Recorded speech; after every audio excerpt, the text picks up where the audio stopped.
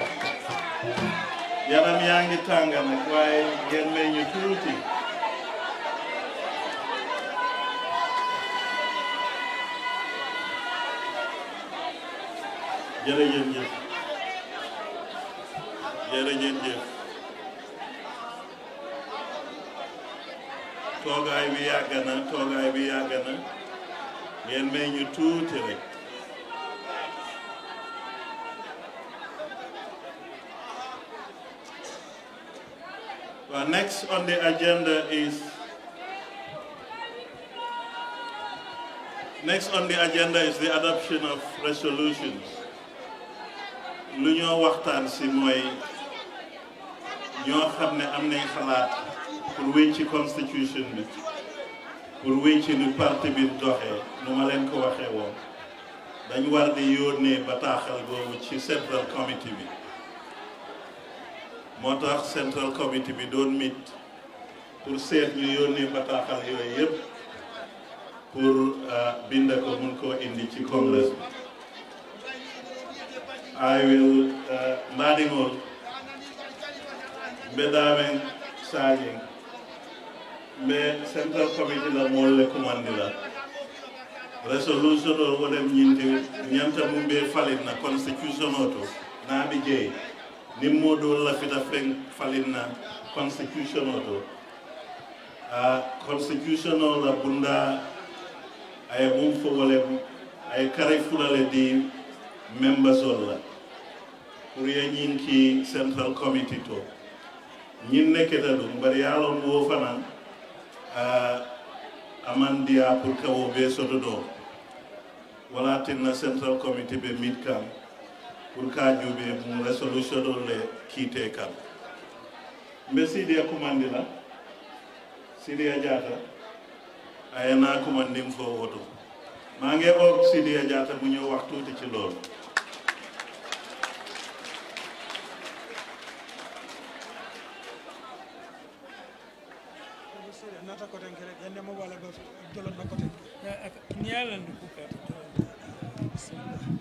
I won't touch it. But okay, that's fine. Thank you. Hello. Well, these are resolutions on amendments of certain parts of the Constitution. Please.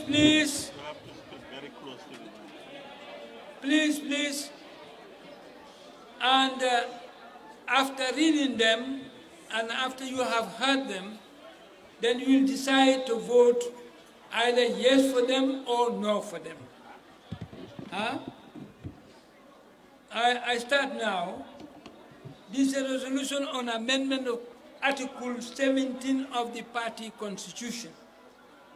Whereas Chapter 17 of the party constitution deals with the establishment of branches.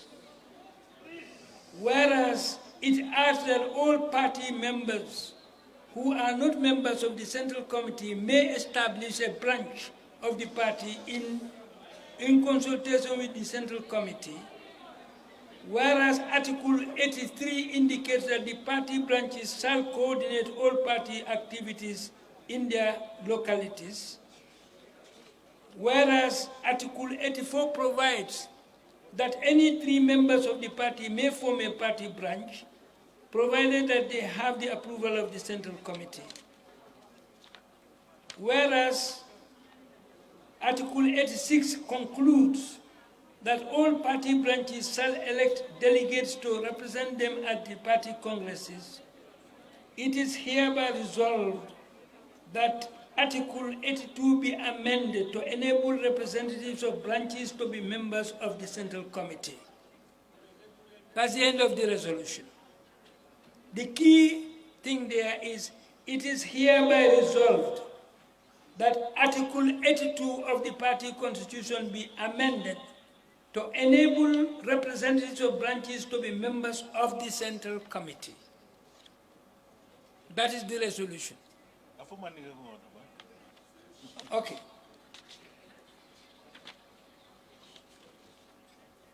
So, party la bunda tandi woro wula ay même fo wolo manyinti ko party la branches ibukolo ko Central Committee party la bulolo muiti adon ikatama Central Committee kotole adun fana party branches many alonko imanke Central Committee members many party branches nyatari imanke Central Committee member imantal Central Committee kono isi party la branch lono le ebedame adun fana abunda tansay ni sabay ni yitandiko party la branches fanali isi party la tamanyal kunyali topotonole ebedame adun abunda tansay ni nani fana nyim foko parti din sabawo saba be dawoda isi parti wala branch lono je adum abetalla ni atare betalla central committee la kangal la koto bunda tansay ni woro e nyi yitandi ko parti branchol pe isi mo tombonole ni ñon congrès be keno le be menni kila je kata ma be je adu anata fo fana ko isonta ñinna ko parti wala bunda tansay anin fula asi falin ñin kamma ko mol si mol tombon branchol kono medbe kala central committee kono molti fana wala mu ko kumati ko parti wala bunda tansay nim fay fula asi falin ñin kamma ko parti wala branch moli isi mo tombono medbe kala central committee kono molti malum faali ya moy awa sidi ko wa ko mo ite ko ha fo bari ko sidi ite na ko de ko da ko afele ide dal mo ken den dal mo je tikba asamana the party branches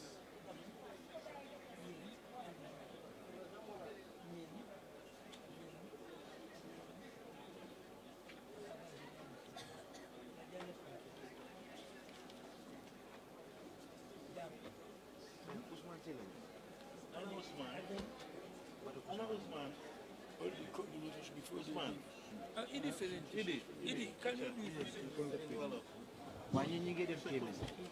No Usman Silano, look at that travel. where do you want All of to enter? No, no, here you see article 17 Syria. you read that I'm not saying where am I coming from? I just have to read I have to follow yes yes and then you may I show you the place Yes. here The amendments. yes this chapter 17 so and nina nyanda fala ni kafu ibe nyim fala and then ibe nyim to aje kan nyim fo and nyim and nyim and nyim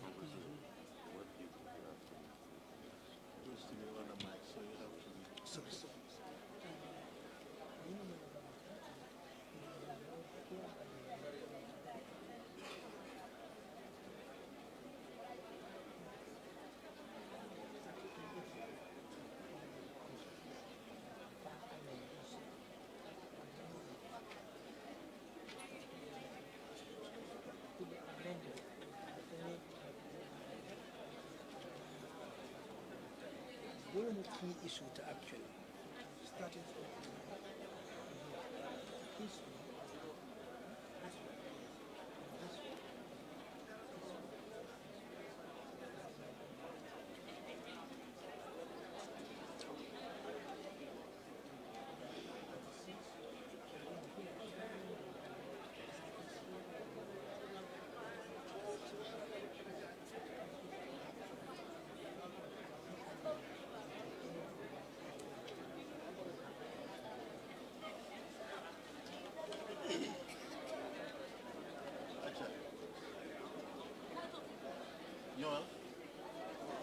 comme like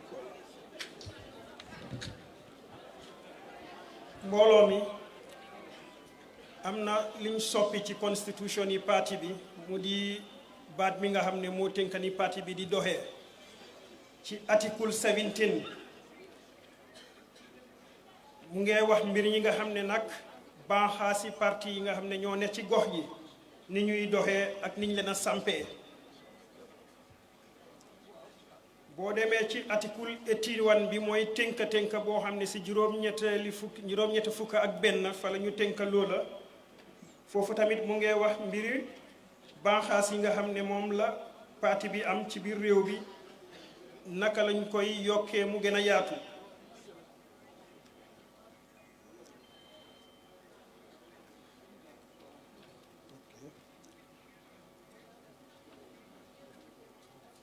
ñu ngi ñu xamal tamit ne nag yokk nañ ci constitution bi ne képp koo xam ne nag kenn na nga ci doomi parti yi te nekk nag bokkut ci central committee bi fi mu ne nii ñu ngee sakk pexe ni nga xam ne nag noonu la ñuy fexe ñi nga xam ne ñoo ne ci gox yi nekk ci banxaasi parti yi naka la ñuy bokkee ci central committee bi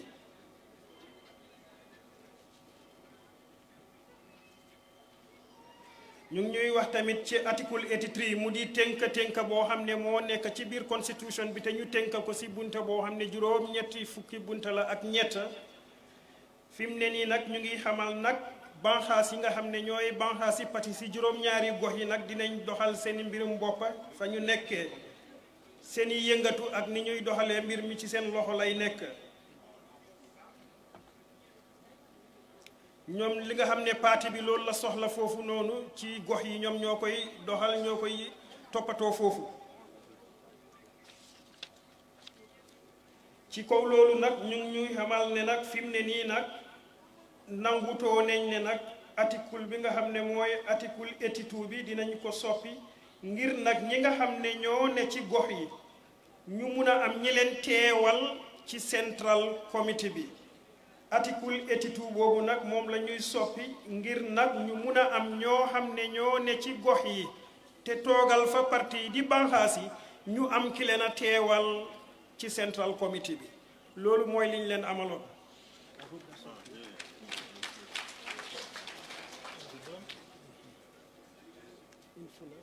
Yeah, you want to do it? Or we go. This okay. Before if time's constrained, we can leave it. Yeah. I think it's okay now. Yes, it's good. The issue is to vote on it.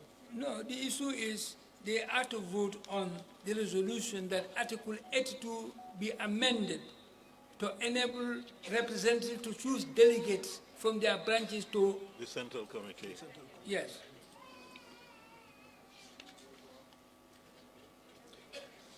waaw Sidi lu moo wax rek mooy ne pour fexe ba nga xam ne banxaas yooyu nga xam ne ñu ngi ci réew mi yëpp te nekk ci parti bi naka la ñoo fexee ba nga xam ne dinañ mën a bokk ci central committee bi so article boobu dañ ko wécc ci constitution bi pour jox banxaas yi doole pour ñoom itam ñu mun a tànn nit tànn ndaw kuy mun a bokk ci central committee bi Exactly. loolu laa wax ci tënk bon nag des na nag ci nit ñi resolution bu nekk nit ñi war a wax ndaa bokk nañ ci ndaa bokkuñ ci suñ ci amee beneen xalaat tam mun nañ ko cee sotti Exactly. bon nag ñu ubbi floor bi ñoo xam ne d'accord nañ ci show of hands rek moom dinañu woon ndaa ñëpp d'accord nañ ci ndaa dafa am ñoo xam ne dañ ci am beneen xalaat soo ci amee beneen xalaat mun nga koo wax léegi su nekkee nag ne kenn amu ci xalaat ñu dem ñu vote ko rek am na ku ci am xalaat waaw dafa mel ni kenn amu ci xalaat léegi waaw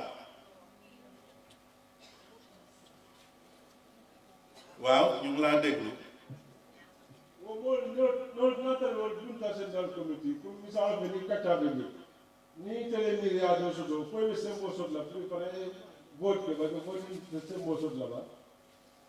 na mene be voting rights on la ni be central committee to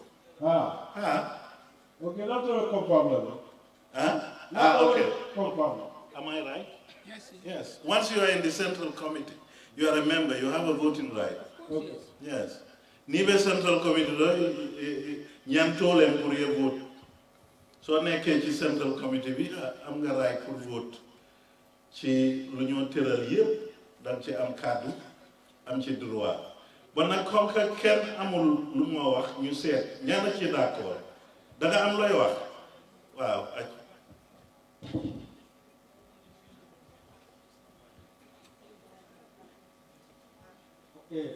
Aku moya ka bakele comme nanu de bantala divisional kan pour fana central committee kono bawo politiko nanu de bantala to man do ka kudo sotole nanu de kono ko wol mo Kotoni Bokata Central Committee kono akumaya kabakala ibajela ini bantala miralul fanaminale kalandi Central Committee ibe kajang. Aboko iteka ku kilindron ne fo wala isontale. Yes. Okay. Juman le sonta dem aboko juman le sonta wala. Aboko mobile sonta wala. Honorable Syria mobile sonta wala.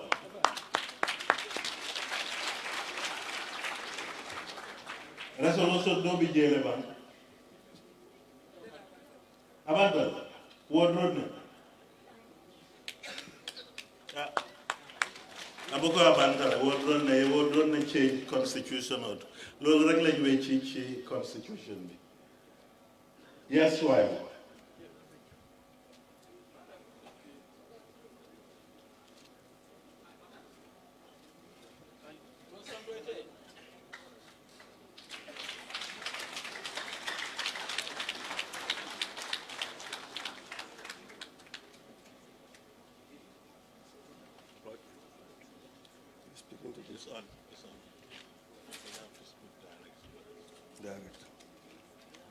Assalamu alaikum.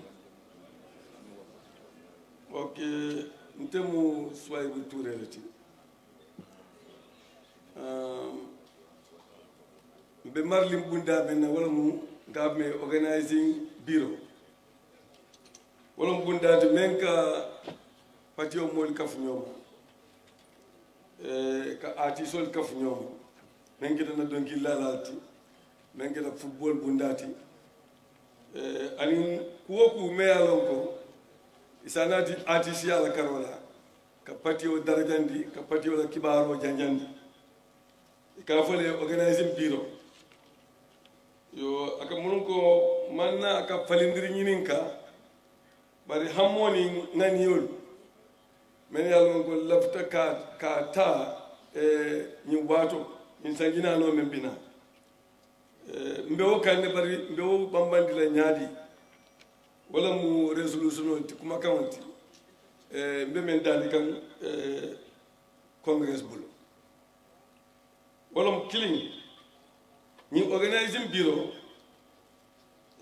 ay hammo soto ani ngani yo pour que support bunda lo ke tamandi ke choki nyola banko kan tari pour ñing kama patiola support base asirwano nyani fulanjam fana ka ado silolta comme mbe men jambi mbe ngajele doyla musoli me itandi jambi ka wayi ribandi wolom ka ada silo programme ta me ya lon ko ada silol be halmadi wol hakilo le yirwandi la ke kunindi politiko kono ke kunindi banko la tamandri nyato ani banko la ado ani banko la fanko bunda pour nyin kama sports la karola ani artist la karola patio la punyal si wano nyami fana Mohamed Budolti yo sabanjam wala mu katake patio la jero asiri wano nyami sate o sate be nyi banko kan ani wodo be nyim bangun kan constituency be nyim bangun kan wo si yirban wo nyami ay bambandi pour kaaje ko itata dinkira mol men bije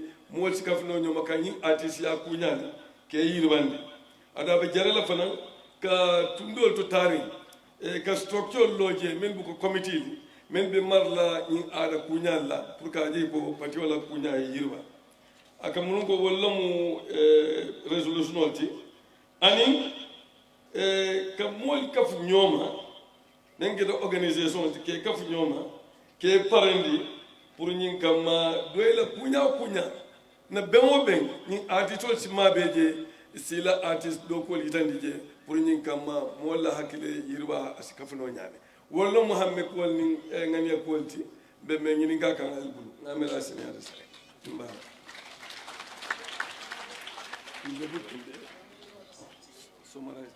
waaw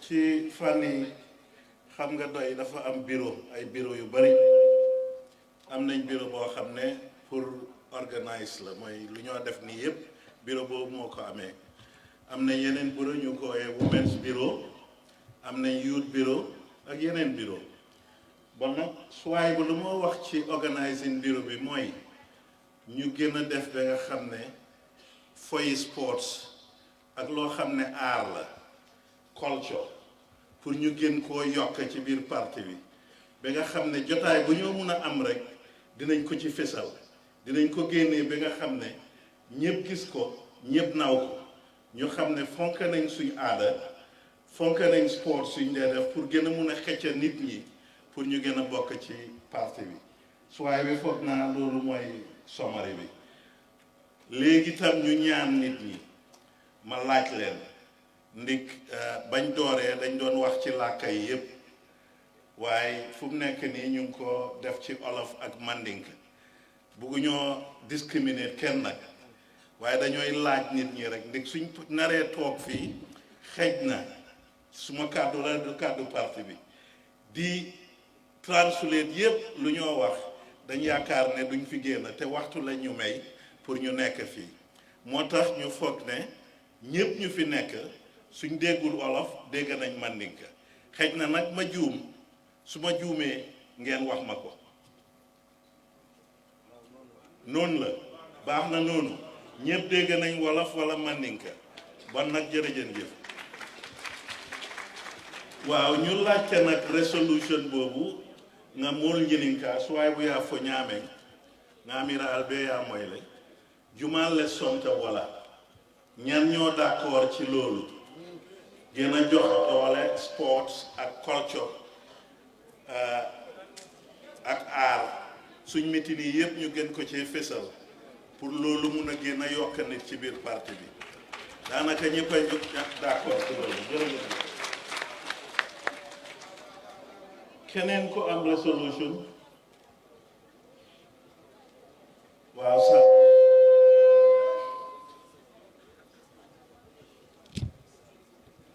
waaw Sam Sarr am na lu mu bëgg a wax benn resolution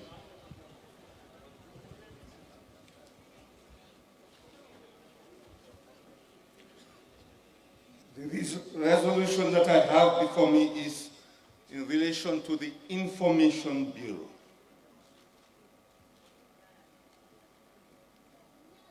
Having regard that the Information Bureau is the publicity arm of the party,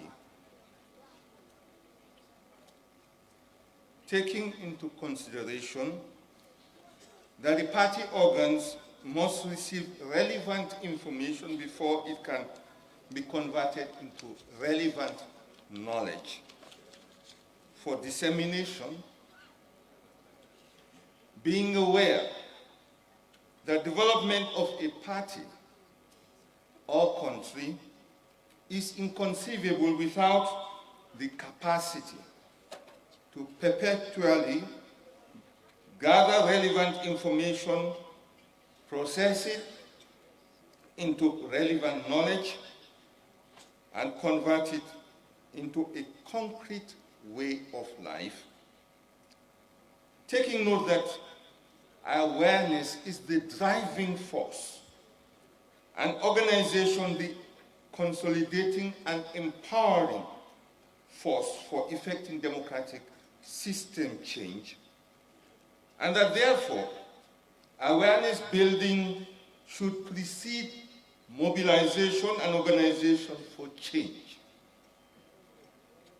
Being convinced that the sovereignty of the people comes with the right to freedom of expression and freedom to form political associations to effect political change. Acknowledging that the party cannot carry out its function as an instrument of leadership unless it demonstrates its capacity to criticize, scrutinize, and restrain those in government and convincingly expose their demonstrated incapacity to govern in accordance with the interest and will of the vast majority, and further disseminate its alternative policies and programs to convincingly show why it can become a better manager of the affairs of the country,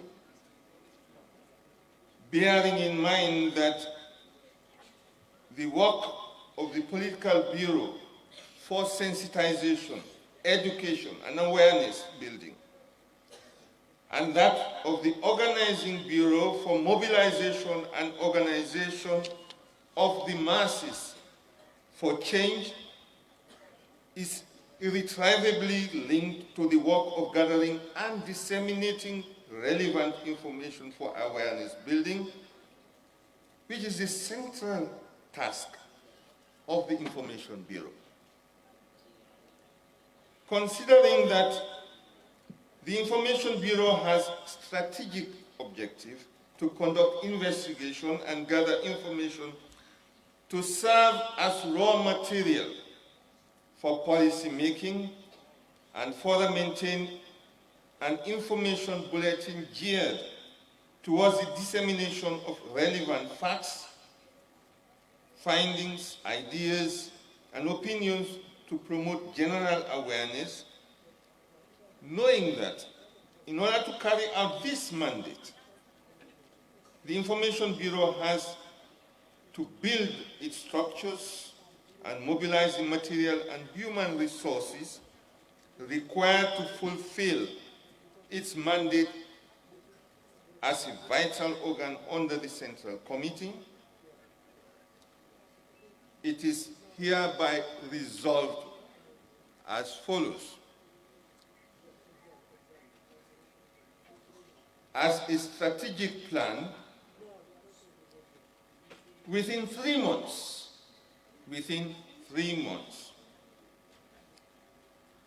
the Information Bureau is required to retrain and equip regional media practitioners to gather and disseminate information to the people in all the regions. That's one of his strategic plans, to be fulfilled within 3 months. Secondly, to provide facilities for the operations of regional correspondents in gathering and disseminating information. Thirdly, register and consolidate the media team for the regular publication of Gonga as the official organ of the party. 4, all this within 3 months. Liaise with the media committee of the diaspora branches to modernize the DOI website and other internet accounts, as well as to explore the possibility of launching PDOIS radio station in order to reap dividends from the digital divide.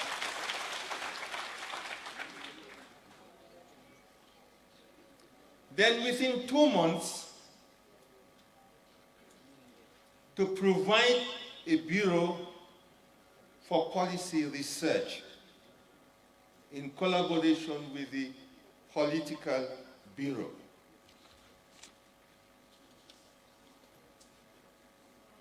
The resolution also makes the following recommendations. 1, within 1 week after the Congress, the Secretary to the Information Bureau will undertake to prepare the modalities for the registration of Gonga and make concrete plans for its quarterly or monthly publication. Within 2 months, another recommendation, the Secretary to the Information Bureau should cause the appointment of regional correspondents and have them placed in regional headquarters. Those are the resolutions.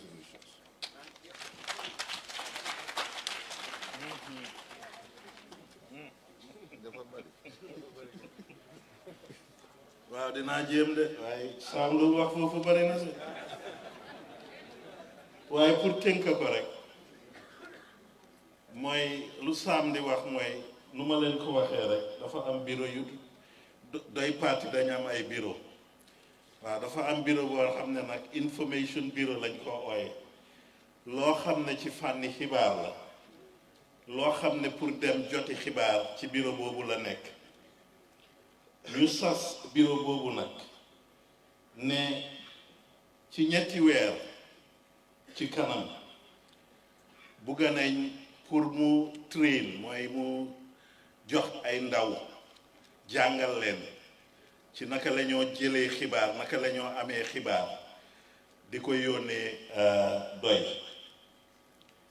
ñaareel bi mooy pour def ba nga xam ne ñooñu nekkul rek pour train leen naka la ñoo jotee xibaar waaye am na kayit bu ñoo oyee gonga day ci pour mooy dëgga waaw naka la ñoo def ba nga xam ne kayit googu yépp ci ñetti weer yi naka la ñoo def ba nga xam ne dinañ register gonga boobu jéem a tam liggéey ak ñoo xam ne ñu ngi ci mbitim réew ñu leen a waaye diaspora ba nga xam ne dinañ jéem a def ba nga xam ne website xaw ma nag website niñ ko waxee ci wolof website la de waaw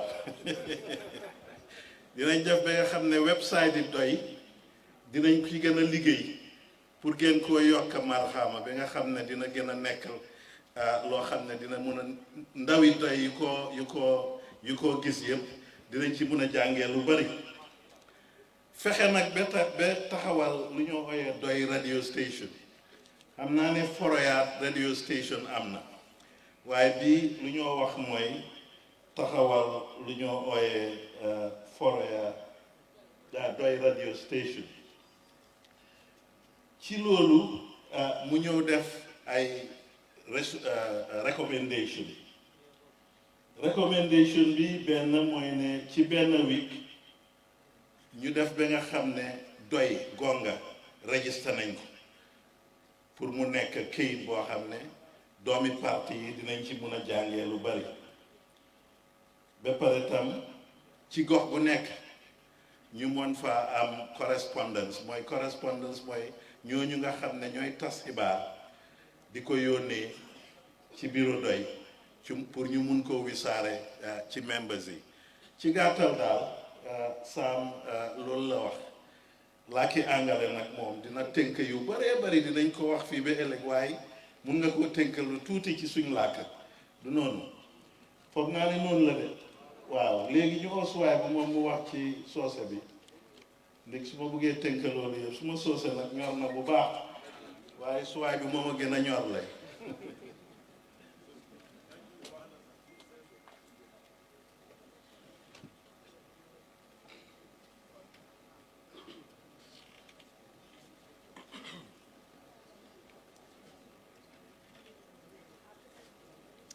ok assalamu alaikum Sam Sarr atelemu secretary même be information wala mu kibaro janjandi bunda anin ngani yodi hammo men nata wala mu killing jandi ba fala kar saba ka kibar talal karandi ke janjandi banko kan pour kar kibaro ta ka futandi kibaro bundato ka janjandi wala mu hamme foloti fulan jang ka je ko ka joran di kibar ta la men be tar la janjandi banko kan ila do ko kele men wala mu ka kibaro ta pour nyin kam ka futandi kibaro bundato asi janjang kunkeno nyaami sabanjang hammo wala mu timol mel be tar la lori pour kibar janjando la kawol be register wala mu ke safe pour nyin kam isi denno nyaami pati wala kayto me ka fay kibar bunda kayto me ka fay gonga tonya flakanto ato molati ay register luwan silola ay ke parti wala kaytoti kibar kaytoti comme parti o parti ñande kibar kayto sotla parti diwul bi kala men karanna dula do tani o fana muhammed saba jangot nani jang wala mu committee men belola wala mi ka me media committee ani wala chokki ñolo ki ñola ñani especially men be banta gambia banta la pour ñing kam ñi internet system o ka me website ani comme forum wol ni ku katon wal si chokki no ñola ñani pour ñing kam ay si slol be ibe doyla radio station ba jombo la ñani pour ñing kam a ñanta nafa men sotla ñing website system wala wasi sotno ñani so ñin lamu hamolti ani ngani yoli ami ñi gal bulu ani mbal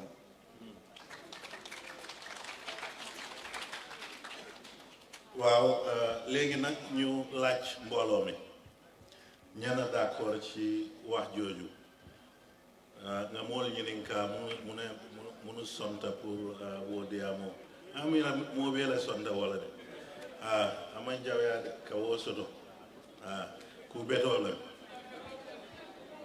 resolution, any other resolution? Central Committee, any other resolution?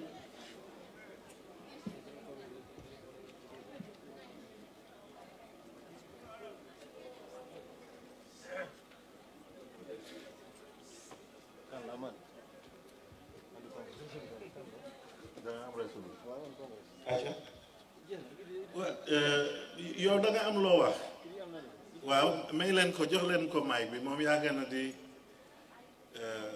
rees loxoom di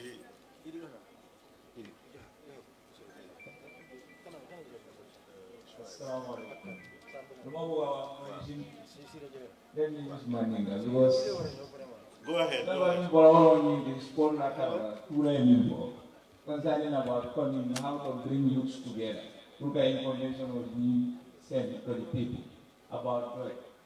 Like if you look at Tegeti, Green Gambia, people don't know them. What they do, they go to the regions and invite different football teams and they bring out research. Information will be there. They will gather the youth. Although they will tell them that it's about football. If it's not football, but they may have a special grade whereby they will tell them what they want to tell the youth about their association. They will feed them. And those teachers will be having information about them. So you see that the information will be straight. If you go home, we say that's what if you want to get parents or they can get more. Neither aim and objective you need. That's why you get a bump. So do it for a second or you don't buy it.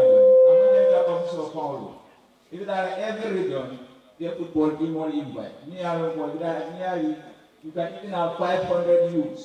Here comes Gulati, you have football. You have a break whereby you tell them where information on me and the sponsor. And you have a youth soldier, okay. Nimbara, Diamo Beteaga Bag, Nami Sidia Mumu Secretary, sorry, Swaibu, I woke Momoele. Nimomoye, Kumoso, Muya Longo, Abe Yirwa Natila, Bundal to Taring, Ali Secretary of Jedrom. Manlafi pour Yalonga resolution o Kefabanta. Bari ise diamuno no man la fi balila ise diamuno bari lafita mun nadrom wala niye kibaro sodo mu yalon ko abe yirwa nati la nyim bunda beto ini nyim moli ye jedrom den ya foye munem ila hakilo tije yeah otherwise maybe mbe merale yes okay assalamu alaikum warahmatullahi. Yes. Yes.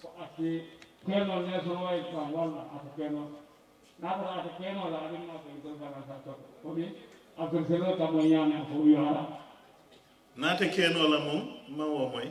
Nate keno la Ah, okay. The whole network. Okay.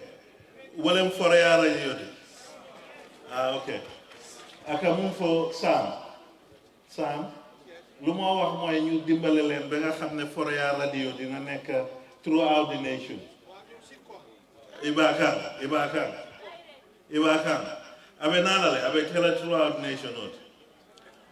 Moom lu moo laajte mooy lu moo wax mooy dafay yokk rek ne bugga nañ Foreya radio nekk throughout Gambia.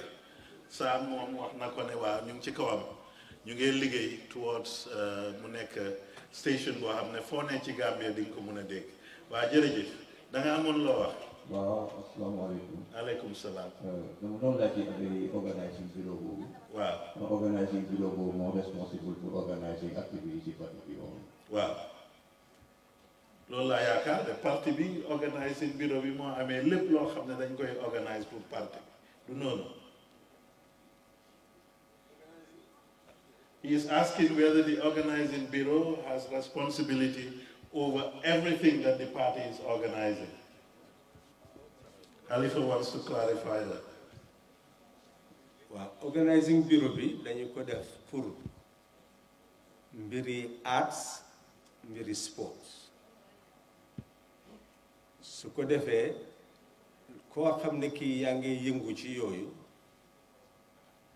soo gisee secteur bi di nga mën a liggéey ak moom waaye nag mbiri organisation dafa bari fànn bunta boo laal rek dafa ànd ak organisation so bunta bu nekk ak façon li mu war a organise la xam ndax loolu leer na waaye tàccul leen borom sabarkat bi waaye moom mu ngaa def dafa def xumbal na fii de waaw nga ñëw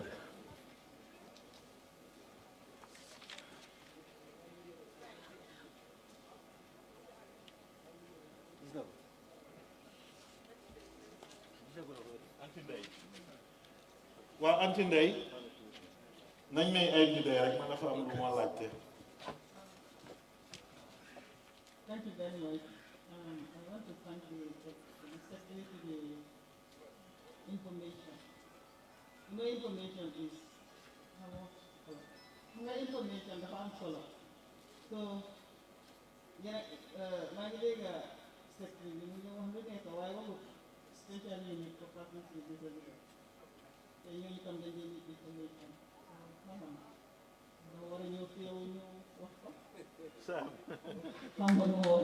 boobu jar naa tontu ndey Sam na nga ko bëgg a tontu ci loolu mu ne déggul dara ci ñoo xam ne dañ am disability special needs sorry politically special needs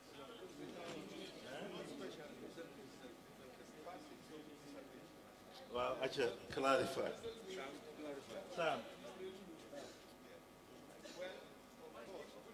put it on. Of course, once the program is on, well, if you take Korea, for example,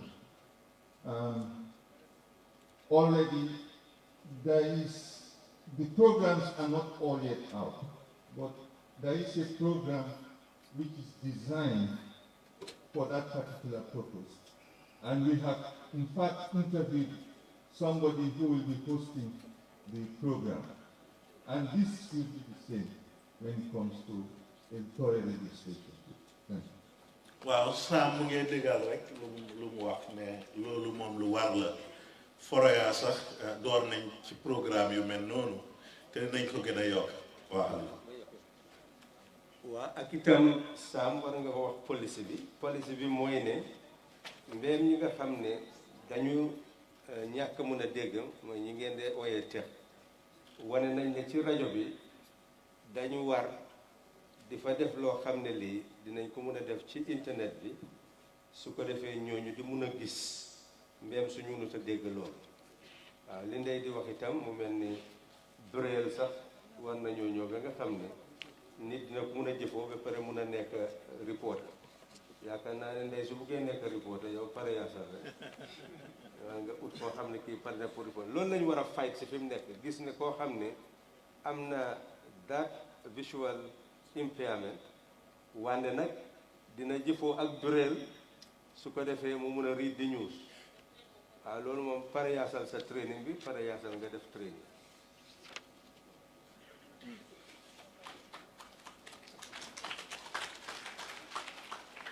waaw kanaa ñëwaat def resolution dafa am ko bëgg a wax dara waaw.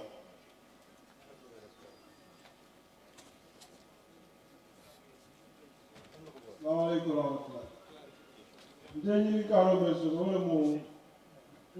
mau pero beke kaneba, dela sopotala ni member sopotala ni sifata sanda information.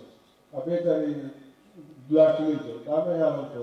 Sikarani banko kapo membe ta buatela. Ila information jube ngalo ndebe makeri nyadi de ani mbe kato kela ni tolle ka. Bajala kapuna oto ngalo nona. Dela sopotala bestiare ni to mafandela. Le makeri ni tolle.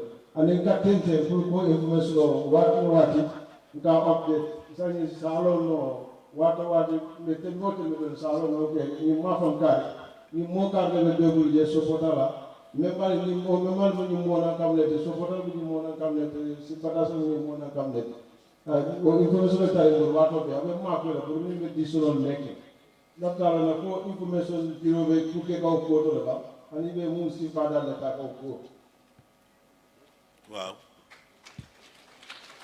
danga bëgg a am solo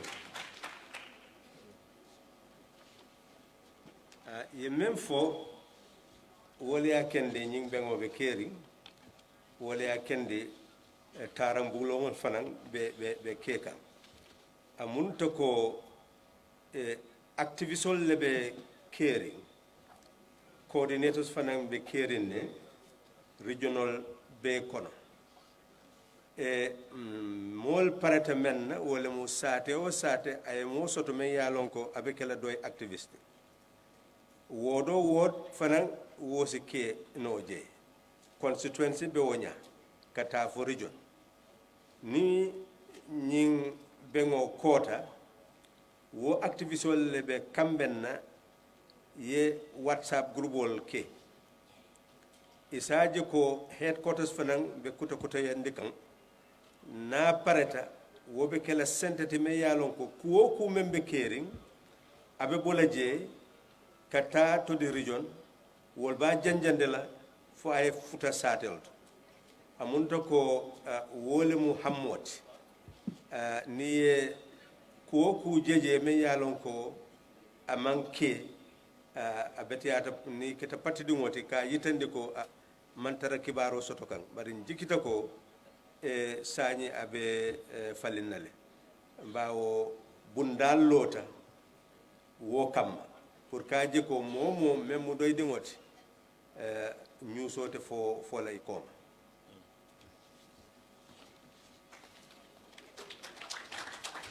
honorable Sila da nga am resolution idi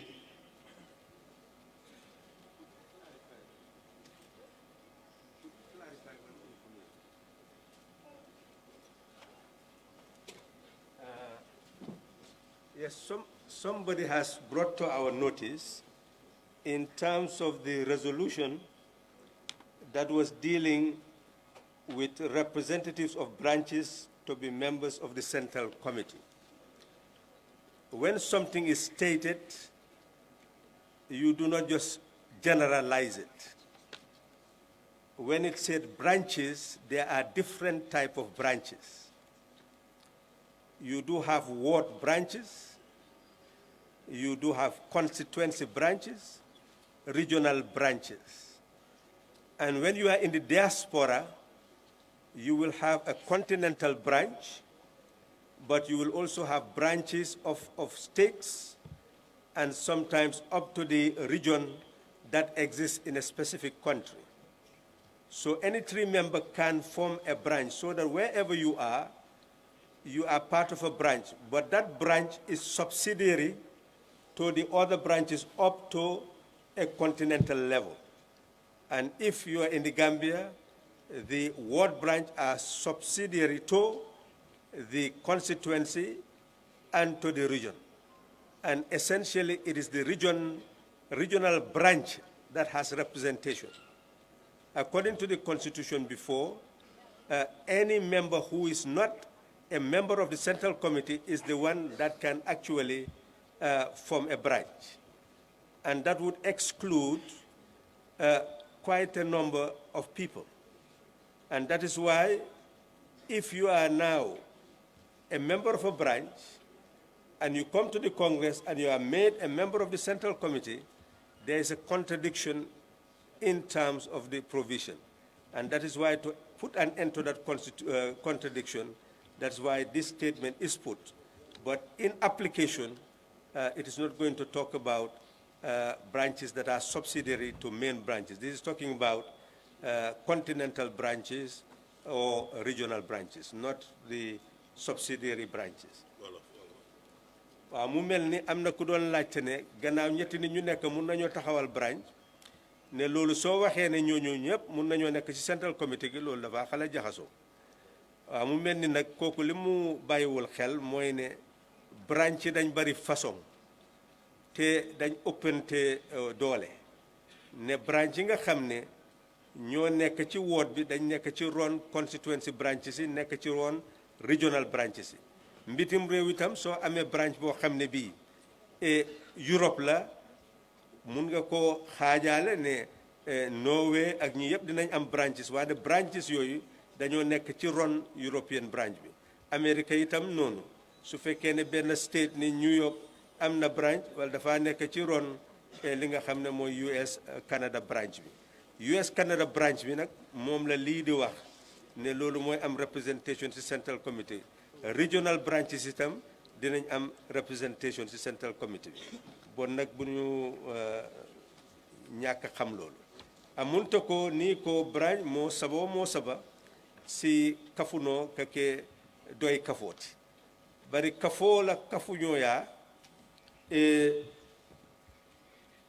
añante kalamutale bawo ward la kafoo wobe constituency la kafoo koto constituency kafoo wole be region koto America fana ni ko America anin Canada kafoo ni kafo ndimbe New York wobe US Canada kafoo koto adum fana wote sembo sotla wo kafo ndingo tek sembo sotla pour que mo tombon pour ayeke Central Committee member bari America Canada kafo ak ila kafu ba wala be wo sembo sotla regional kafo fana wo fana be sembo sotla pour que mo soto Central Committee kono abetende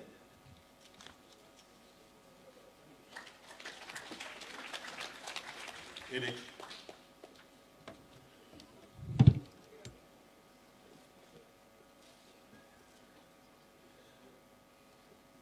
Assalamu alaikum.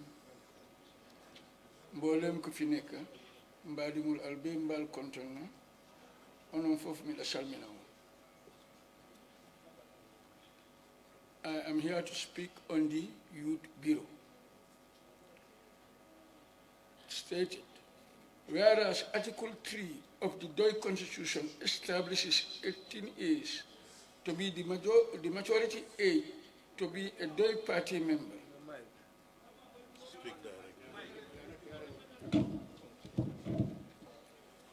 Whereas Article 3 of the DOI Constitution establishes 18 years to be the majority age to be a DOI party member. Whereas youth as defined in the Gambia is one between the ages of 15 and 35. Whereas DOI stands for the participation of the youth in the political life of the country. It is hereby resolved that Article 3 be amended by reducing the majority age for membership to 15 years.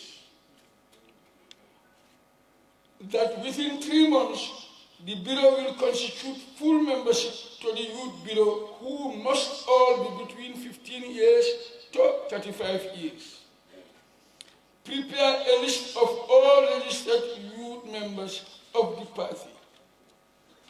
This is what we are resolved to do.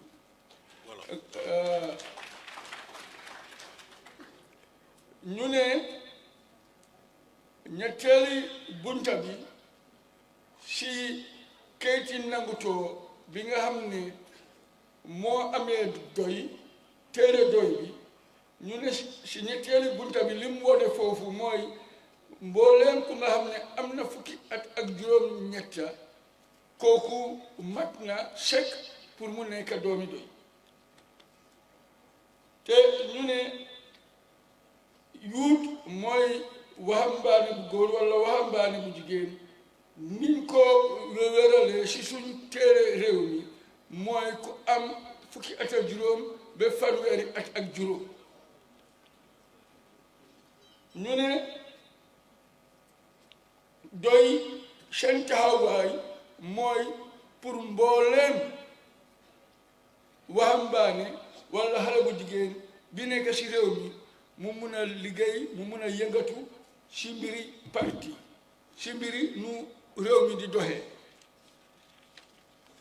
ñu ne comme nag nii la nangu nañ ne léegi ñetteeli bu bunta bi dañooy wàññi at yi génne ko si fukki at ak juróom-ñetta indi ko si fukki at ak juróom mbooleem ko am fukki at ak juróom léegi soo buggee mun ngaa nekk doomi doy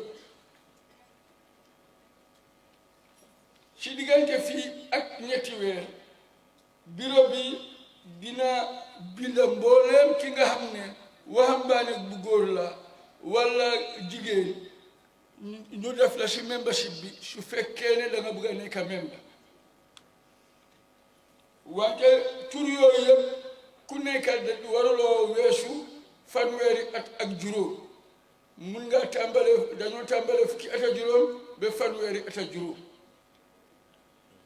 te dinañ defar liste boobu si diiri ñetti weer liste boobu war na moo pare mbaali ngoolu iko bunda sabanjango doy la kitaabo alamar la kitaabo ya min foje wala mo mi yalon ko ye sanji tannin sey soto waji bolem andu yewo sembo sotole pour que doy pati diguti iko fanan na banko la kitabu ba kono ye fondin ke wala fondi muso ke dami wala mo mi yalon ko ay sanji tannin lulu soto kata sanji tan saba anin lulu iko doydum mu partiolati mi yalon ko alafta fondin kel anin fondi musol be ye katoke ye dum banko la tamandiri ñaato isaade itol fanan yaalon banko be taala nin tamandiri bulo minna itol fangol si tarano wol kono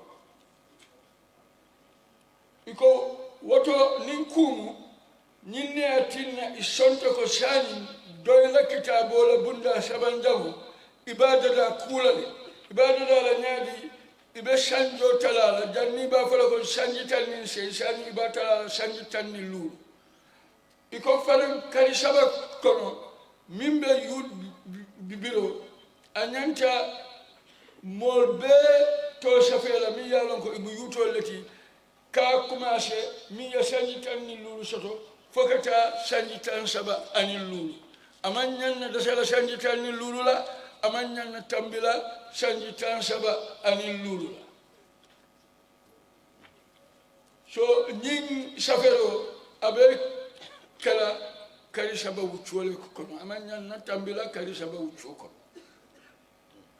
mbokay netteli bonta bi si tere bi doy did I speak in Wolof? So, then let me go in fuller. No, we didn't meet on the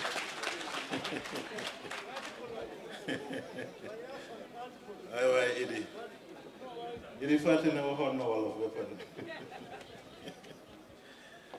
Waaw, léegi ñu dem nag ci resolution ba foog naa yéen ñëpp ko déggandoor ñu d'accord ci loolu rek nañ ekkiti seen loxo 15 years to 35 waaw xaleel day màgg jërëjëf bon nag resolution bi adopt nañ ko waaw honorable Sila waaw da nga am xalaat ci loolu vote nañ ko ba pare de waaye waxal rek ci bu gaaw suñu xasee vote rek moom jeex na da nga am loo bugg a wax waaw waxal ci bu gaaw rek lu ma ci bugg a ñu seetaat ci loolu because wax dëgg yàlla man bilifoon naa ne 18 years bi moo gën a mature because 15 years is fii ci fii juvenile te pour ñu dugal below 18 years ci politics is like ñu ngi xale yu ndaw yi ñu nekk school dañoo start ñu dugal ci politics te ñeneen dañoo gis ne ñu leen di abuse. yow foog nga ne xale yu nekk school war ñoo dugg ci politique. non wante ñu nekk below 18 like. Okay. Because they believe like 18 years then am nga majority to make a decision. But below 18 waaw vote nañ ko ba pare waaye ñu clarify rek foog naa nit ñi ñëpp d'accord nañ waaye ñu clarify loolu Halifa dafa am loo ci bëgg a wax. waaw balaa ñoo def suggestion bi dañ njëkk a seet ndax gis nga ci benn loi bu wax ne xale bu am 15 years warut a bokk ci political party ñun dey seet nañ ba tàyyi gisuñu ko te gis nañ ne soo seetee Children's Act bi mu ngi wane ne nit ku nekk dafa am àq moo tax ngay am xale yi nekk ci Children's Parliament yi ak Youth Parliament yi ak yooyu yëpp so moo tax gisuñu daal lu war a tax te soo defee ne ñoom ci nit ñu ko jëlee ci police nekkul sax ci loi ne youth bi 15 to 35 la mu mel ni loolu foofu la ñu wéeru rek ne su fekkee ne ñoom loolu la ñu jàpp soo ne youth bi dafa war a participer doo mun a génne ñi am fukki at ak juróom fekk wécciwuñu loolu xanaa gars yi wécci affaire yi wane ne youth bi mu ngi ci diggante fukki at ak juróom-ñett ak ñaar fukki at ak juróom-ñett te doy loolu la téye dégg-dégg ndaxte soo seetee ki nga xam ne nekk na fukki at ak juróom-ñett dina mun a vote waaye su fekkee ne am nga ñaar fukki at ak juróom-ñeneen doo mun a taxaw pour nekk président ñu téye ne bon gannaaw am na manqué boo xam ne bi am nga ko pour mun a nekk président bon nag youth bi daal mun nañ koo téye ci fukki at ak juróom-ñett ba dem ci ñaar fukki at ak juróom-ñeneen soo xasee am ñett fukki at nag mun ngaa taxaw nekk président mu mel ni kooku nekk nga adolte bu mut sëkk mu mel ni lii daal nañ continuer di ko waxtaane waaw wante nag foo gis rek ci loi bu wane ne daal ki am fukki at ak juróom warut a bokk ci parti loolu bugg nañ laayee ñu ci biir dégg nga jërëjëf daanaka resolution boobu romb nañ ko. Position in the Central Committee is accompanied by a deputy who must be either a male or female under the age of 45 with maximum regard paid to gender equity. Well, li ma doon wax ci kàllaama anglais mooy English ma wax ko ci kàllaama wolof nu ma lappatoo ci kàllaama mandinka mooy ne lii dogalam bu buñ bugg a ngeen jël yéen délégué si ne coppeeku buñ bugg a def ci constitution yi mooy sarta parti bi mooy ne lan mooy njëriñ yi ndaje bii nii muy congrès mooy bi ci jiitu mooy ndaje bi ñoom ñoo am sañ-sañ pour ici wecceeku ci sarta bi nga xam ne moo tënk parti bi ñu xam ne ko constitution nangutoo yi nga xam ne moom la ñoo def pour jëmale parti bi kanam di garal parti bi fii lañ ko nangutoo congrès moo ko war a nangutoo ak mooy yëpp nangutoo résolution ak décision congrès moom mu amee loolu noonu mu amee dogal mooy dogal yi parti bi jël njataay bi moom moo amee sañ-sañ jël dogal yooyu noonu ñaareel ba mooy ndaje bi moom mooy taxawal doxalin yi parti bi doxalin yi nga xam ne dañ ko jëmale si mbiri parti bi bitim réew ak biir réew mi lu demee ni ki manifesto mooy li parti bi éenee pour def su fekkee ne waa Gambia dénk nañ ko seen baat ak seen doole mu jiite réew mi si yokkute taxa fi ñàkka def na ñi moom seen boppa xam seen boppa parti bi tamit mooy ñetteel bi mooy ndaje bi moom mooy tànn moom mu tamit moom mooy génnee mooy suñ la joxee cër gis ne cër bi defuloo ko ni nga ko war a defee ndaje bi moo ko nanguwaat moo ko jëlaat parti bi tam jubluwaayam li mu bugg a fi mu bugg a àgga li mu buggal parti bi li mu buggal réew mi fii lañ ko nangutoo lu ñu aims and objectives kenn parti bi li mu buggal réew mi fii lañ ko nangutoo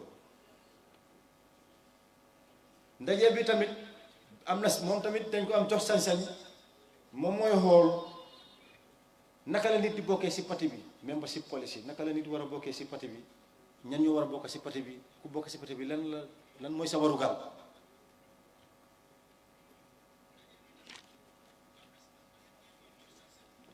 ba tey ndaje bi am na sañ-sañ si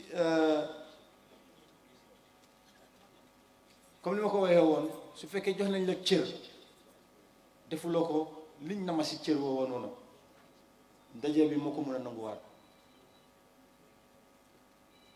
beneen bu tamit mooy ndaje bi moom mooy xool seggaat li ñuy wax pétition mooy nit ñi nga xam ne dañ bindu woon ne dañ bëgg a nekk doomi parti bi mu ñëw central committee bi comme que moom sañ-sañ yi nangu ñi war a bokk ak ñu bokkul bañ sa bëgg a bokka nga bëgg a bindaat ne man maa ngi bindoon ne dama bëgg a bokka ngeen bañ maa ngi bindaat ne wéru leen ko si dalil wan leen ma dalil lu tax fii la ko war a isee ñu wane ne diw sàngam day bëggoon na waxoon na dafa bokka ñu bañ ne du bokka mu ngi wane ne daal nañ ko wan lu tax warta bokka dafa war a bokka nañ ko jox dalil nangu ñu ko na nanguwu leen fii lañ ko war a waxtaanee fii lañ ko war a nangutoo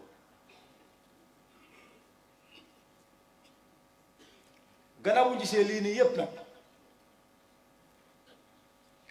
te gis ne parti bi dafa bëgg a nekk parti buy dunda parti boo xam ne ñépp ñoo si bokka mag ndaw nga xam ne suñoo jébbalee liggéey dafa nekk jébbal boo xam ne dina bàyyi xel mag ñi ak ndaw yi góor ñi ak jigéen ñi résolution bii nii li moo laajte mooy ne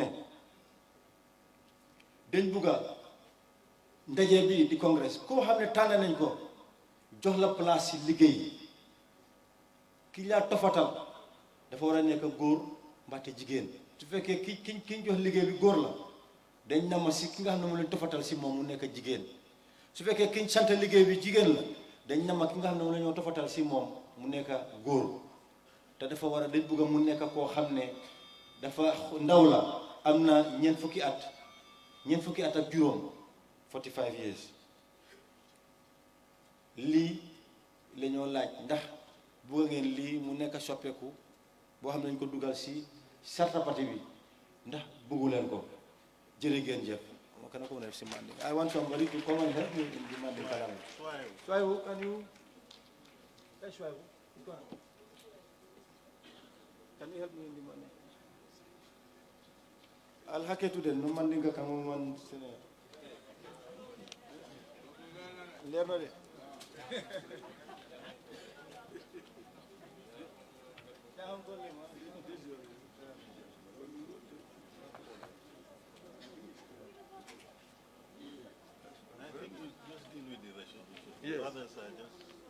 Talking about the functions of the, just deal with the resolution. Where are your resolutions? Just the resolution. Having regard That you must have a male and female representative. If it is male, he has to have a female. If it is female, he has to have a male. I should read it first before I started. Yeah, read it. Okay.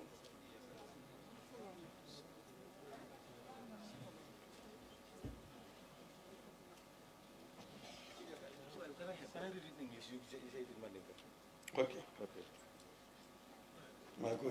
Having regard to the need for intergenerational transfer of responsibility in an organized manner, baring kafu kono do ko nyanta bala keba malbulu ay dum dindi malbulu. It is resolved that each position in the Central Committee Central Committee is occupied by a deputy who must be either a male or female. Anyanda tarla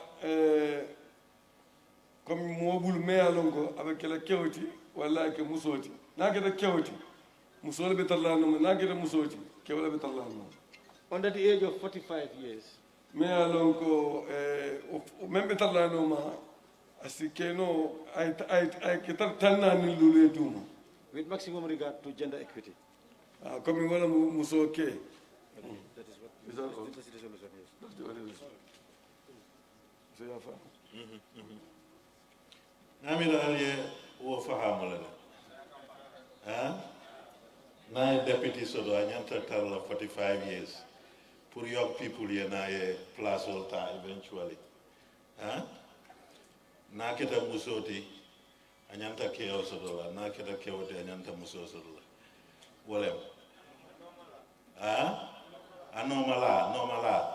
Normala. Deputy. Wolem deputy. Resolution on yes. I want to 45 up or down? 45 down. 45 going down. Yes. Why I'm asking that question is because of the further resolution to the amendment of the age bracket, which is 18 now 15, and 15 to 35. So I was making clarification to see if you have 35, is it up to 45 before you become the secretary to the youth wing? No, deputy secretary to the youth wing. Because you're already 35 by the time that you are in office. Example, or you were 16, 17, 20 at the time that you need to deputize somebody being from the youth wing to another bureau. And what will be the bracket as well for the one that is coordinating or the secretary to the youth bureau? What will be the age? Because there is an amendment of the age now from 15 to 35. Will the party be 45 or below 35, or what will it be? Because for these two amendments. Thank you. Clarification, anyone wants to clarify that?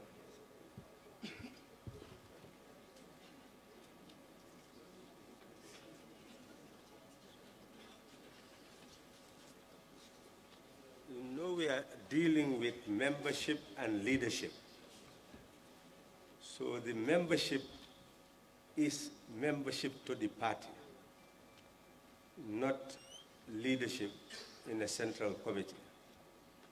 This one is talking about leadership in a central committee, that to create the possibility of two generations working together is the preamble.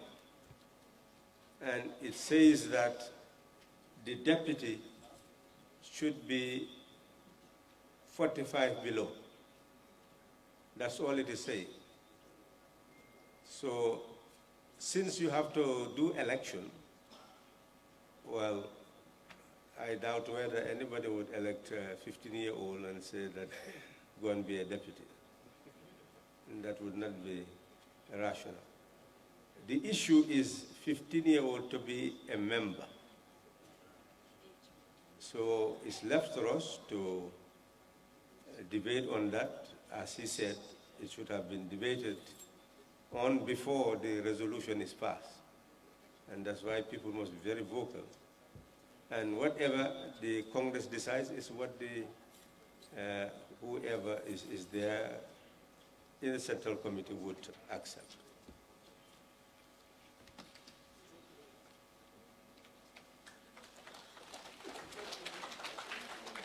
Okay, the resolution, is it clear now? We go for vote. Yes.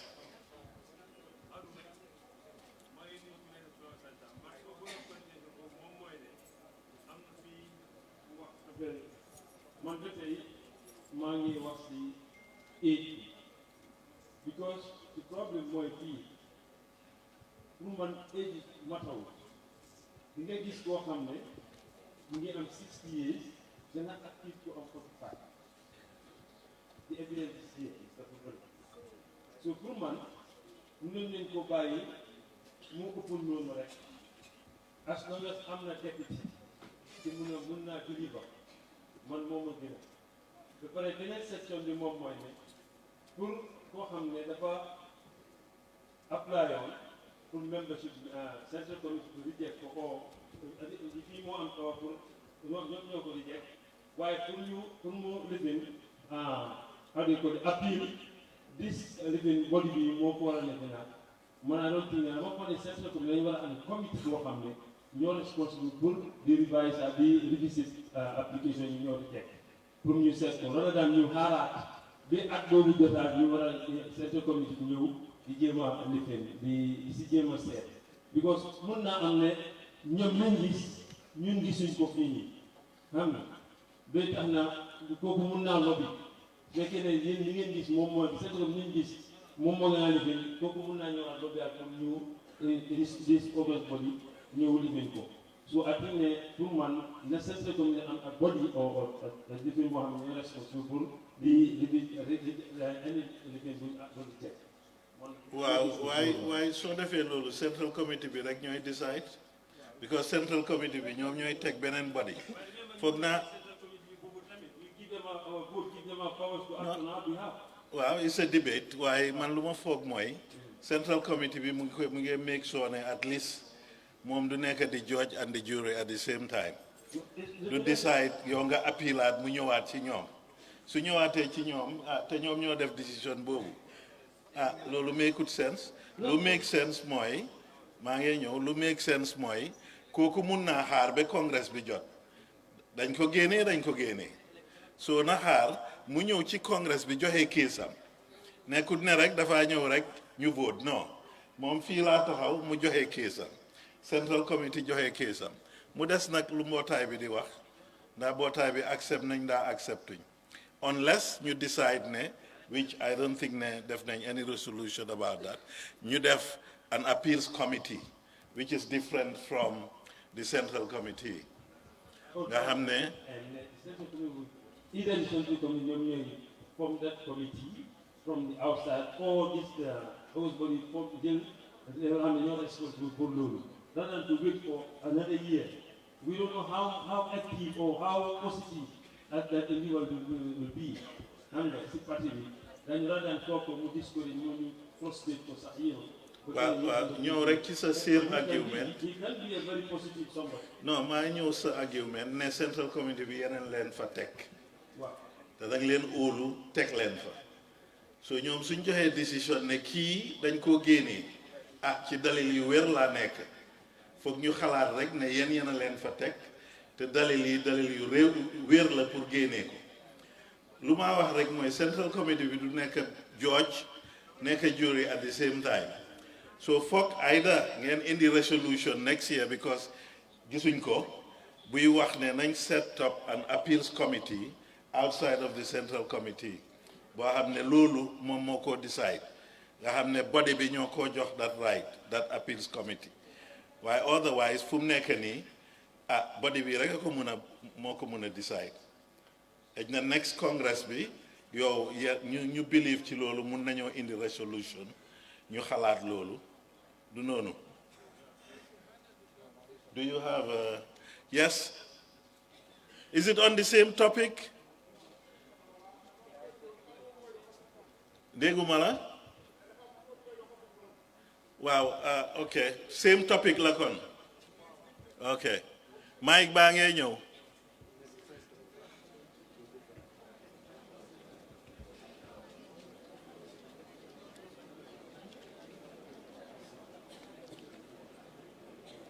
ok salaamaaleykum maa ngi leen nuyu ñëpp di rafetal teewaay bi ak mbootaay bi comme li ma bëgg a leeral foofu ci affaire yi su fekkee da nga nekk doomi doy ba pare nga génn ba pare suñu takku ci amayoo aju nga léegi fu toll da ngaa delluwaat dafa nekk problème man li ma gis foofu pour ñu tuddee ay membership card su fekkee ne yow nekk nga doy parti ñu joxe membership card léegi fu toll su fekkee yow yaa ngi génn parti soo delloo sa membership card yaa xam ne kii moom delloo na waaye su fekkee ne nga comme ñoom am nga yorante ak comité bi te yaa ngi am sa membership card te membership card war a mën a wane fii ne waa kii dafa amoon yorante ak comité membre bi waaye du doon intention pour mu génn parti bi so man mi daa amoon li ma contribué foofu la.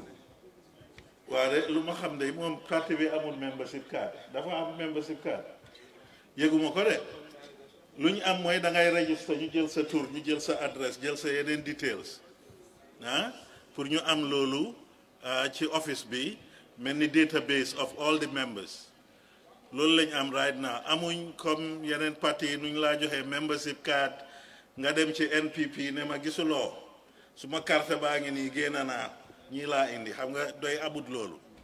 waaw ok li ma wax mooy. waaw wax ma ne parti bi am nañ ko de. waaw. dama ne ñu create ko laa wax. nit ki. ñu create ko ñu wut ko. ah ñu create ko. waaw wax ma ne parti bi am na ko rek ma ne ñu create ko su ko créé da ngaa gis ne am nga su fekkee ne am nga yow doomu parti nga am nga weerante ak sa comité membership xam nga déggoo da nga gis koo xam ne ñu am weerante si biir meeting wala ñu kii après si da parti membre nga dafa dem mu mer toog xam nga nekk saa dem fekk ñu doon waxtaan ak ñu mer leen pour gisee du yomba il faut teel koo xam ne bokk na ci comité boobu moo mën a waxtaan ak moom ngay gisee. waaw soo fi lay waxee waaye nekkul ne dama war a nga comme nga am membership card. waaw baal ma àq dégguma la bu baax. waaw lu ñoo def mooy xam nga parti nu moo doxee dañoo am resolution moo tax parti bi di wone ne resolution boobu yéen a ko decide su nekkee ne yow ak sa groupe wala kum nekk rek foog nañ ne parti bi dañ war a am membership card da ngeen a dugal resolution boobu pour next congress bi ñu indiwaat ko ci nit ñi xalaat ko seet ko wax ne léegi parti bi dafa war a am membership card waruta am membership card foog nga def doxalin boo xam ne dafa démocratique nga xam ne nit ñi décision bi ci nit ñi laa jógee waaye lu ma xam fu mu ne nii mooy parti bi amul membership card lu mu am dañoo register members pour ñu nekk ci parti bi nekk ay liggéeykati parti bi loolu setal na mbir mi waaw jërëjëf waaw léegi nag ñu dem ci resolution bi su kenn amul looy wax waaw yow day ekkati nga sa loxo de la waaw wàccee na ko waaw ñu support resolution boobu nañ ekkati seen loxo jumale resolution on support ali alla buloo yëpp sika ñu ko supportul nañ yëkkati loxo waaw ñu ko supportul day foog naa ñoo gën a néew du noonu waaw kon nag ñu ko support ñoo am majority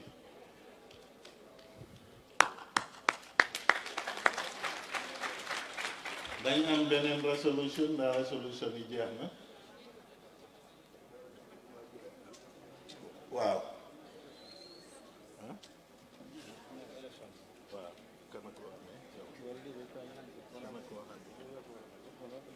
naka lañ ko defee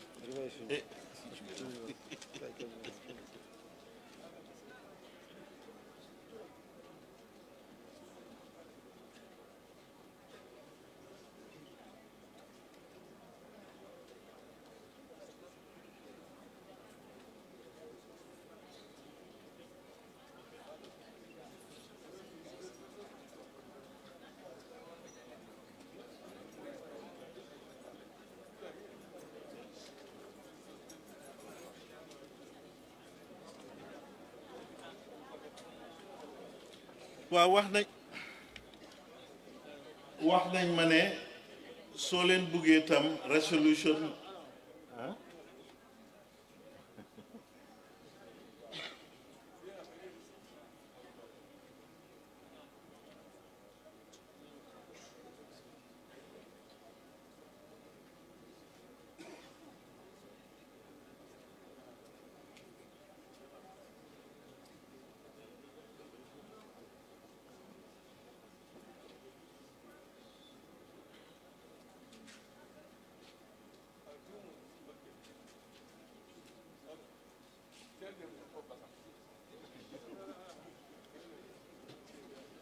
tell them.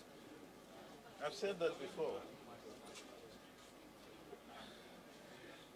waaw dañ doon yokkante xalaat rek foofu dafa am ñu xalaatoon ne xëj na ñu bëgg a def resolution mun nañ koo def léegi ñu xalaat ko waaye xam ngeen lu constitution bi wax mooy soo amee resolution da nga ko war a yónnee ñaari weer balaa congress bi di meet congress bi soog koo xalaat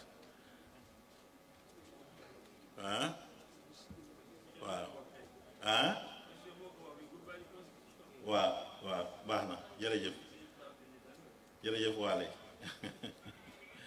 waaw baax na kon ñu go by the constitution dañ ko bëggoon a gën a yaatal waaye du ci xej tam waaw léegi dinaa oo Xalifa mu wax tuuti ci ñu ngi dem ci next topic which is election of officials dinaa oo secretary general bi mu yaatal loolu.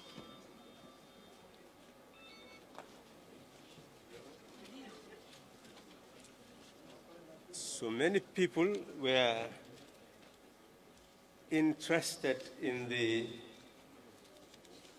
presidential candidature. The DOI Constitution states that in case of presidential elections, we will do so on the basis of a primary. What we have been doing in the past is we will give the Congress members forms and each will try to nominate a presidential candidate, and once there is only one person, then of course you don't have a primary.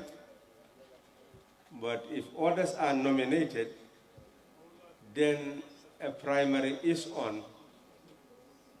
And those forms, one tries to fill as many names in support of a candidate, and based on the number of people supporting the candidate, that person becomes the candidate of the party. That is how we have been selecting presidential candidates. It is important to realize that DOI has been a very democratic party. In 1992, we unanimously selected C.D. Jata to be our presidential candidate. In 1996, we did the same. In 2001, we did the same. We did not put up a presidential candidate in 2006 because we are part of the NAT coalition. And it is in 2016 that I was also nominated to be a presidential candidate. But then because of the coalition we participated in, we actually surrendered the candidature to now President Barrow. So this is how we have functioned as a party. We hardly put ourselves up. It is people who put up the candidates. We are now moving to the members of the Central Committee. The information we wish to give you is that the committee as constituted in the Congress that selected them gave the position of chairperson to Sidia Jata. And the chairperson has also been the secretary responsible for international affairs. We were mandated by the Bansang Bureau to the Bansang Congress to select shadow chairpersons and secretary to international affairs, and that was done so that they just serve as shadow representatives. And that particular position was given to Humma. The position of Secretary General is Halifa Saleh, and the shadow Secretary General was Yaya Dabo. We have the Secretary to the Political Bureau was also attached to the Secretary General. We have the position of Organizing Bureau, Suaibu Ture, and the shadow to that position was Fatou Ture. The secretary to the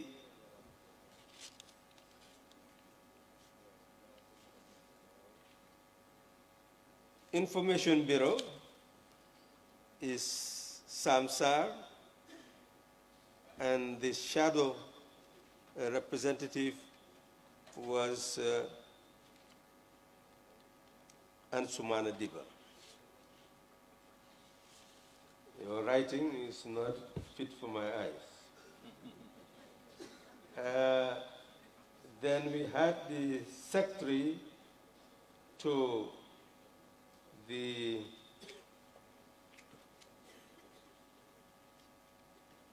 Usman, can you come and go ahead and do the reading? Secretary to the Information Bureau, Samsar. 9, Shadow Secretary to the Information Bureau, Ansumana Diwa. 10, Secretary to the Bureau on Women and Child Affairs, Amisila. Shadow Secretary to the Bureau on Women and Child Affairs. Secretary on National Assembly Affairs, Usman Silla. Shadow Secretary on National Assembly Affairs, Ndeya Sinseka. Secretary to the Youth Bureau, Idrissa Jallo. Shadow Secretary to the Youth Bureau, Bolong Dibasi. Secretary to the Bureau on International Affairs, Sidia Jata. Shadow Secretary on International Affairs, Tamsir Huma. Treasurer, Sekubi Nyasi. Shadow Treasurer, Fatou Jane. National Coordinator, Momodu Sambu. And Shadow National Coordinator, Omar Dem. We started that process, not that they were deputies, but they were shadow representatives, meaning that they were there and consultation continued to be between them and those who were the secretaries in some instances. And in some instances, time did not actually permit for those people to actually show that they could handle the responsibilities. So in that sense, you are now faced with a resolution which has already passed, and it is something that the Congress must rely on in order to constitute the next Central Committee. The Central Committee is constituted by selecting the members of the bureaus, and then we have regional representatives, a male and a female, who together would constitute the members of the Central Committee. It is now left for proposals to be made to the various positions mentioned, and we can take them one by one, and the chair will take them one by one, so that we look at the substantive holders and the deputies. The resolution we would want to make is that the regional representatives be selected through a regional congress held before a national congress is convened. In that instance, we would be able to receive the representatives at the Congress, and automatically they will sit as members of the Central Committee. We are also thinking very actively to introduce a bureau of the Central Committee so that the secretaries will be able to meet on a monthly basis, since the Central Committee meets once every 6 months. It would be possible to have a bureau that works actively on a monthly basis and rendering account to the Central Committee as a whole. These are all proposals we will be making before we conclude. So I will hand over to you, and the procedure that we have adopted is that a position is announced, and then there'll be nomination, and if there is more than one person, then we go through an election process. If not, then that person becomes the substantive holder. So li ñu wax mooy ne pour tànn président ni ko doy di defee mooy ne am na forme bu ñoo jox mboolem koo xam ne kii mu ngi ci délégué la ci congrès bi, su ko defee dina tànn kim téye ne moom la doy war a taxawal ci wote bi ñëw.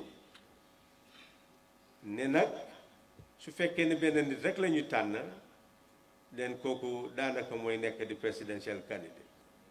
Su fekkee ne dañu tànn ñeneen ñu ëpp benn nit, foofu ci forme bi nga xam ne moom la ñoo joxe, nit ki dafa continuer di seetaat ñeneen ñoo xam ne dinañu d'accord ci ki nga xam ne moom la ñu nominate, pour ñooñu wane ne d'accord nañu ne kooku moo war a nekk presidential candidate.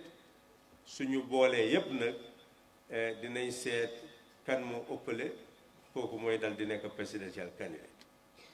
Wane naa nag ne doy ci 1992 CDA lañ tànnoon, amuñ ci benn werante. 1996 CDA lañ tànnoon, amutoon benn werante. 2001 CDA lañ tànnoon, amutoon benn werante. 2006 nag ñun amuñ woon presidential candidate ndax dañ bokkoon ci naat moo tànnoon presidential candidate. ñu ne 2011 boobu itam taxawaluñu candidate. 2016 lañ ma tànnoon, waaye boobu itam ñu waxtaan pour taxawal coalition, and coalition bi ñu taxawaloon dañ mujjee Adama Barrow moom lañ tànn pour mu nekk candidate ba. Mu mel ni foofu la ñu toll ci loolu.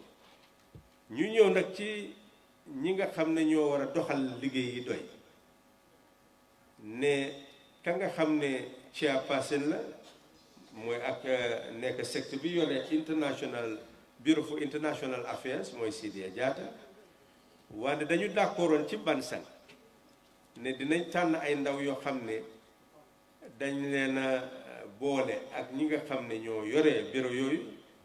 Su ko defee ñu seet ndax dinañ mën a liggéey ndax duñ mën a liggéey, ne loolu yëpp ci njàngam bi la bokk ne nekkuñu député nag waaye nag nekk nañu takkandeeri ñooñu mu mel ni dañuy liggéey ak ñoom rek su fekkee ne jot may na léegi nag li ñu d'accord mooy ne nañ leen def député mu mel ni député bi mooy ki nga xam ne su fa nit ki nekkul keneen mun a jël place am bokk ñu bokk liggéey waaw mu mel ni nag secrétaire général bi mooy Khalifa Sall ki ñu tofaloon ci moom mooy Yaya Dam ñu ne dem nañ ba ci bureau organizing bureau mooy Souaïbou Touré ki ñu tofaloon ci moom mooy Fatou Touré ñu ne li di information bureau mooy Sam Sarr ki ñu tofaloon ci moom mooy Ansoumana Diba ñu ñëw ci bureau for women affairs mooy Amin Silla jotut a wax ki ñu tofaloon ci moom waaw ñu ne bureau bi yore youth bureau bi mooy Idrissa Diallo ki nga xam ne moo doon moom lañ tofaloon ci moom mooy Bolong Dibasi ñu ne bunte bi nga xam ne nag mooy ñi nekk ci National Assembly bi Ousmane Silla moo yore woon foofu ki nga xam ne moom lañ boole woon ak moom mooy Ndeye Yacine Seck waaw mu mel ni ñi nga xam ne nag ñooy regional bureaus yi ñoom itam góor jigéen ñoo nekkoon ñi nga xam ne ñoo àndoon pour bokk nekk ci Central Committee daanaka nii la tëddee woon léegi ki nga xam ne moo yore toogu bi ci congrès bi dina ñëw ci yéen bi yoon dañu wax ne député dafa war a am nekkaatu rek takkandeer mooy ne nit ki député laa nekk mooy koo xam ne ki dafa paree liggéey te baax na nag ngeen dégg loolu mu leer bul dem nekk député ba pare nag ne suma soxla dafa bari waaw mu mel ni daal lii soo gisee ne amuloo jot ba bul jël place ba même suñ la tànn ndaxte soo ko jëlee itam da ngaa tardeloo nit ñi rek waaw mu mel ni place liggéey la waaw député place liggéey la takkandeer mooy soo amee jot la mun ngaa def mun ngaa ñàkk a def waaye li ñoo ooyee député moom ngeen def ci résolution bi mooy kale su fa nekkul yow yaa yore liggéey ba nga def waaw mu mel ni nag bon loolu la ñu war a bàyyi même photo wala mu ñinti ko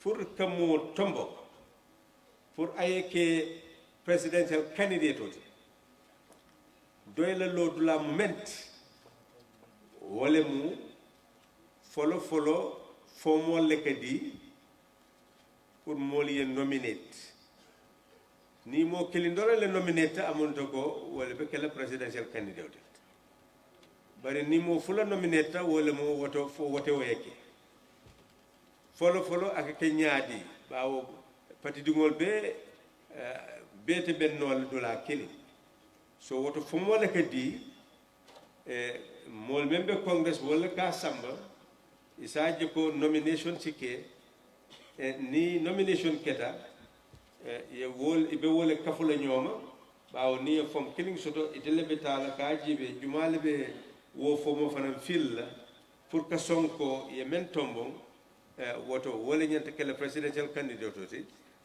ni safero keta wato kadi pour ko ye bang e ka wo fomo leta ya kasabi mo me ya lon ko mol men bampu yima wala siyata amonto ko wala be kala presidential candidate nga bemba mbane na ko moto wala mu e doy mu kafolete me ya lon ko anene man sosoro soto the president candidate yal 1992 ndo bele kambenta nga sidi jaata londi to 1996 nga wo kilingole ke and 2001 nga wo ku kilingole ke 2006 amonto ko doy mammo londi bawo narle lota e 2011 doy mammo londi 2016 doy en tombo e bari nata dum coalition kon alagongo e même be président yalla bi président Adama Barrow wole tombot woto abe wonya bari place ol men yalon ko doku la place mu pour que kafo samba e sirantio la place o beje sidia jata wole beje anen bantarankol la kuña atele ka topato bari bansan kongreso men keta kambente ko e mbe moltal me yalon ko wol si wo placeol jibe ka hayna e ka niking e pour ka jibe fo ela lodula be kala nyinti pour ici député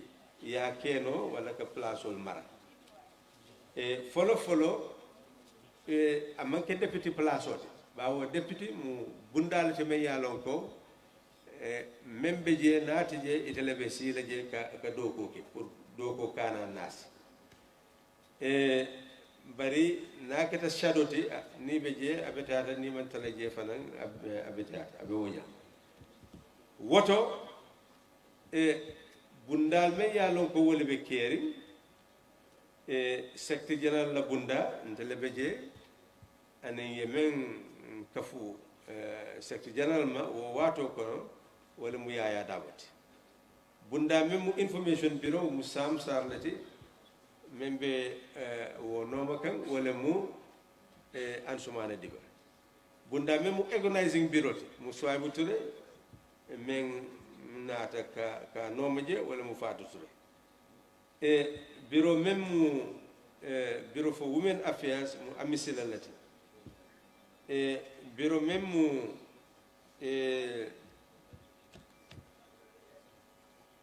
youth bureau wo mu Idrissa Diallo lati men ka nomaje wala mu bolon dibasi amunta ko wala mu place wolte men be keri nu national mobilizer wala mu Mamadou Samboti ani men ya nomaje wala mu Omar Dem woto wala be keri même mu sirantiyoti wo be murla den asi bundal fo mol si bulo chodi mol ma men si wo bundal mara ni hakkili fulo beje den wote woyeki abeten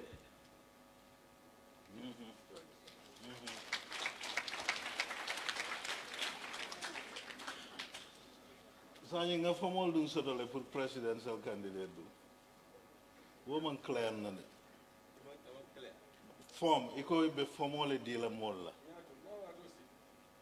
aman si follow okay okay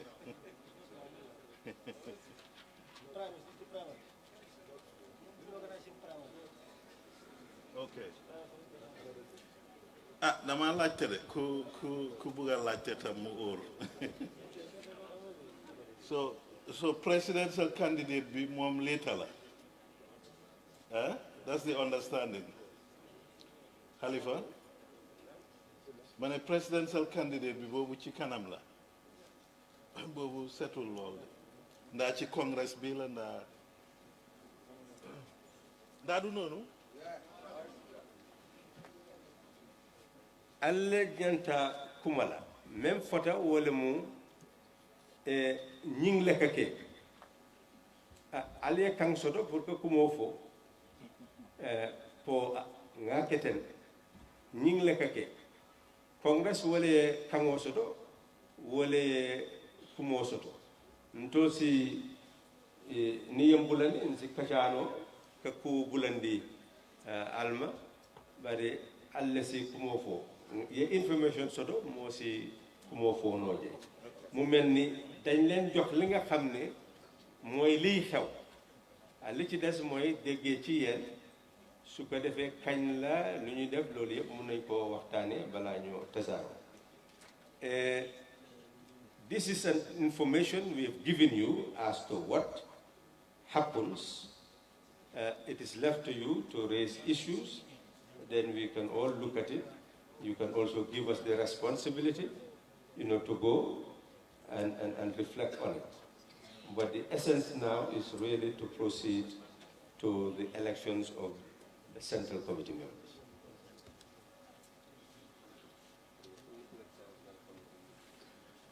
Well, bon nag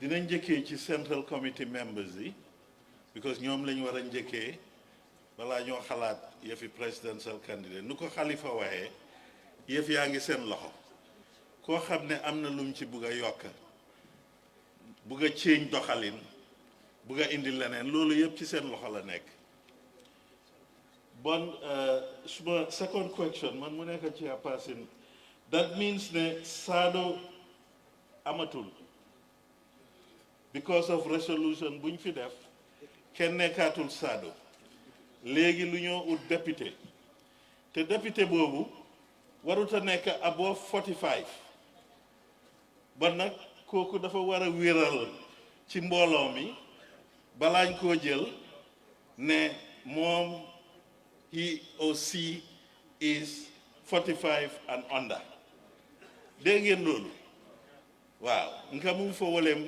sañing Sado munka nomalanko noma woti je sañing mumbi je wolem député near secretary soto secretary general or near secretary to political bureau soto jumalem ala deputy andi nimbe wo deputy finance select la wo nyanta fo la nye fo ay 45 years under soto hein nan la fita fanan ay birth certificate or not abe total tele bulu okay so sajing chairperson mbe commencé la jele Sidia Jata wolem doyla chairpersons sajing aliyamune fo woto mbe han voting ne kela no mobe buka vote de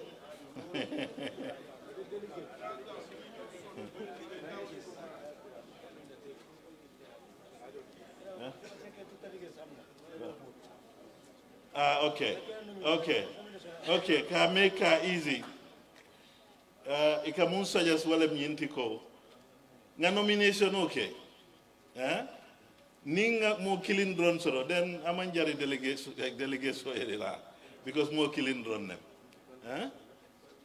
secretary chairperson Sidia Jata nomination o bije amna kuy nominate wow mom mu ne naka nga tudda Abbas Bangura mom delegate nga wa delegate Abbas Bangura Abbas Bangura ñaari Abbas fi nekk bon nag Abbas Mané yaa ko second waaw baax na bon d'accord nañ ci loolu nomination yooyu amul kenn kuñ bugaati nominate ci position boobu waaw kon nag on oppose la nañ ko tàccul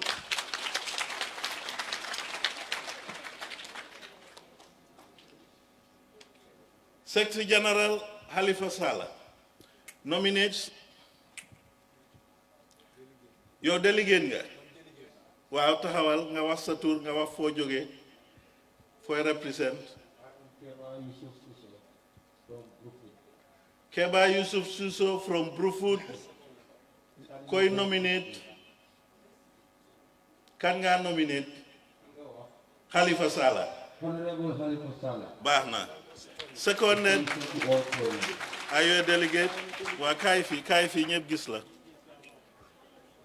waxal sa tur nga wax foo jógee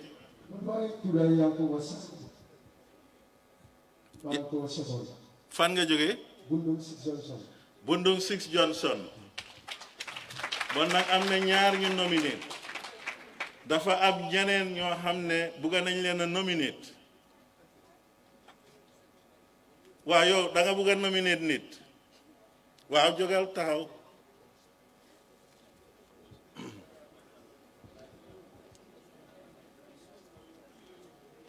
salaamaaleykum wa rahmatulah. aleykum salaam. man maa ngi jógee Sandal. waaw. Bank. waaw. Sandalaay nuyu. waaw am nañ ku ko nominé ba pare waaw baax na jërëjëf jërëjëf.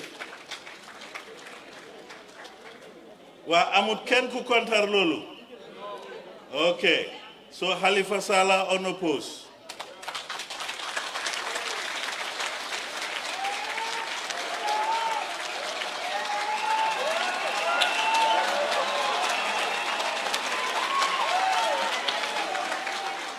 Wow.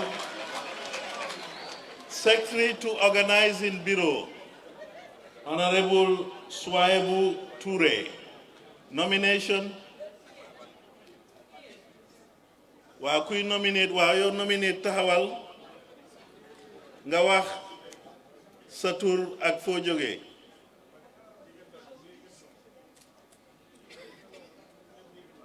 Wow, my name is Yaya Cisse from Baseda Papa.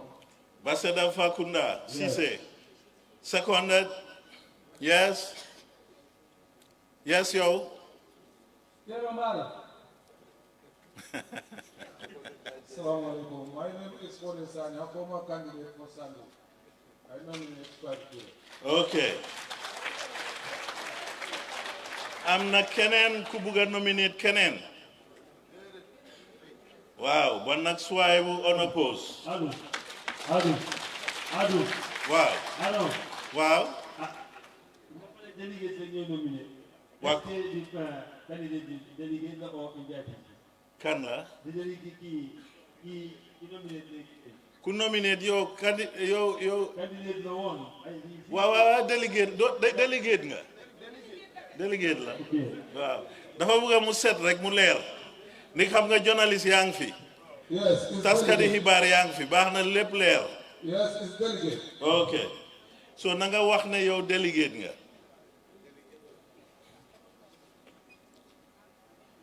Amaat nañ secretary to the political bureau Halifa Sallah.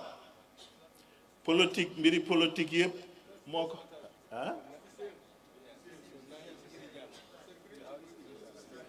What did he say?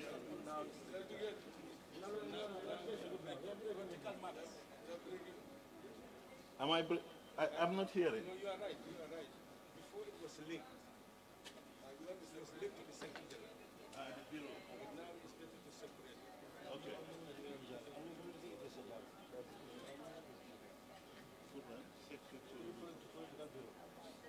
Okay. I am nominating Mr. Jallo for that position. What?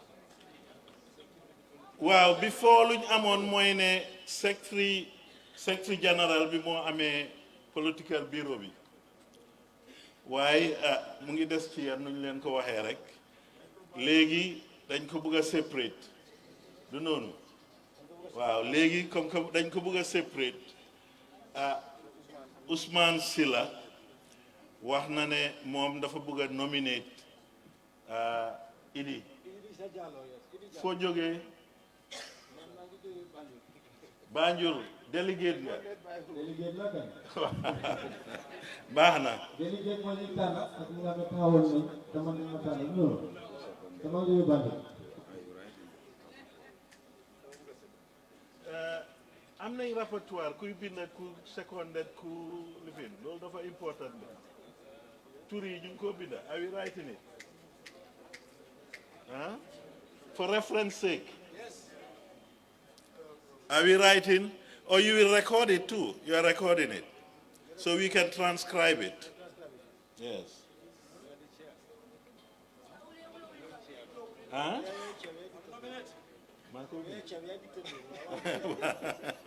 Okay. So we transcribe it from, but people can also write.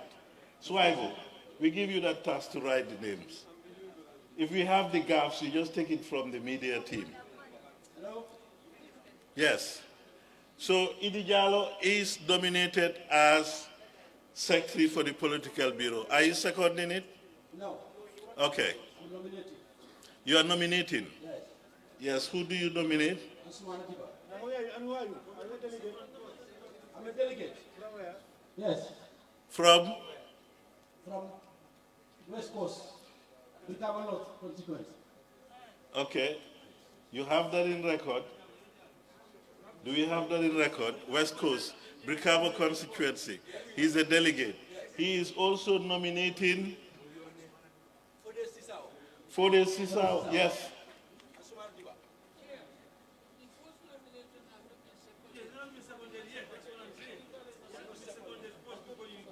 No, but there is someone nominating another person.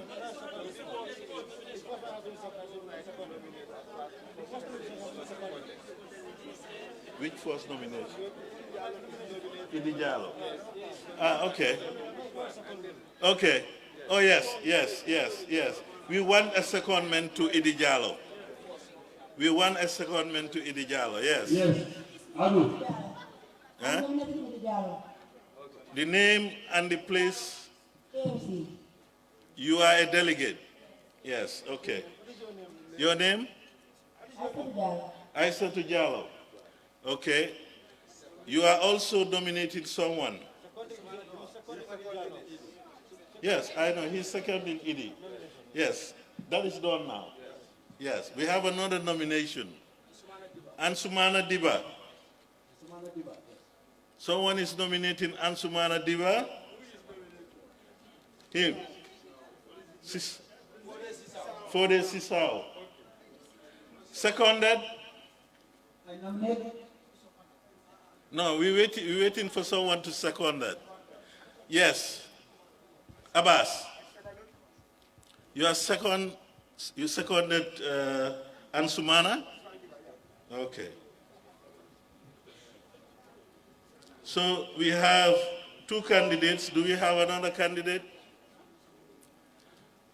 We have two candidates. We have Idrissa Diallo and Ansumana Diba. Vote. Yes. I think it's better unless the person is in absentia. But they are here. Let us call them here. Can you call them? If they are in absentia, that's what I'm understand. The suggestion is we call them to. Is Ansumana here? Is Idi here? They are all here. Okay.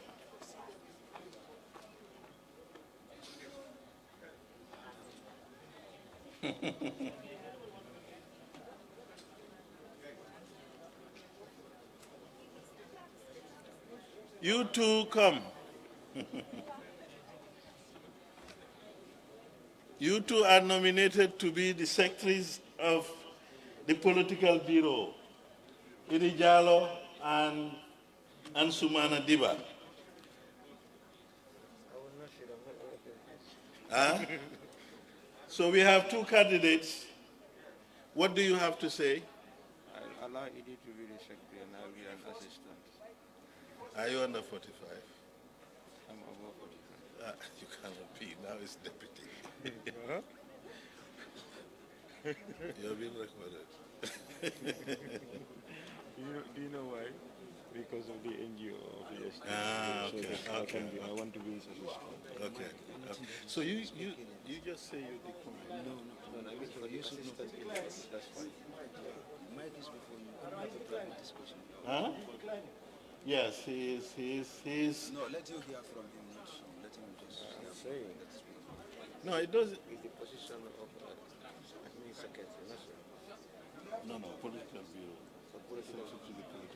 Secretary, what do you have position for? Do you have position for assistant to the political bureau? No, the deputy.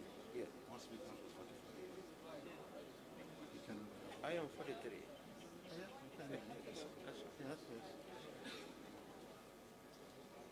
Ansumana is suggesting a compromise.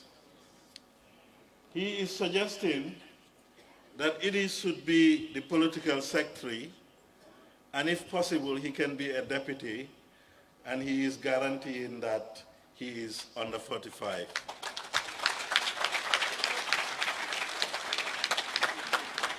Do we agree to that? Yes. Okay.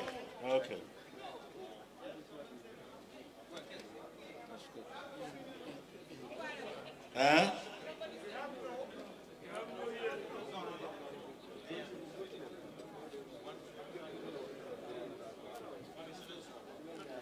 Secretary to the... Sorry. I mean, what, only one person, the whole rest of the people. Okay, let's vote. Who wants that arrangement? No, what I'm saying that we are not here to compromise anything. We are here to follow procedures. You are here? We are here to follow procedures. But the procedure says that we are nominating the secretary. Period. If Altamana wants to be the deputy, he should wait for the throne, not to compromise. That is valid. I think that is real valid. He wants us to wait until that position is out. If we are interested in him and Sumana, we give it to him. Can we wait for that then? Okay. So we have Idi Jallo as secretary to the political bureau. Let's say... Because Sumana declined, that automatically disqualify him. So therefore, let's ask whether there's somebody who can nominate him, if there's anybody interested, or if they can nominate anybody else. So we go for election. Yes, because it's Sumana who declined himself. It's not the Congress who says so.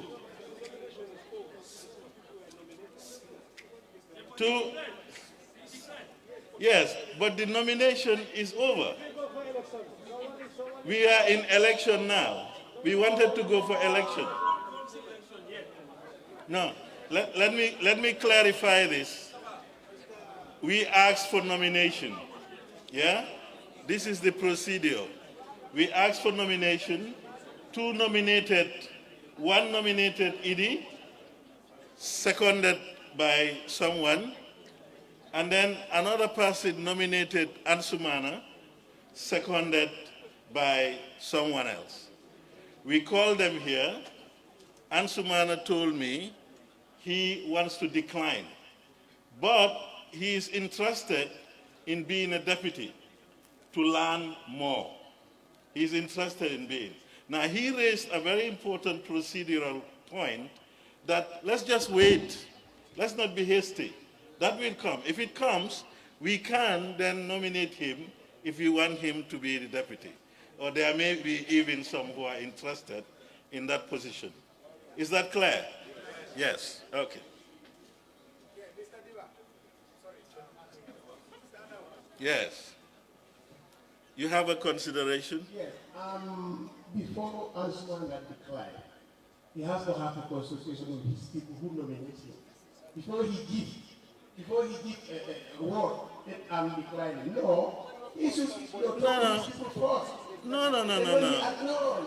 When they accepted, yes, but they nominated him. He already declined without not talking to his people. No. He's completely disqualified for the position. No. I don't agree to that. Ansumana is the one who is giving the position. Just wait. Ansumana is the one who is giving the position. He is nominated by some people. If he cannot handle that position, he can say, I don't want to handle the position. He does not have to consult those who nominated him. Why should he consult them?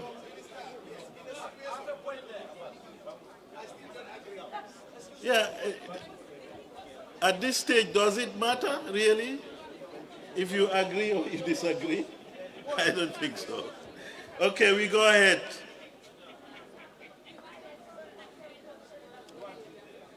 Secretary to the Bureau on Women and Child Affairs. No, Deputy Senior.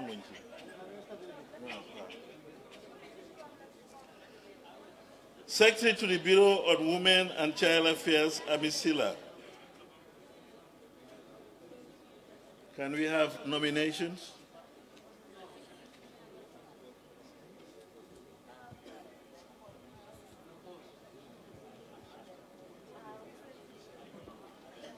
Yes.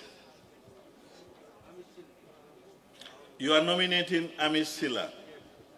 Okay. I will have to second motion. What is your name? My name is Kerr Yusuf Suso. From? Parliamentary constituency, Bukubwo. Okay. Seconded by? Esa Wali. Esa Wali from? Bruce Lee. Are you a delegate? Yes, by virtue of my candidate. Ah, yes, yes, yes, yes, you are right, you are right.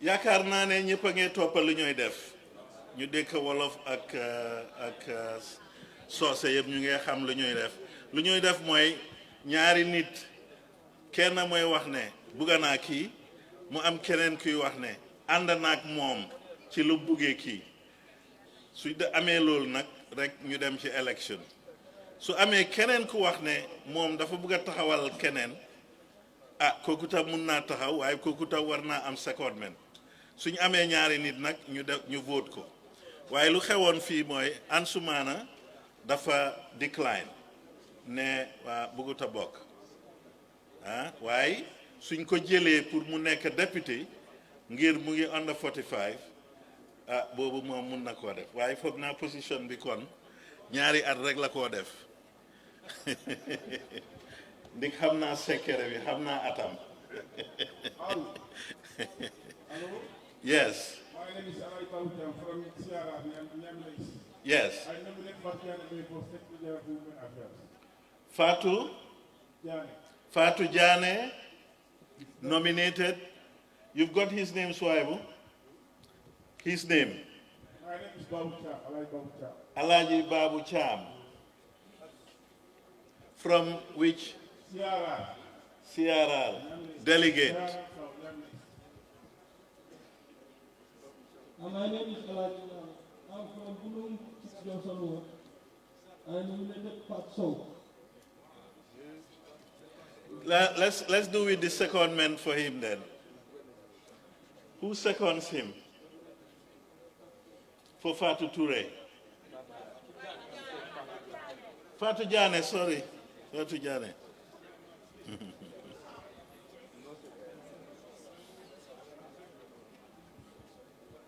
No secondment?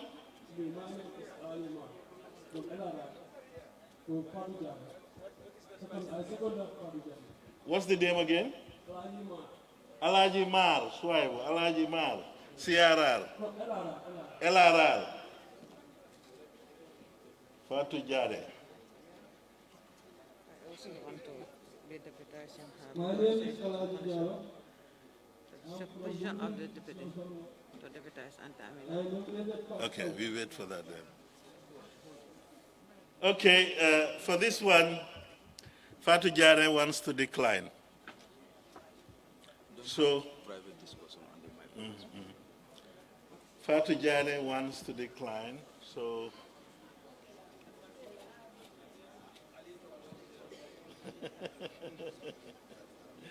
Fatou Sow also wants to decline.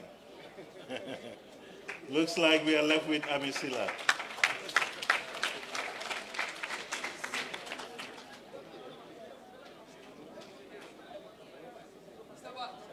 Yes. Secretary to the National Assembly. Hello? Yes. Hello? I'm nominating somebody else for that. Just a moment. He said verification. I want to find out, my name is Usman Kerr, chairman of a delegate, whether it is a constitutional right for somebody to be nominated in absentia. Thank you very much, Mr. Chair. Did the Constitution mention that? It's not mentioned. If it is not mentioned, it looks like it can happen. Hello, Is that, Mr. Ba. yes? Here, me, Shajabai, from Sotobai. Yes. I am nominating Fatou Toure. No, it's Fatou who declined. I'm nominating Fatou Toure for that post.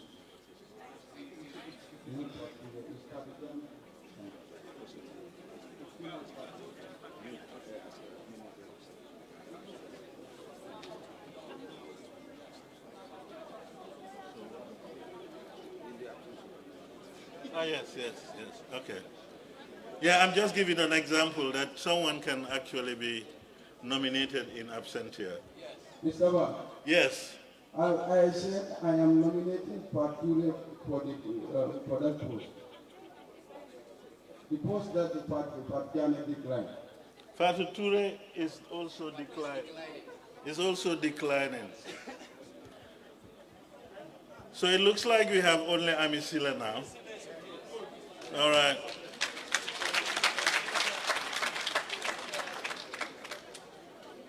Secretary to the National Assembly, Usman Sila. Sorry, Secretary on National Assembly Affairs, Usman Sila. Yes. You cannot be nominating all the time. Let's give other people. Yes. I am John Mendy from KM. I nominated Usman Silla. Okay, John Mendy from KM. Usman Silla. Seconded? Yes, okay, Nafi, second. Seconded Usman Silla. Do we have another nomination? Are we nominating someone else? I see a hand there, yes?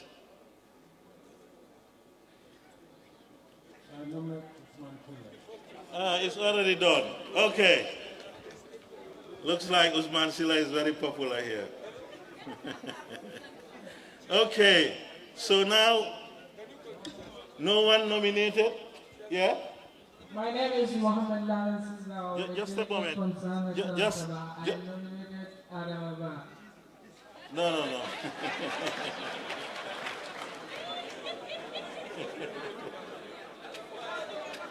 Unfortunately, Adam Abba is not a member of the National Assembly. Okay. Yes. Who was the first to nominate Usman Silla? What's the name? John Mendy. Louis John Mendy.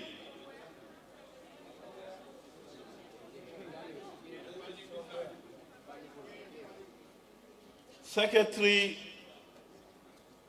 So Usman Silla is unopposed, is that right? Okay.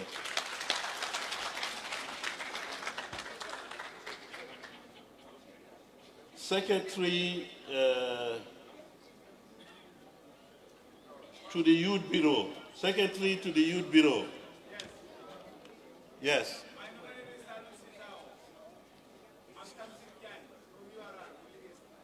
Salum Sisao. Salum Sisao.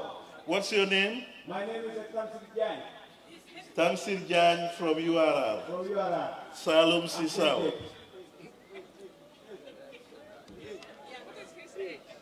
What is whose age? What is his age?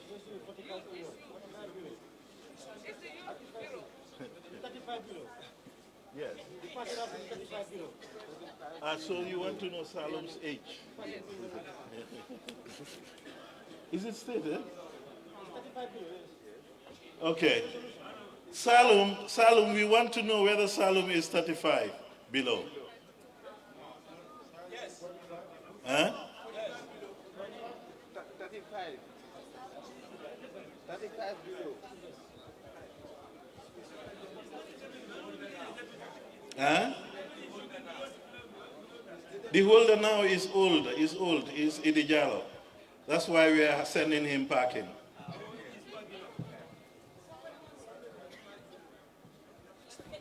Yes, hello? Pardon? Who wants to nominate? Yes. We have to settle this with Salom first. Is Salom here? Is Salom here? Is Salom under 35? Salom is more than 50. Yeah, it's above than 50. Sure. Salom cannot represent the youth, he's saying. We have another nomination? Yes. Yes? Yes, my name is Omar Gari. Omar? Omar Gari. Yes. Councilor Bayakuna was also delegate from Wule East. Okay. I'm nominating Kemesen Sane. Kemesen Sane.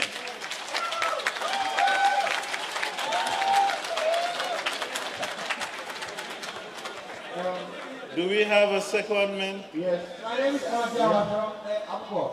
I'm also a delegate as to the board of Kickstarter. You are not a delegate. He's a delegate. What's the name? My name is Amatiawa. Amat. Okay. Okay, Amat. Yes, I yes. second the election of Kickstarter. Okay. Do we have another nomination? No, I wanted to second that. Yes. I wanted to second that one. Yeah, it's seconded already. Do we have another nomination? Yes. Hello. There is someone there. Just say the name. My name is Omar Kamajamanjin. Yes. I nominate Kemesen Jammeh. We've already got that nomination. Do we have a different nomination? Yes. My name is I'm nominating Aminata Korea. We have another nomination, Aminata Korea. Do we have a secondment? Aminata Korea is nominated.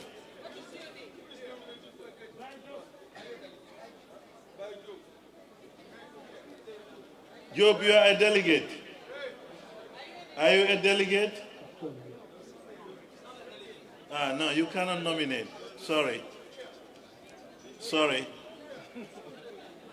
Are we having another nomination?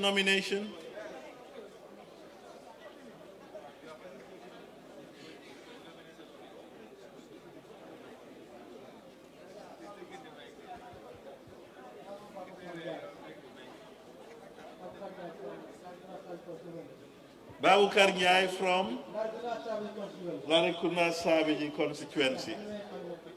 You are a delegate. You are nominating Aminata Korea. Secondment, huh?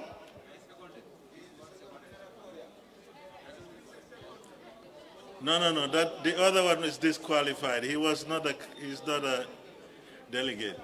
Do we have a secondment? Yes. Bolong Dibasi is saying Aminata Korea. We have 2 young people now who are all guaranteeing that they are below 35. Kex, are you guaranteeing that?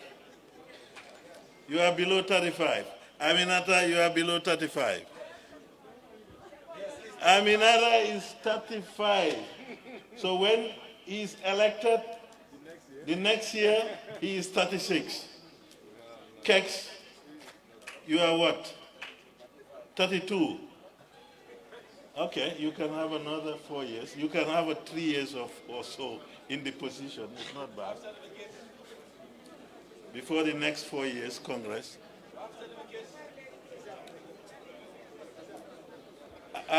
So we have 2 candidates. Aminata, by virtue of her age, she is still qualified.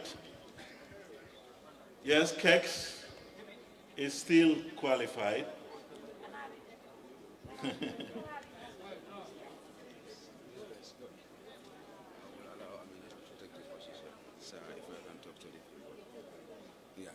I talk to them? I want to allow them. Okay.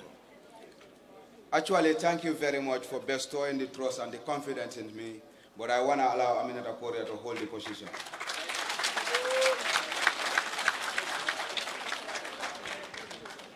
Okay, let's just settle this now. Are we allowing Aminata after 35 years to continue? Yeah, okay, all right. You have the voice. Okay, good. Huh? Yeah. Yes. After 35, she's going to 36. Will she resign? No. Or will she continue?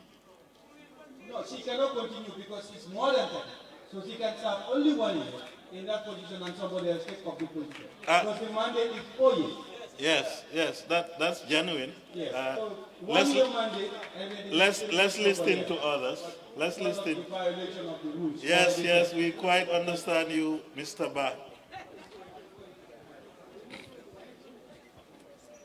Do we have other considerations? Or we think Aminata? Yes, Mr. Ba. Huh? Yes. Go ahead. I'm on my post. Yes. Mrs. Korea is 35. Yes. So, and the due age is up to 35. So 1 year. When she serves 1 year, it means that automatically she's going to resign. Yes. So Kerr is 32. So I think it's better we even go. Uncle Adam, I want to concede to Kex because by virtue of the age. Can I do that? Yes. We are not accepting Kex to resign. Good evening, ladies and gentlemen. Good evening, ladies and gentlemen. Can I have a moment, please? By virtue of my age being 35, I am conceding to Keksane. Thank you. Well. Do we have another nomination? Or Kex, are you reconsidering that or you agree to Aminata? Okay.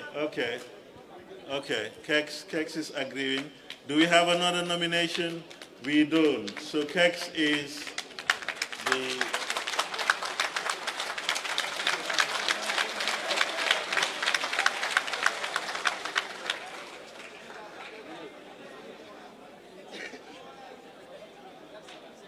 Now, we also had this Halifa, Secretary to the Bureau on International Affairs, CDA.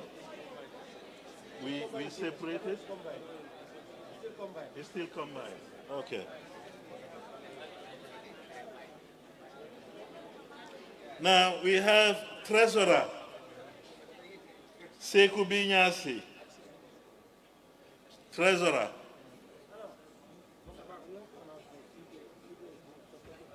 Pardon me?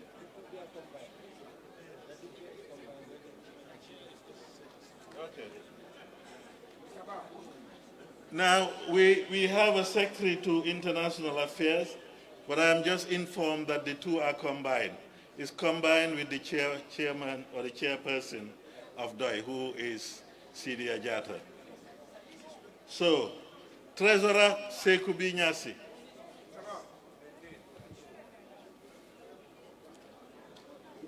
You have been nominating too much now. No, you can go. It's a joke. No, you can nominate us. Yes. Abbas.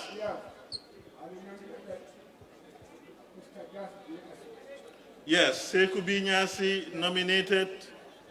Secondment. Yes. I second him. Who is good? No, we're waiting for, no, Sekou, let's second Sekou first. Yes. Esawali. Esawali. I like second motion for the nomination of Nyasi. Okay, seconded. Do we have another nomination? Huh? Who? Oh, I thought he was nominating another one. Sorry, Louis, sorry. I thought you were going to nominate another one. I'm sorry about that. Okay. So, Sekou Binyasi, no more nomination, is the treasurer.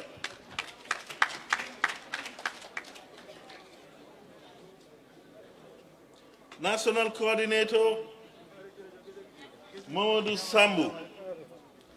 National coordinator, Mamadou Sambu. Yes.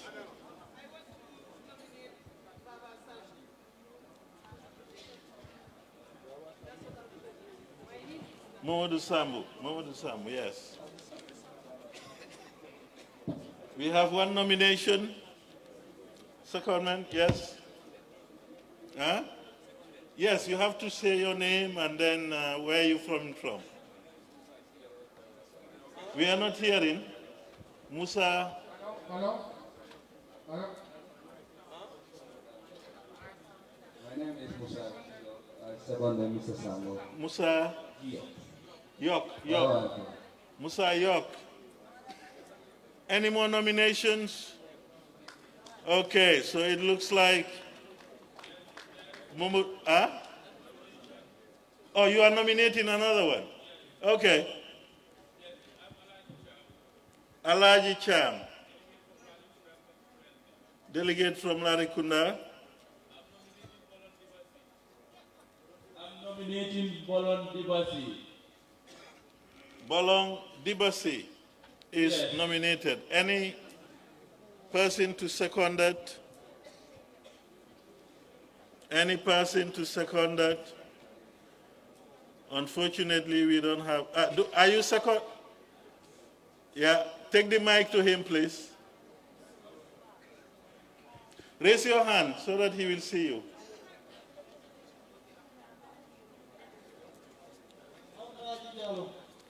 Yes, Alaji. Alaji Jallo, Bolong Dibasi. Alaji Jallo.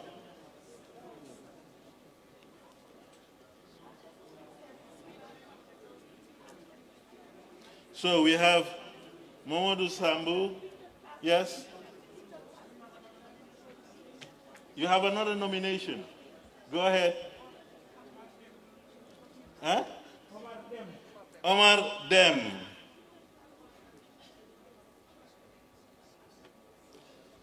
Any secondment for that, Omar Dem?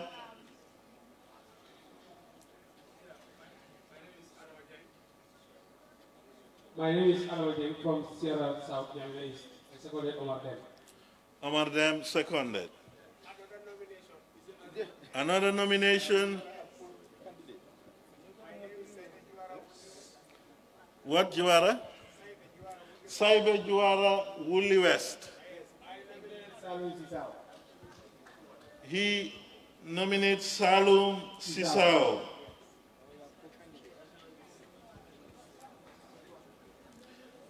Looks like this one is popular there. Okay, so we have 4 candidates. Omar Dem, Salum Sisao, Bolong Dibasi, and Momodu Sambu. My name is Maudo Diabe from Woolly. Yes, I seconded by Saibe Diwara for Salon Sisao. Yes. Omar Dem, Salum Sisao, Bolong Dibasi, and Momodu Sambu.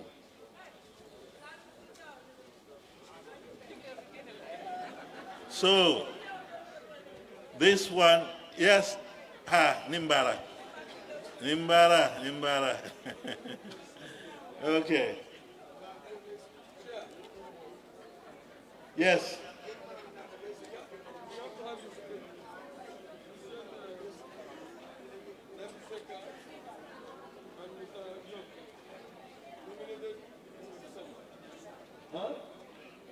Yeah.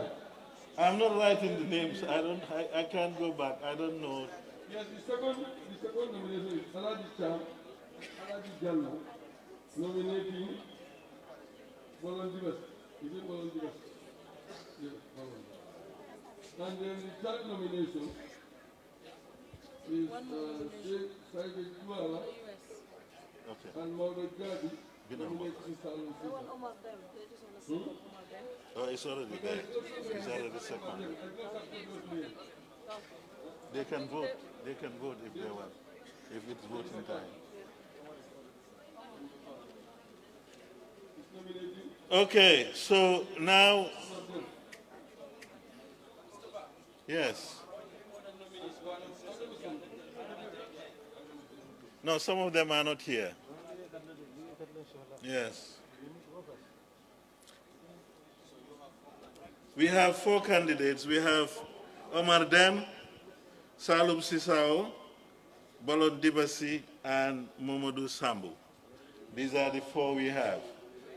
Looks like we have to go and vote on these 4.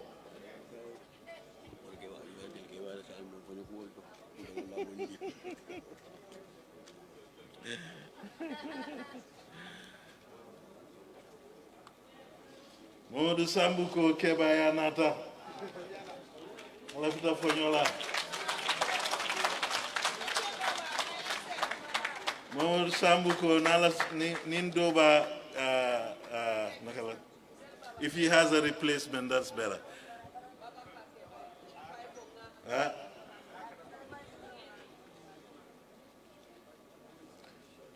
So now we have the three. Hello.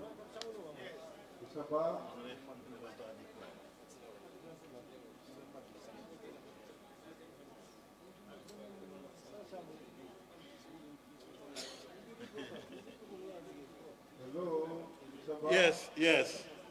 I am Chanun Sisao. Yes. I give position to Umar Dem. Salum Sisao is also declining.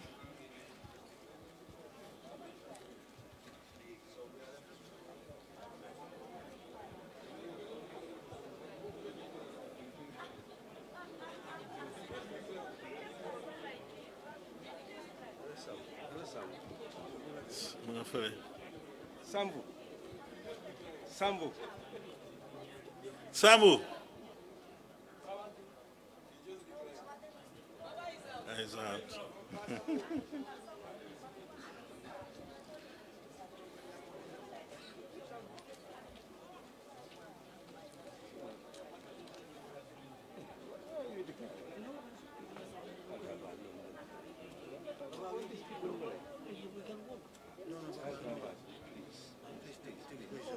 Please. Alphaba. Let's let them. We'll help us to know. This is a transition. Yeah. The mics are.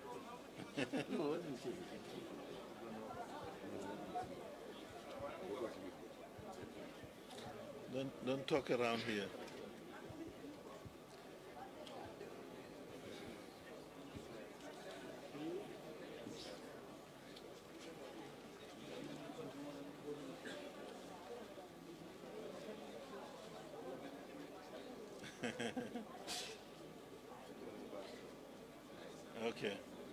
Okay.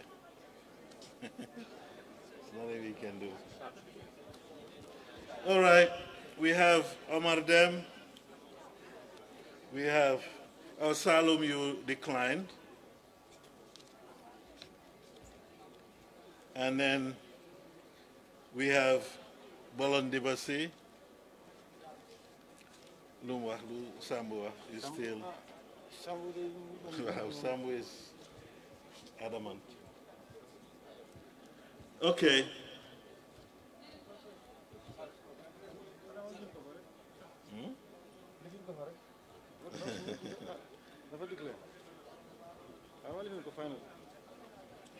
We want to work for this country. We will sacrifice the position.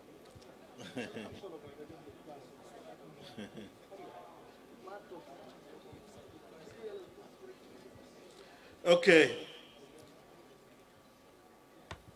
Looks like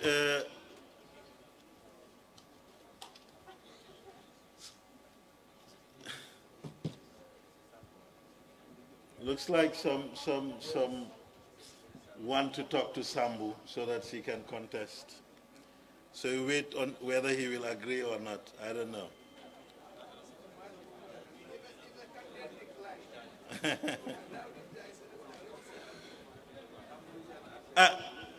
People have right to talk to people if they want them to stand.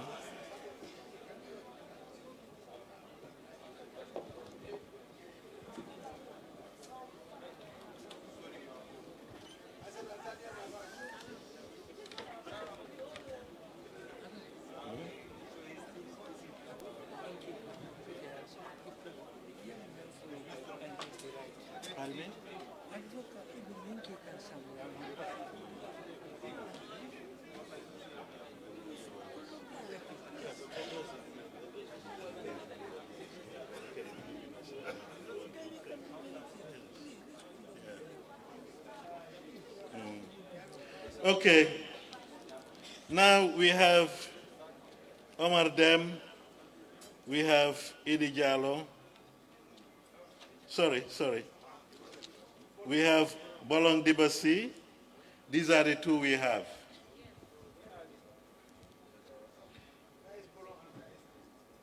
Where is Omar Dem? Is he around? Okay. And Bolong Dibasi? We go for the vote then.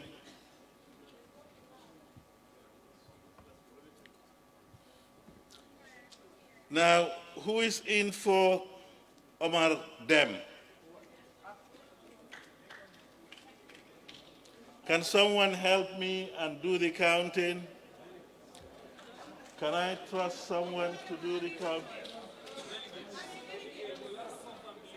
Yes.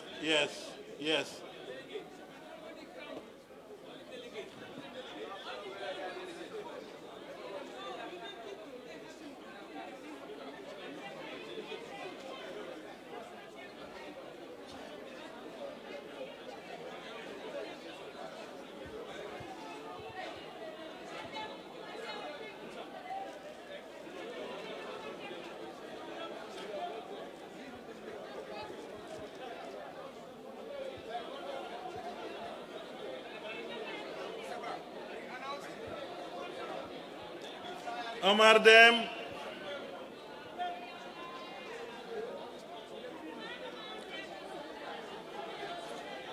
Now let's see.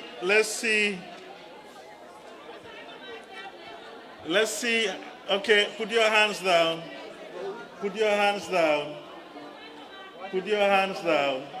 Let me see the numbers for Bolong Dibasi. It's definite that Omar Dem is the one who is.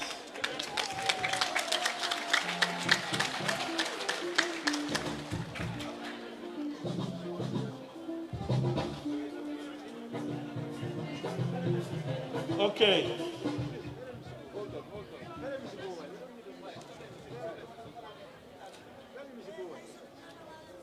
Okay, so that brings us to the end. Now we go to the deputies.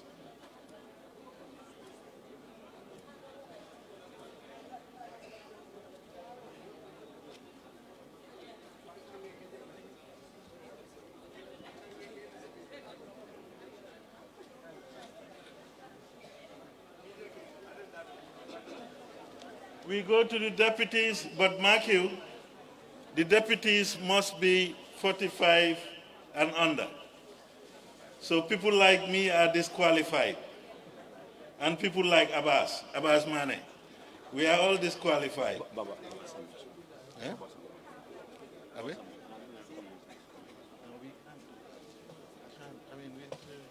Can't do that.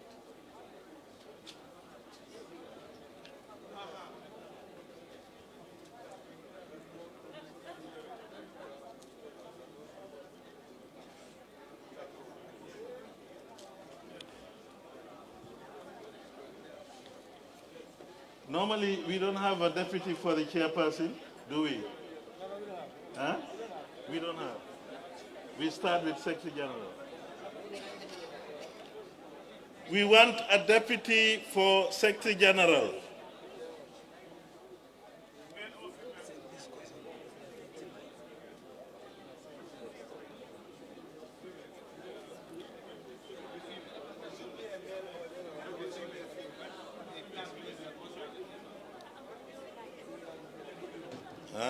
You are right there. That should be a female then. That's what you said in your resolution. Yes. That should be a female. Secretary General, Deputy.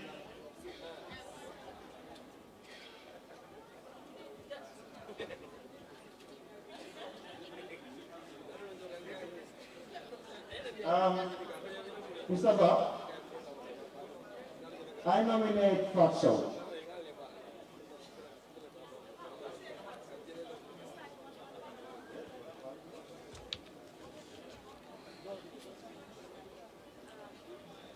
Did you get his name?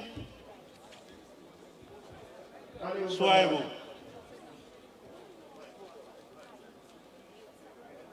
Swaibu. Aliu Sambu. Yes, follow me. Careful now. Follow me what? Follow me what? Fatou. Fatou.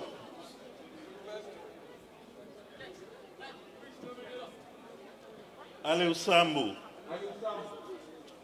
Aliu Sambu. From Kololi Ward, he is nominating Fatou Sambu. Fatou as Deputy Secretary General. Second one,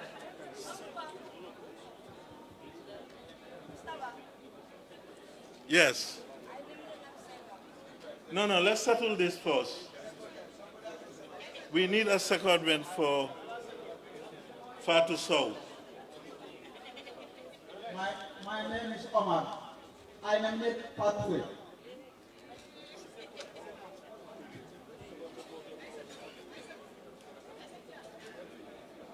We have said preferably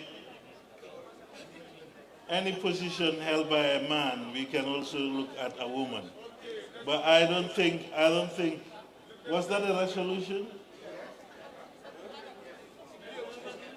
It should be a woman. It should be a woman, yes.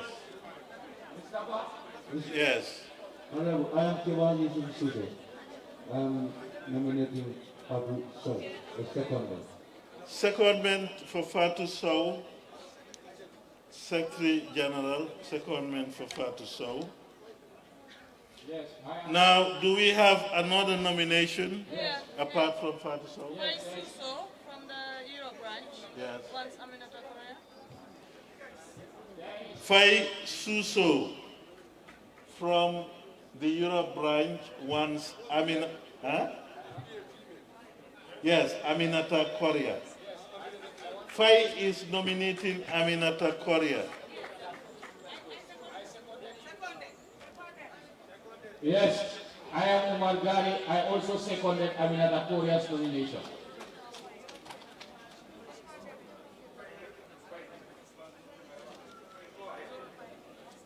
So, Abu, did you get that?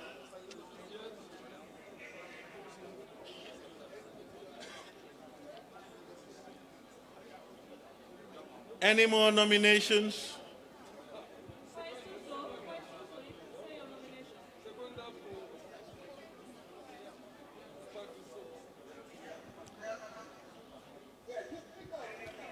Fai Suso is nominating Aminata Korea. Huh?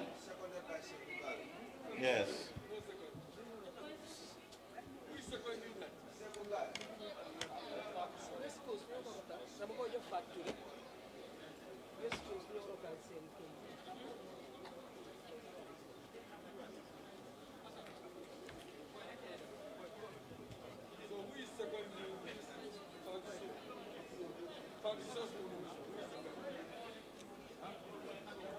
That was done already, Swaibu. Who is seconding Fatou Sow?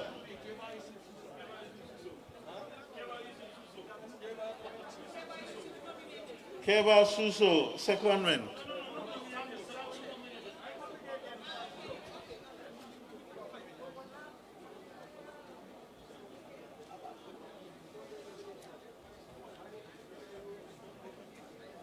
Okay, if no more nominations, if no more nominations, it looks like you are campaigning. We have not started yet. Any more nominations? Okay. Elections. Fatou Sow. Fatou Sow.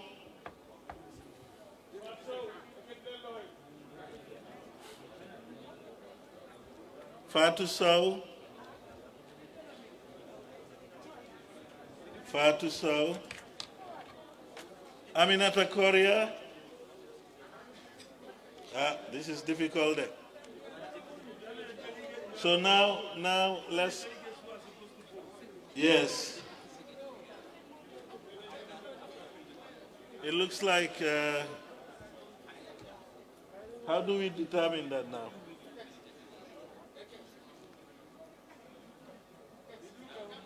let's now do one thing. Those who are for Fatou, can you please stand up? Can you stand up? Those who are for Fatou. Can someone help me in the counting? Kex.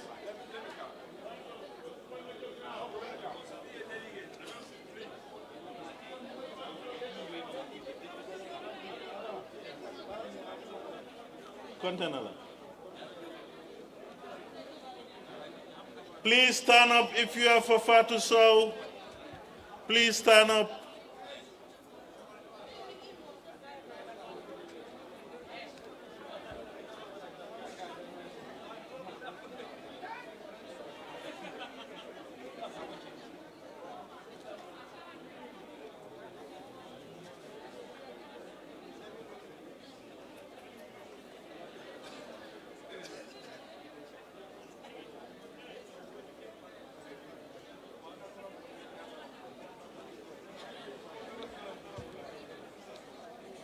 I have 65 for father. 65. Aminata Korea, please stand up. Stand up if you are for Aminata Korea.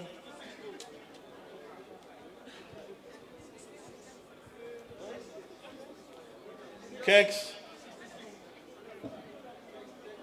Kex, count please.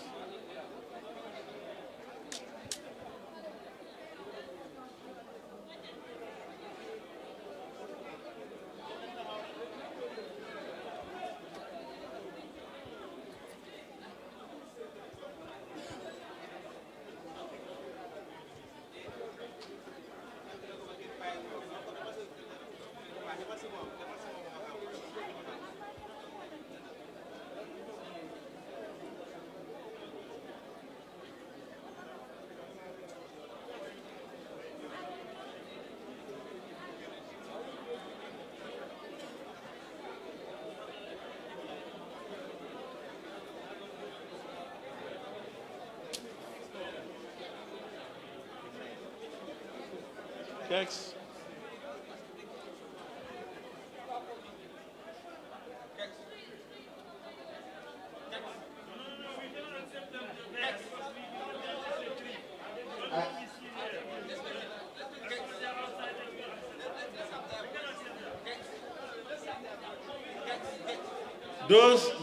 Those in the diaspora who are following us.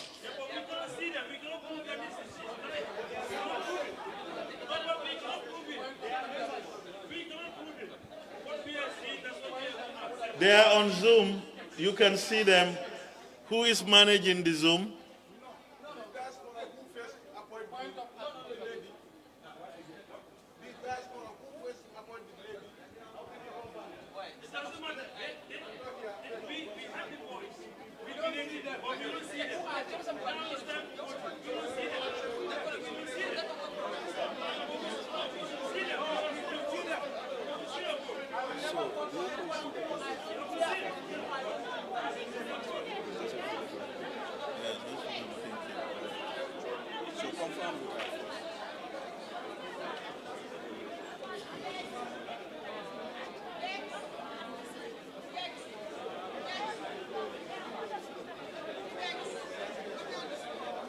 Okay, we don't have any dispute anymore because Fatou Sow told me he's above the age of 45. So we have Aminata Korea then. Congratulations. But clarify that it is already announced that the diaspora is being represented by somebody. So they are following the Congress. They should not. I think we need to clarify this, Wally. Fai Suso and who again? Who is here from the diaspora? Adam Amane.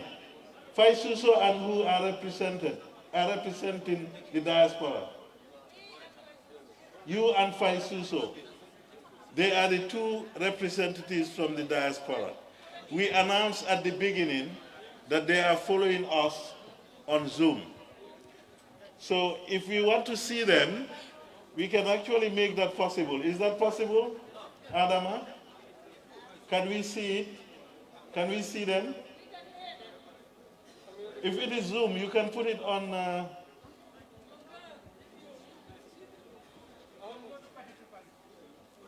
But anyway, does it matter anymore? It doesn't matter. We have only one candidate. But let's just, for future, let's just know that Fatou, who we all know, most of us know, is following from abroad on Zoom.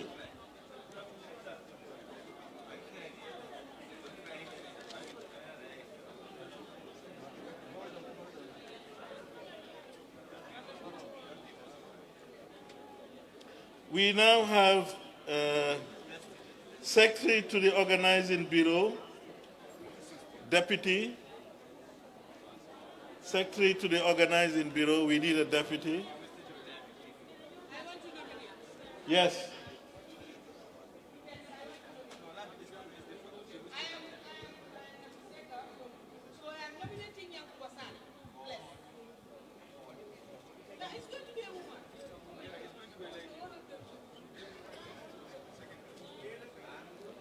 Swai will help me here. Is it resolved that she must be a woman if it is a man? Okay. So that is clear.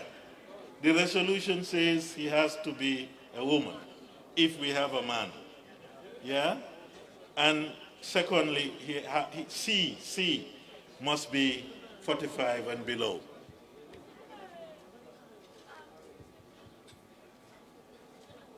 Who do we have? Organizing Bureau, Swaibu Toure to deputize. Swaibu. Do we have a woman? Yes. Who has the mic?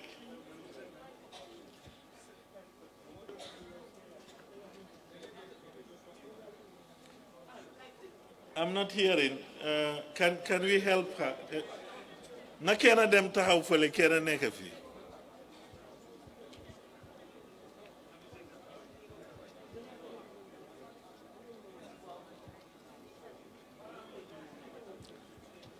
Deputizing Swaibu Toure, Organizing Bureau.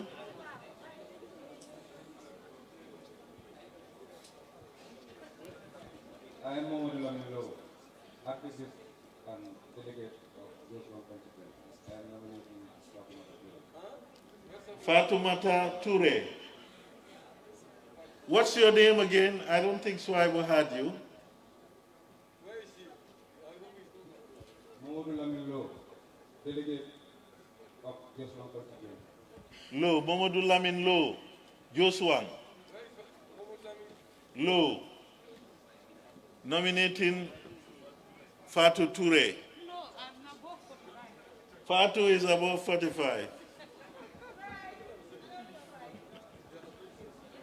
It's not easy, though.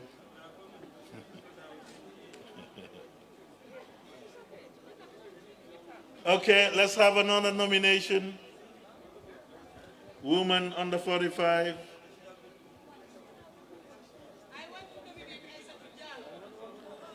Aissatou Diallo.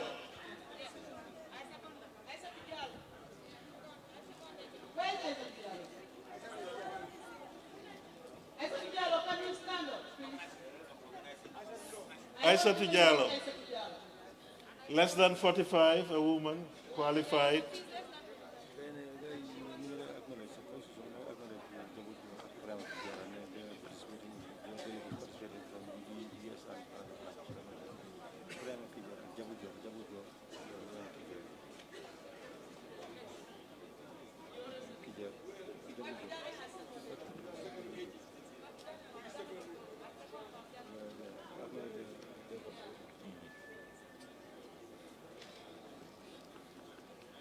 We also want to acknowledge that in the US, there are two representatives online, Ibrahima Kijera and Jabu Jaw. Yeah, and they have a right to vote. They are delegates from US. So, we have one nomination. Organizing Bureau, Deputy, Aissatou Diallo. We have secondment. Was he seconded? Yes. My So that's name- the only. Do we have another nomination? Yes, my name is Yahya Fofana, NBR. I nominated Fatou Jane.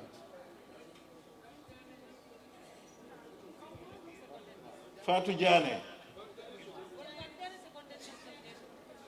Fatou Jane seconded this woman. Did you hear that? Fatou Jane seconded the nomination of that person already. Huh? Did you say despite? If he nominates someone, it means he prefers that person? Huh? Okay. So do we say Aissatou then? Aissatou Diallo, no opposed, unopposed?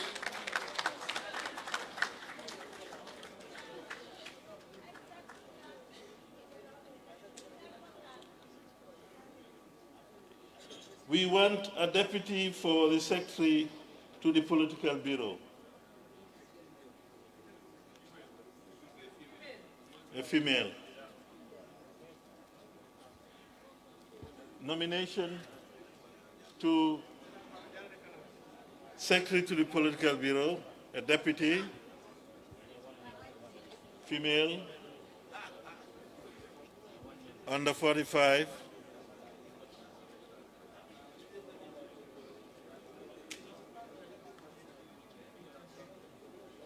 We don't have.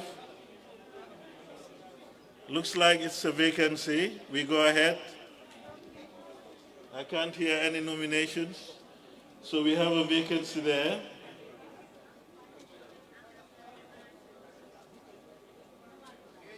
Secretary to the Information Bureaus, Deputy to Samsal. Yeah, because no one nominated. Huh?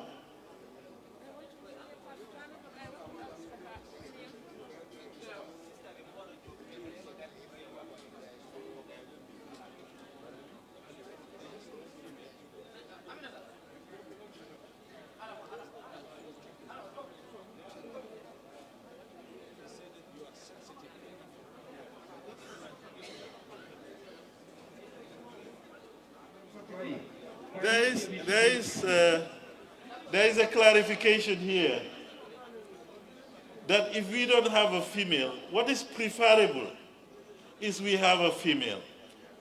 But if we don't have a female, we can have a male. Yeah?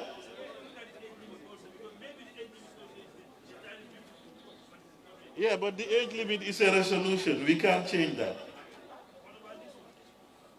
The female aspect is not, is it a resolution?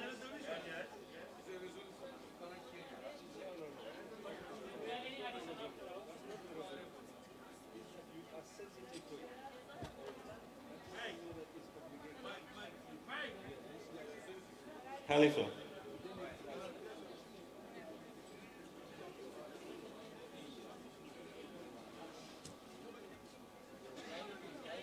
You must be sensitive to it. It does not say that it is obligatory.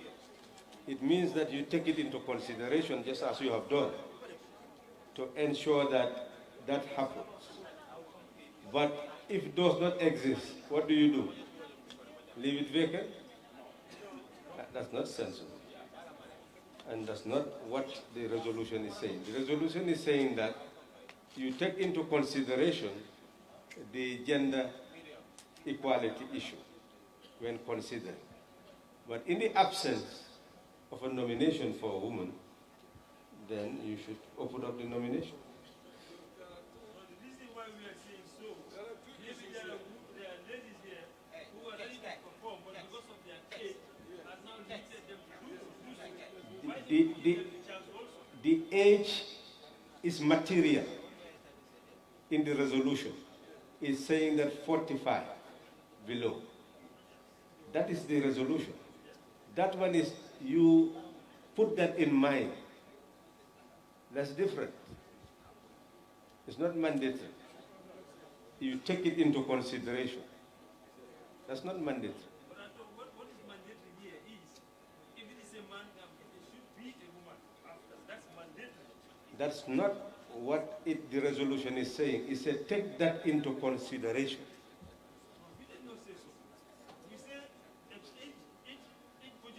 Where did it say?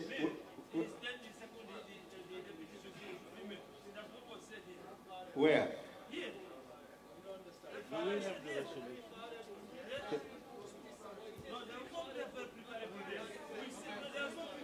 Do we have? Well, I know what is in the resolution. Well, you can bring the resolution and we'll look at it. But the resolution is very clear, is that you take gender parity equality into consideration, that's all.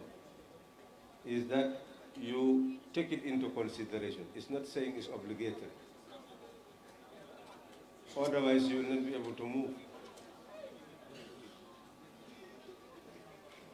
The 45 years is put there because of intergenerational transfer of office. It's to encourage that transfer, that's all.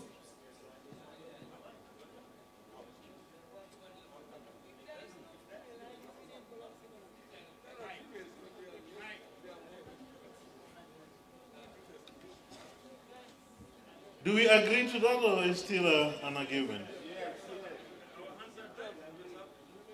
Sorry, I don't understand this, because if that is the case, I don't know the reason why Fatou resigned because of her age. No. She declined because she said she's over 45. No, you didn't That's hear. what she said. No, I'm not saying that. I'm not saying that that's not what she said. Okay. I'm saying what Khalifa is saying is 45 years is clearly spelled out in the resolution. But in terms of male and female, it's preferable, but it's not mandatory. That's what he is saying. Well, I guess it must be a misunderstanding. But it's okay. There is. Do we resolve this? We have. Looks like there is a deadlock. You still insisting that that's what it says?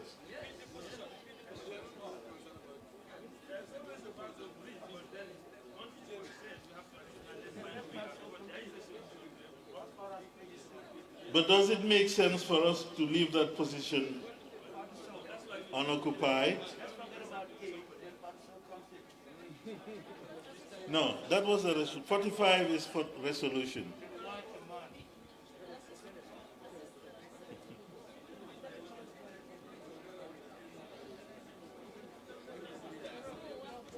Can someone help me from the, I don't know, because Khalifa explained what is there. I don't know.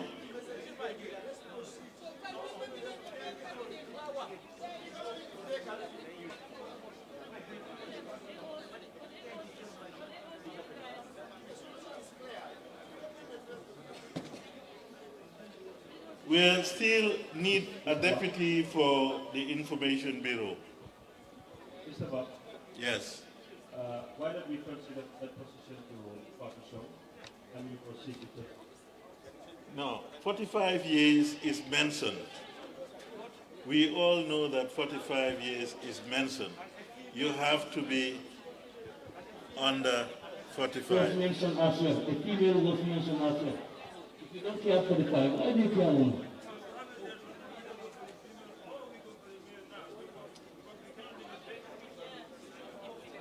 Well, Khalifa explained that it's not mandatory. It can be male or female, but it's preferable.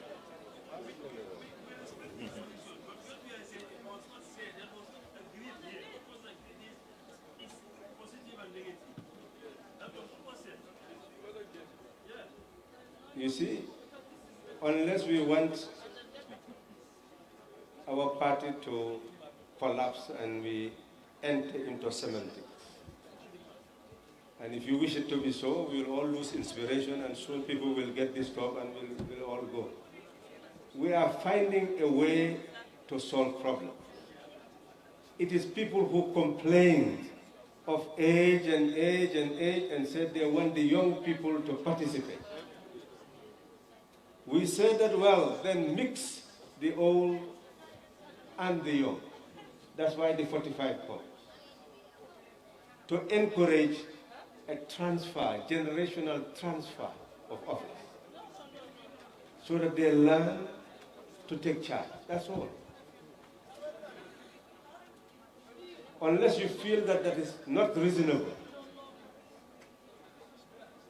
then we should argue about that. But if we accept that that is reasonable, then that is a principle that we can respect. The other principle is that we take the male-female parity into consideration. That is all. So if we take it into consideration, and we do not have at the moment someone who should occupy that post, then why can't you not proceed to get somebody to occupy it? What is the problem? It's either a youth or a woman. So you have a young person. And in fact, somebody volunteered. Is that the same position? Political bureau? Is another bureau? No, it's another bureau. Information bureau. So where is it the political bureau? Political bureau before him. He is taking the notes. Mr. Adam. Information. Is it information or what? Yes. The political bureaus, who do we have swivel? No. Yes, the deputy for the political bureau, do we have?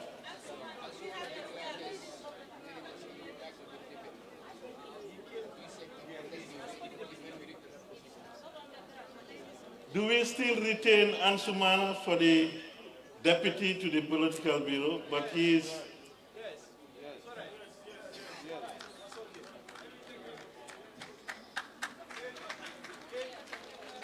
Age 43. Okay. Yes. I'm listening.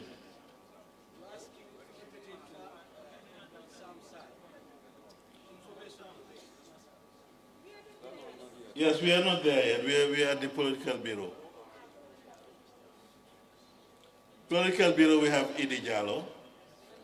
And now deputy, we have Ansumana Diva. Okay? Information bureau now. We have Sam Sar. We need a deputy. Yes. Do we have a female? Preferably, let's start. Do we have a female to occupy that post? Ma Fuji? Makutu Mane.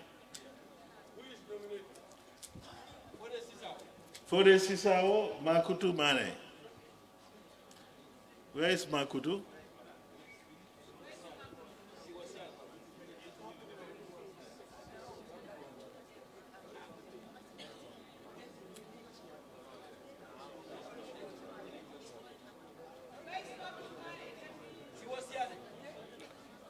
Makutu Mane, do we know whether Makutu is 45 or? Okay. Is he a delegate? From where?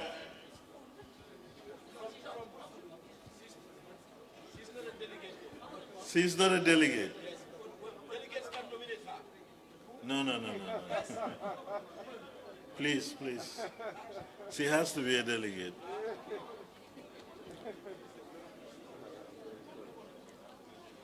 Information Bureau, do we have nominations? If we don't have a woman, let's have a man. It's better. Is it a must he has to be a delegate? No. So I'm not nominating her. She must be a delegate. No. She has to be a delegate. No. Only delegates should nominate, but it does not mean Swipe. I don't understand. See.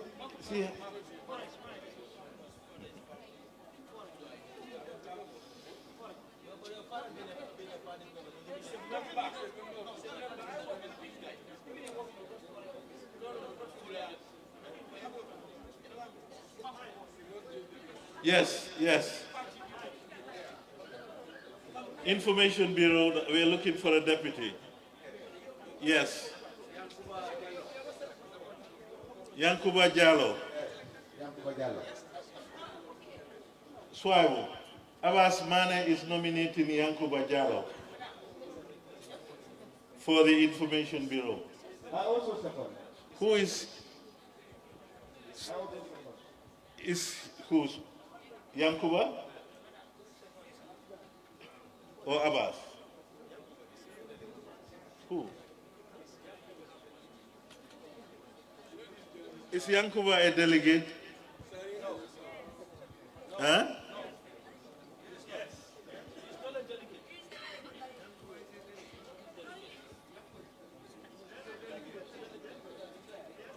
Is Yankuba here? Can we ask Yankuba then? Is Yankuba here? Yankuba, are you a delegate? No. No.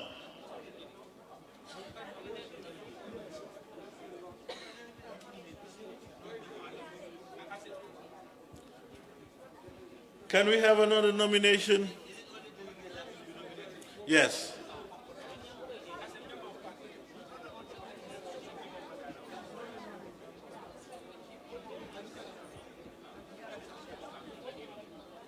I am told it's only delegates who can nominate. It's only delegates who can be nominated. Yes.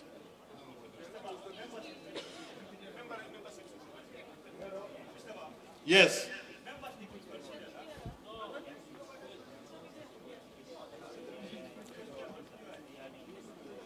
I am just following procedure from the Central Committee. What they tell me is the procedure is what I follow.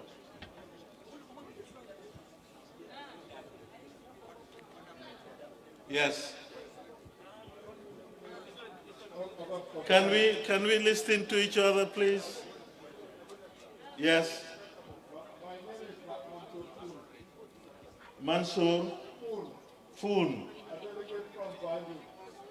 Mansour Foon, delegate from Banjul, Swaibu. Well, please.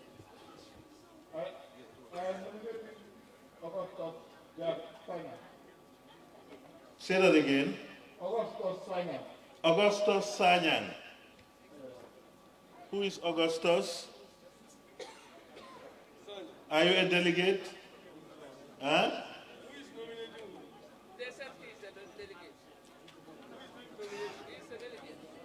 Augustus is a delegate from where? Banjul? Yes, he's from Banjul. Okay.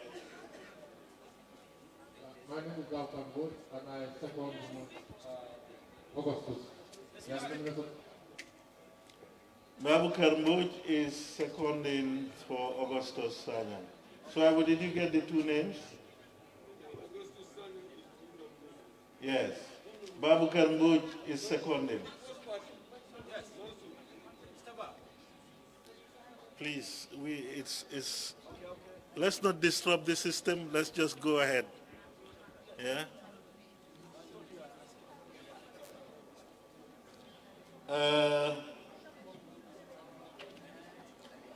We need a deputy. Oh, sorry, we have one nomination. Do we have another nomination? Yes. Alpha Ba. We have another nomination here. Alpha Ba. And Alpha, are you a delegate? Alpha is not a delegate, he said.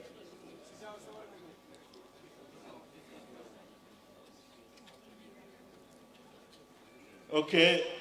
Do we have another nomination? If no nomination, then Augustus unopposed. It was emphasized, let me say that again. that we need workers. Huh? If you know that you are not prepared to work, please do not take this position. We are coming to a very, very hard working period. So all those who are going to be nominated and are giving their award to the whole general body, what they are telling us is they're going to do work. Okay? They're not going to wait for any instructions. They're going to go to the bureau and do work. Okay?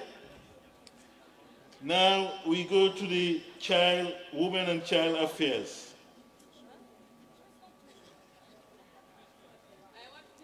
Deputy? Yes?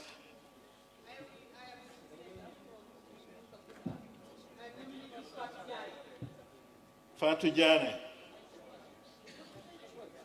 We have many secondments. Fatou Toure, secondment.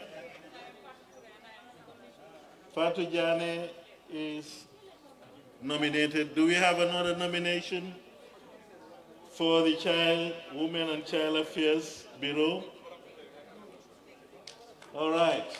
Fatou Jane nominated.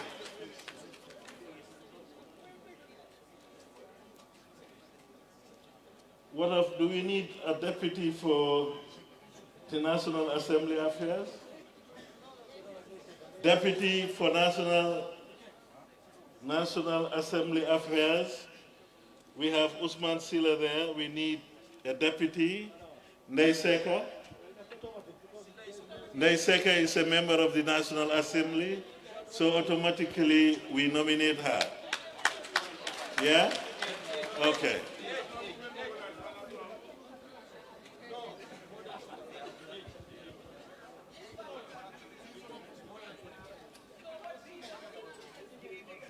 $45.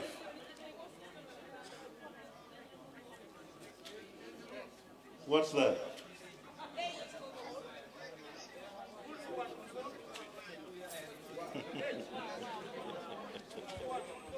That one is hard because he's the only one we have who is the member of the National Assembly. H. You are right. Rules are rules. So Usman does not have a deputy. But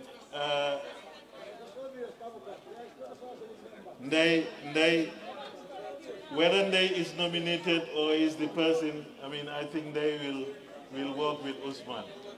Maybe officially she is not, but I am sure she can continue working with Usman. Yeah?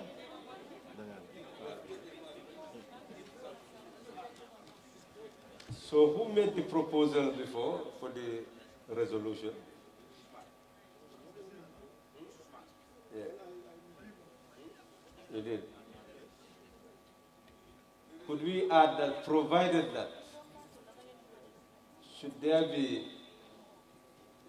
the provision and a vacuum that the position could be filled by any woman? By someone who's over age. By someone who is over 45 years. That's the caveat, that provided that there is no one who is under 45 to fill the position. And I think this is reality. Could we put a proviso? For that particular one? Or no, general. We make it a general provision for. Because we are already seeing the difficulties. And you are the Congress, you are capable of making the rules. Yeah, but could we do that? All right, draft it, provided that we can pass it as in the absence. We can pass it as a resolution. Yes. In the absence of a candidate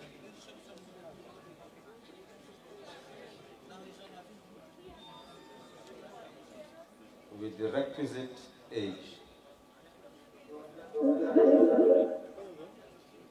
provide that in the absence of a candidate with the requisite age,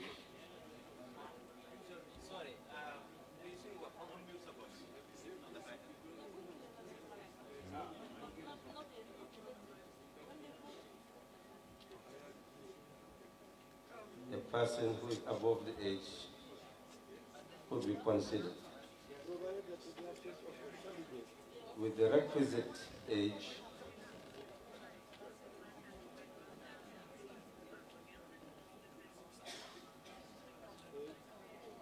a candidate who is above the age of 35 could be considered.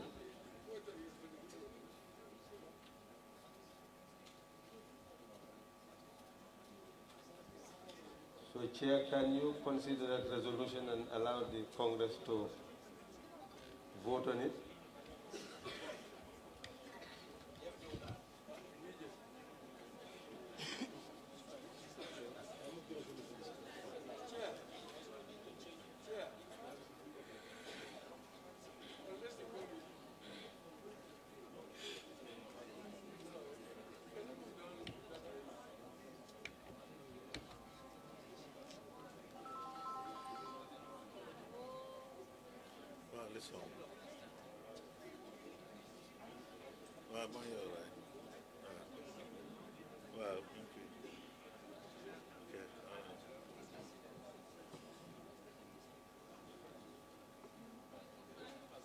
Yes. Yes.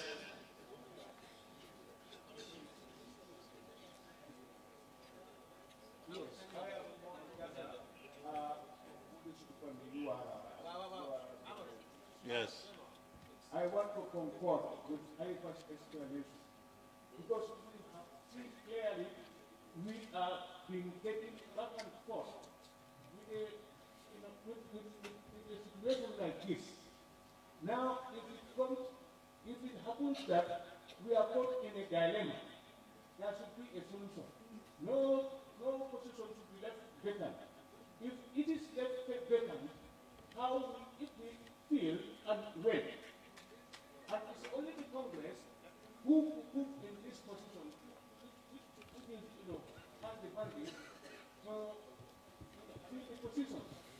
So I am concurring with Khalifa's suggestion that where there is this age limit issue, once it is specified that it is not mandatory, it is a consideration.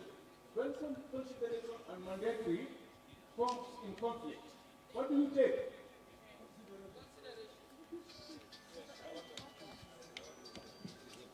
Yeah, I mean, the Congress should decide, but any decision that we take should come as a resolution from the Congress. Yeah? It looks like those who were arguing that the age will give us problem, it looks like they are right. We have to look at it critically. Can you hold on, please? Because it looks like sometimes we'll fall into that trap. So, but the Congress is here. It's not bad to actually look at it again and discuss it honestly and come to a resolution. If we are seeing that we are coming to a deadlock, it's not over yet, we can always look at things and the Congress comes to a resolution and decide over it. Yeah? But it looks like the age thing, we're going to have some problems, and the woman-man thing, we may have some problems. So what Halifa is suggesting is we can always come with a proviso and see how we can deal with that.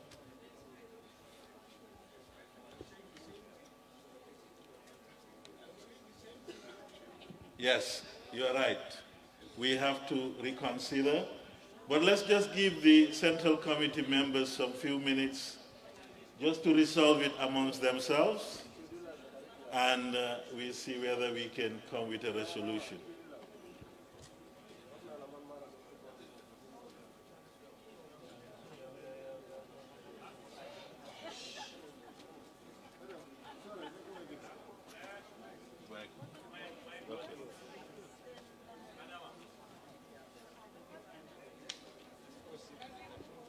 Well, the Central Committee, they have decided that for consistency's sake, because this was a decision that was already taken, we leave it at that.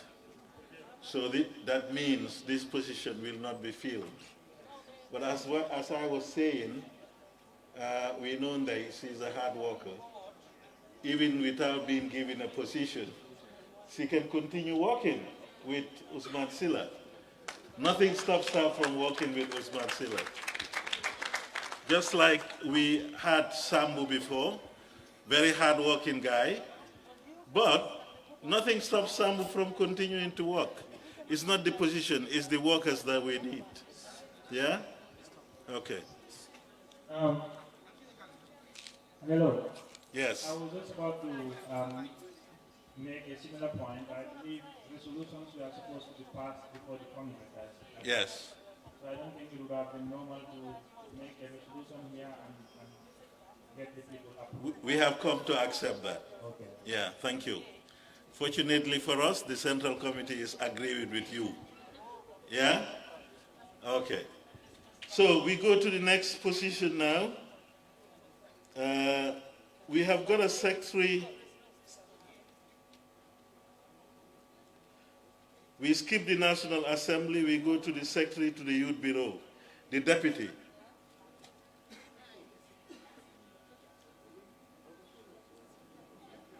Secretary to the Youth Bureau. Who do we have as secretary to the Youth Bureau again? Keksane. We need a deputy. Could be. Could be. They're declaring they need their quota. If there is an argument, please give them the benefit, give them the right.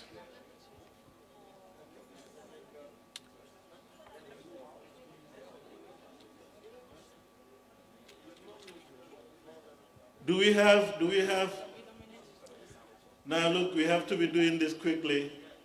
I know people are tired, but time is really going. So we should move on. Secretary to the Youth Bureau, Keksane, Deputy. Nomination.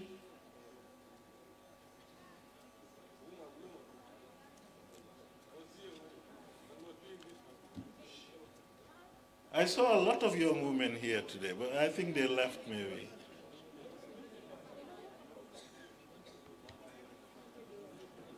Yes, Abbas. I nominate Bolong Dibasi. Bolong Dibasi.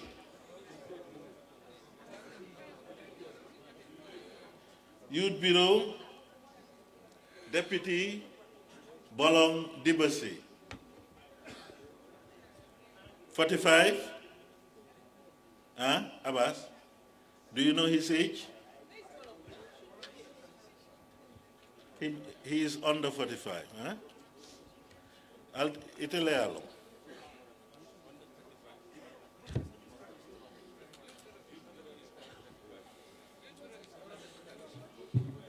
Okay. Okay. Yes. I nominate. It's under 35. Sorry, you're right. That makes it now even more difficult. Under 35. Abdurrahman Ba, are you under 35? I'm exactly 35.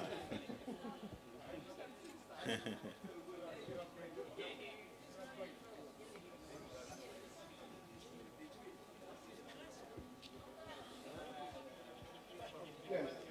I said I nominate Lamin Khan. Lamin? What's your name? Omar. Kujabi.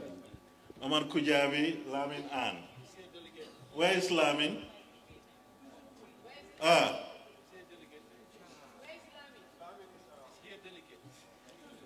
Lamin, no. No. He's not a delegate.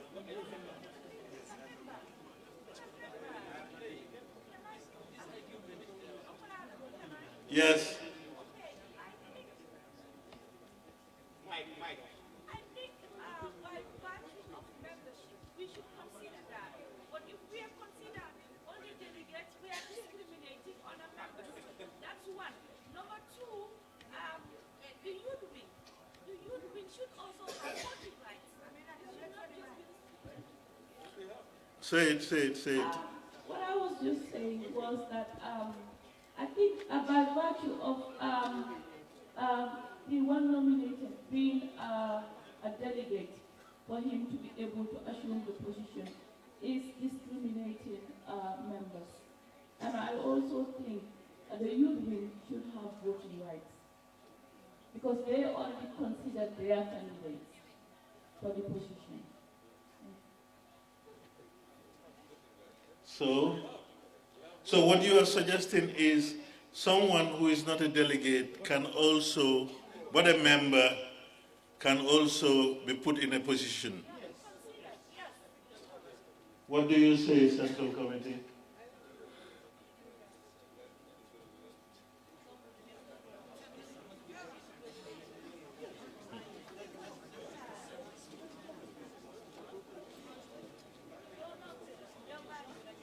Well, the delegates are selected by the members to represent them. So if you do not select from those who are selected by the members, that would be unnecessary then to have them as delegates. They are delegates because they are representing the membership, and that they are selected by the members because they have trust in them. And therefore, you put them into other responsibilities so that they can continue to serve the party. That's the essence. The issue of voting rights does not arise because every delegate has the right to vote. So all delegates have right to vote. So I don't see where the voting rights for the youth arises. So what is important is really to consider the delegates as the source of getting the membership to the Central Committee. Claire? I want to... let me ask Aminata. Claire? Yes, okay. I want to nominate Yankuba Bless Sane. Yankuba Bless Sane. Who is he? Yankuba?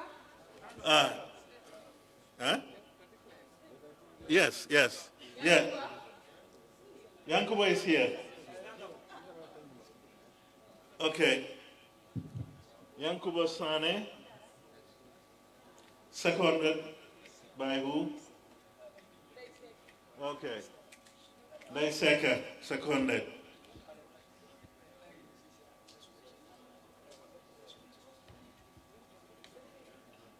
I'm not hearing. I have to be honest with people. I have a lot of responsibility. Okay. As of now, I am an activist to do world development. I have a lot of things to go. Yeah, but that's part of what you do.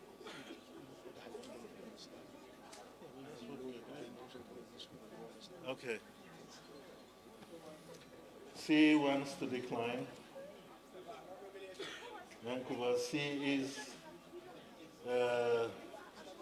is loaded. C just wants to be honest. She is doing a lot of things.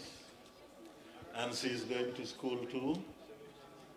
So he does not think he can commit himself to that level.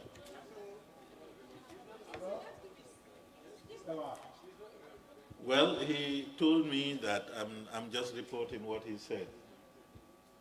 Hello, Mr. Wa. But what he first said was, I'm an activist. I said, well, that's part of what you're doing. And he said, no. But I'm doing other things, and I'm going to school too. So We have to respect that. Okay. We are still there now, the Youth Bureau. We need a deputy. Yes. Yes, I nominate Omar Gari from Uli. Yes. Huh? Yes, Swipe. He is nominating too. Omar Gari from Wuli. Omar Gari from Wuli.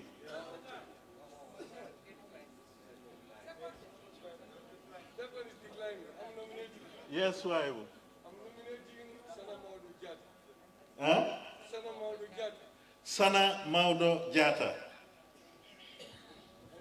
Sana Maudo Jata. Where is Sana? Sana, okay. Okay. Secondment? Seconded by who? Say your name. Lamin Sisao. From? Fatou, Lamin Sisao. Swaibu, did you get that? Lamin Sisao, seconded. Ah.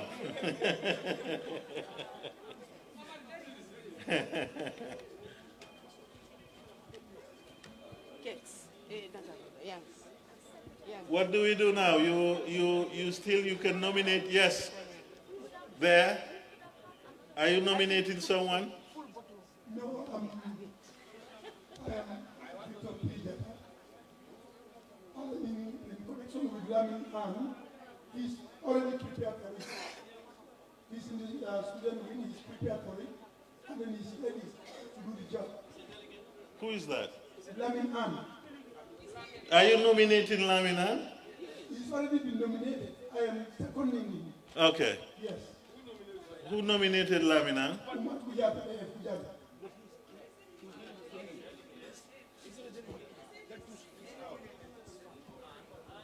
But they already voted their election, and he was prepared for it. Yes, I mean, yes, okay, so you are seconding him. I'm seconding him. Okay. Lamin Khan? Delegate? No, he's not a delegate.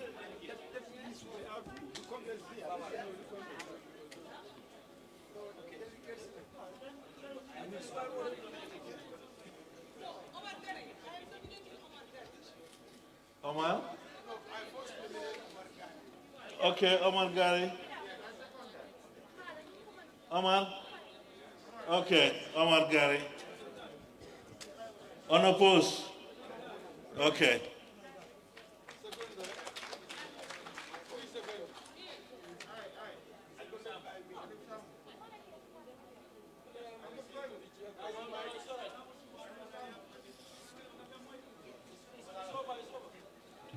Uncle Swami, I seconded that. Ali Samu.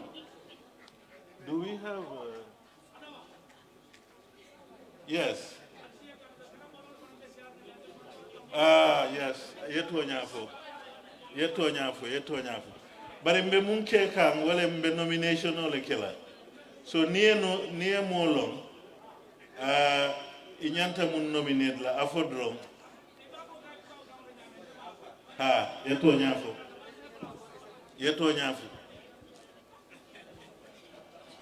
nyafo. Mbalal. No, hekato tije.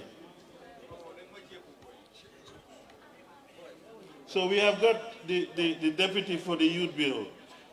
Nga moso do sañi mumbe Youth Bureau. Deputy lem. Wale nga nyatum ko so do no malanko mbe wala nyininka. Bari nga soto le sañi. Omar Wal. Gari. Sañi mbetala international affairs, do we have normally? No, that's father. Treasurer. I want to nominate. Nominate. Adam Amane from the diaspora. Adam Amane.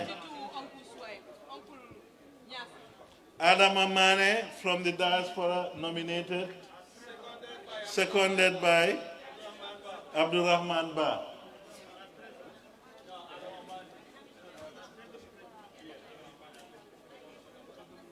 So Adama goes unopposed?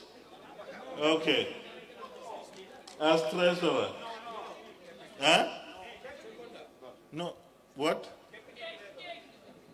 You are nominating someone else?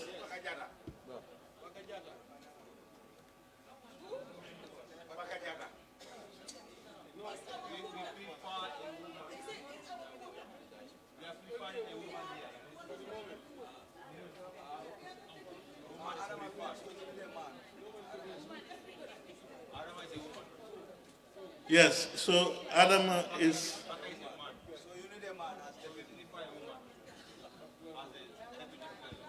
Yes, but are you agreeing to that? Huh? Okay, so we have Adama then.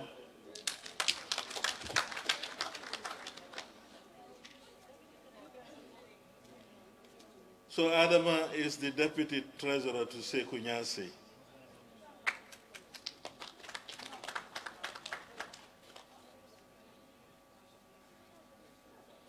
Now we need a deputy to the national coordinator.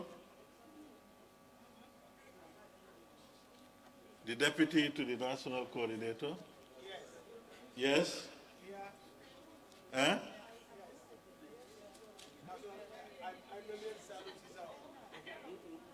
No, Sanu Sisao is above 45. That's what we've just said, what we've agreed. National coordinator, a deputy, yes. Huh? Dembaba. Dembaba, are you a delegate? Where is Demba? Aliu Sambu. Dembaba. Yes. Aliu Sambu nominated Dembaba. Do we have someone to second? Nafi Seka. Dembaba. Where is Demba? Demba is sitting down. Okay. Demba is a delegate. Age above 45.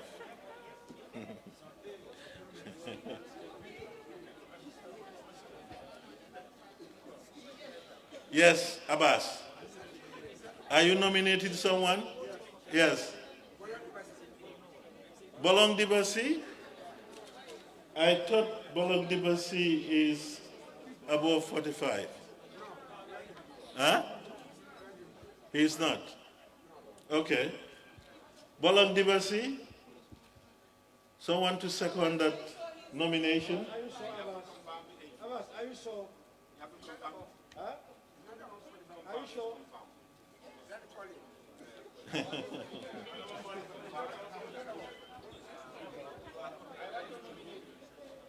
Yes, go ahead. Baka Jata. Baka Jata, nominated. Baka Jata.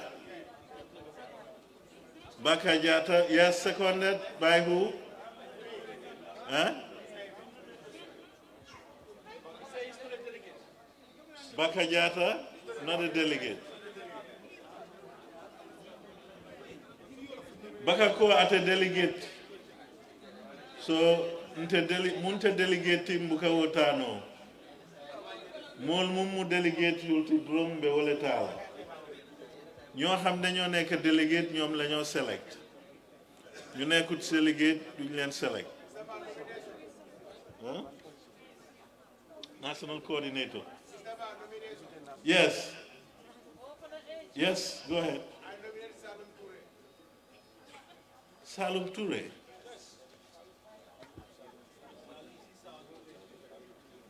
I thought Salum is over 45. Salum said he is. Ah, okay, sorry. Salum Toure. You are Osa. Yeah, Osa can be a delegate. And Osa is just a rule that you do.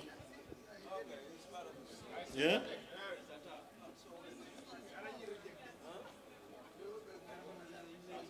National coordinator, one nomination is Salum. Seconded. Huh? What's the name? Mamadi Toure. From where? From Wuli. So, Swaibu, you've got the full list now.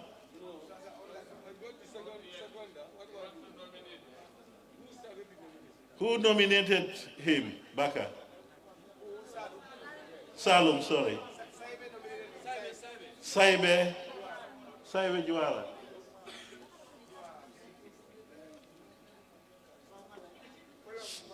So far, Balong? Balong. Where is Balong? I thought we've gone past that now.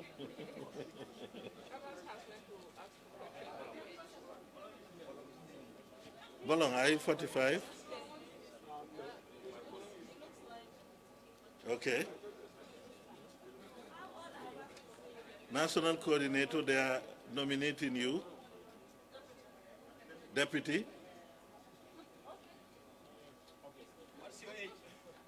Bolong is agreeing to be the national coordinator. Who is seconding that? Bolong. Alaji Jalo, Swaibu. Bolong. Yes. For deputy, national coordinator. He is under 45, he said.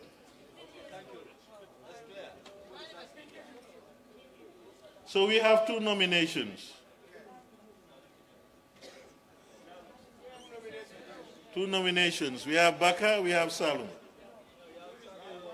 Salum Toure and Bolong. Yeah? Wow. To who? Bolong Dibasi. Who seconded Bolong Dibasi? Alaji Jallo. So we have Bolong, we have Salum. Do we vote?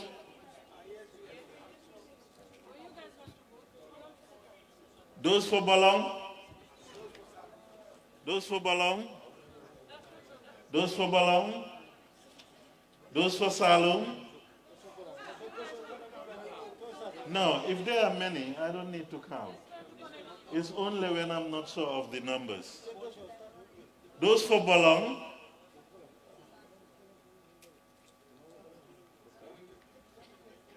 Those for Salum, let me see again. Then we need to count. He said that's what they want to vote. Huh?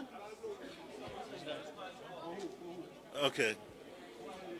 Now, Kex, help us with the counting. Who can help us with the counting, please? Alpha. Come to the middle, Alpha. Alpha, quick. No, just a moment. No, Alpha, wait. Bolong? Bolong? Bolong? Bolong? Bolong? You man la lafta Bolong pour ay ke national coordinator ti deputy Bolong?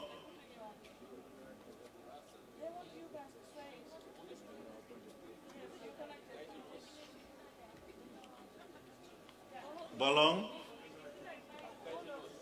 Did you have the number? Do you have the number?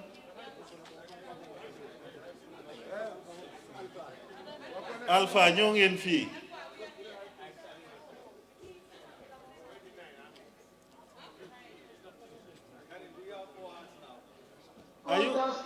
We are all diaspora representatives. Yes. Okay. Bolong. Are we connected now? Yes. Okay, this is Jabudio. I would like to vote for Bolong Dibosi. Okay. And we have two more votes for him along with myself to make three. Okay. And Jabudio, Ibrahima Kijera and who? Fatou. And Fai Suso.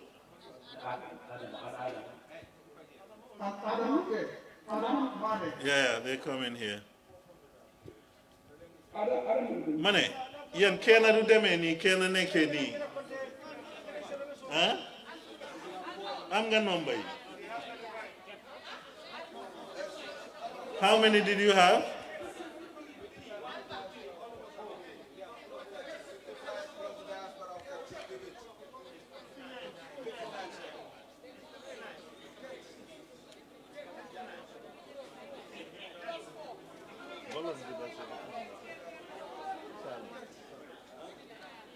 Now, Salum Toure.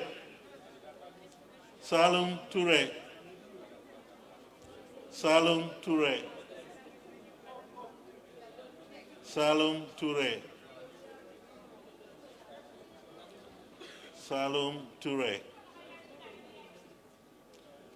Salum Toure. Jumal Lafita Salum Yake, Deputy National Coordinator. Kan mo buga Salum Neka, Deputy National Coordinator. Nanga ekiti sa loxo. Nga ekiti sa loxo. Bu mu nekk ñaari loxo de benn loxo rek.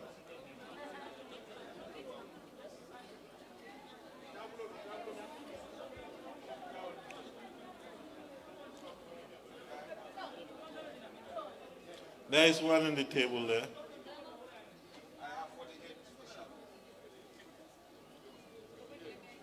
So we have Bolong, huh? Okay, we have Bolong the winner. Bolong Dibasi is the winner. That ends the election of all the officials. Yes. So I asked, but I was told you don't need a deputy for that. I asked Usman Silla. No, I said the position is occupied by the chair. What does need for a deputy? And there is a need for a deputy.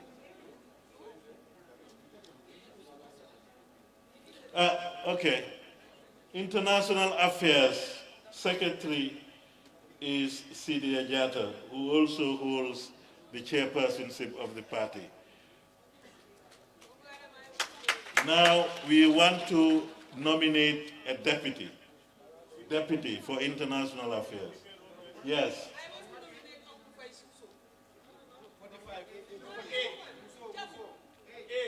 Jabu Jo is about 45. She is hearing us now. I'm sure she will come back to you. Jabu, we don't know your age. That's a secret. Another nomination, international affairs, yes? Ancha Cham. Lamin Fadera Kalinding, did you say? Ancha Cham. Is Ancha here? Diaspora. He's a delegate? No. No. He is not. Yes. Musa Cham. Musa Cham. Musa Fogna, ne could body 50, 60.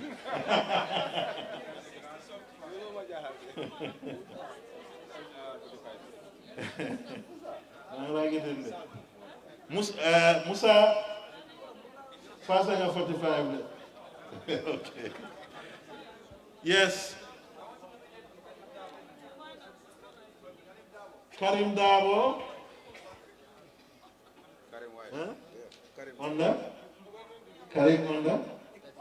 Okay, Karim is young. 38. Karim, someone is you nominating Karim. Swaibu, did you get his name? Ibrahima? Njai. Ibrahima Njai, Karim. Seconded from where? Serekunda, delegate. Seconded by Mary Mendy Koka. Seconded. from Kololi. I know for sure Marie is a delegate.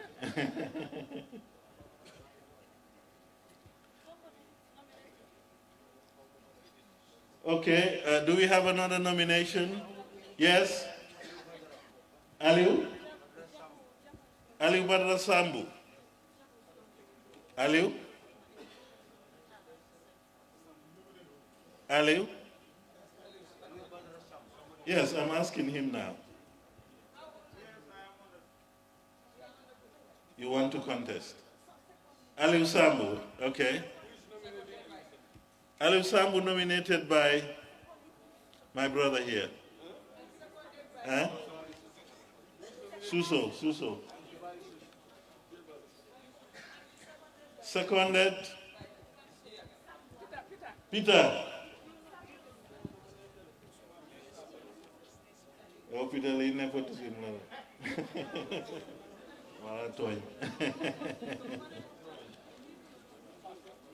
Aliu Sambu, seconded by Peter. Okay, so now we have Aliu and Karim. We go for the vote. You want to nominate a third person? Yes? Huh? Usman Sabali.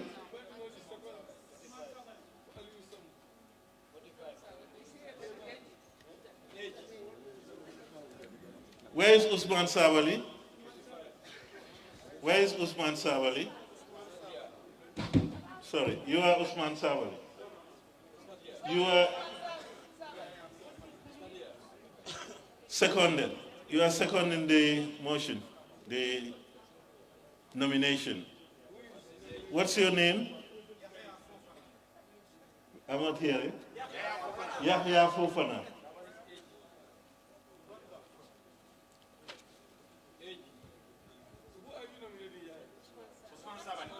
Usman Sabali. So we have Usman Sabali. We have Ali Sambu.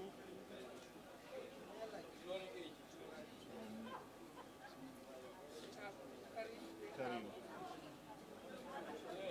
All right.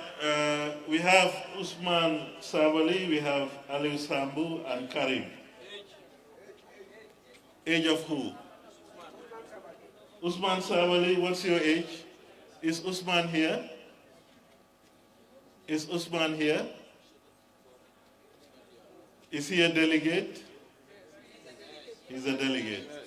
Okay. Are you sure he's under 45, the one who nominated him? Huh? Are we sure he's under 45?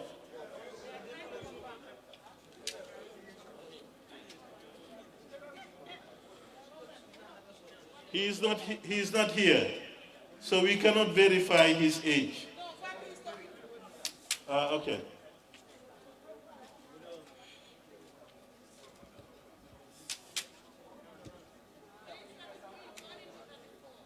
Okay, he is 33 turning to 34. So we have three candidates, Usman Sabali, Aliu Sambu, and Karim. Can we vote? Go in for voting now. Usman Sabali. Those for Usman Sabali, raise your hands. Can I have some help, Kex? Those for Usman Sabali. Ñu farleel ñu bugga Usman Sabali nekk International Affairs Deputy. Usman Sabali. Usman Sabali.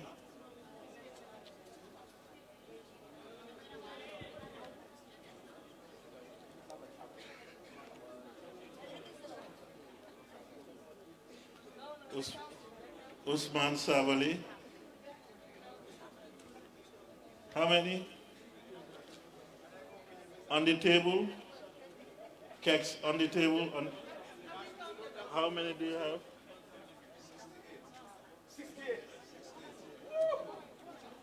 Aliou Sambou. Aliou Sambou.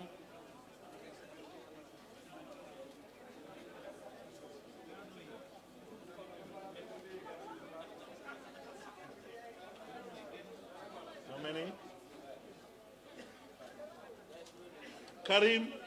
Karim.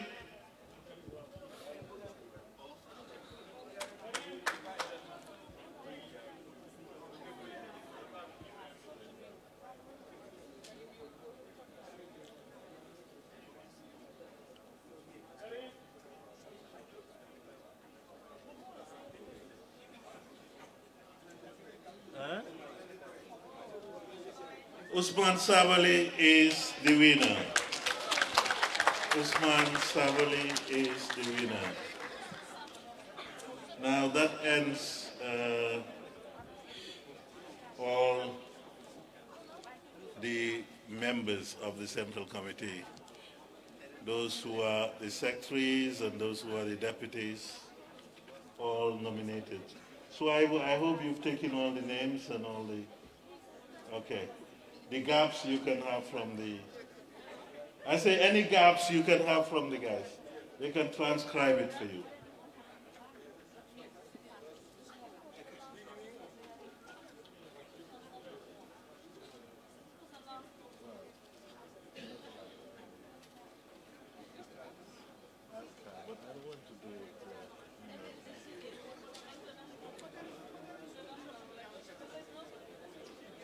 We have not, Halifax, members of the Central Committee, we have not settled still.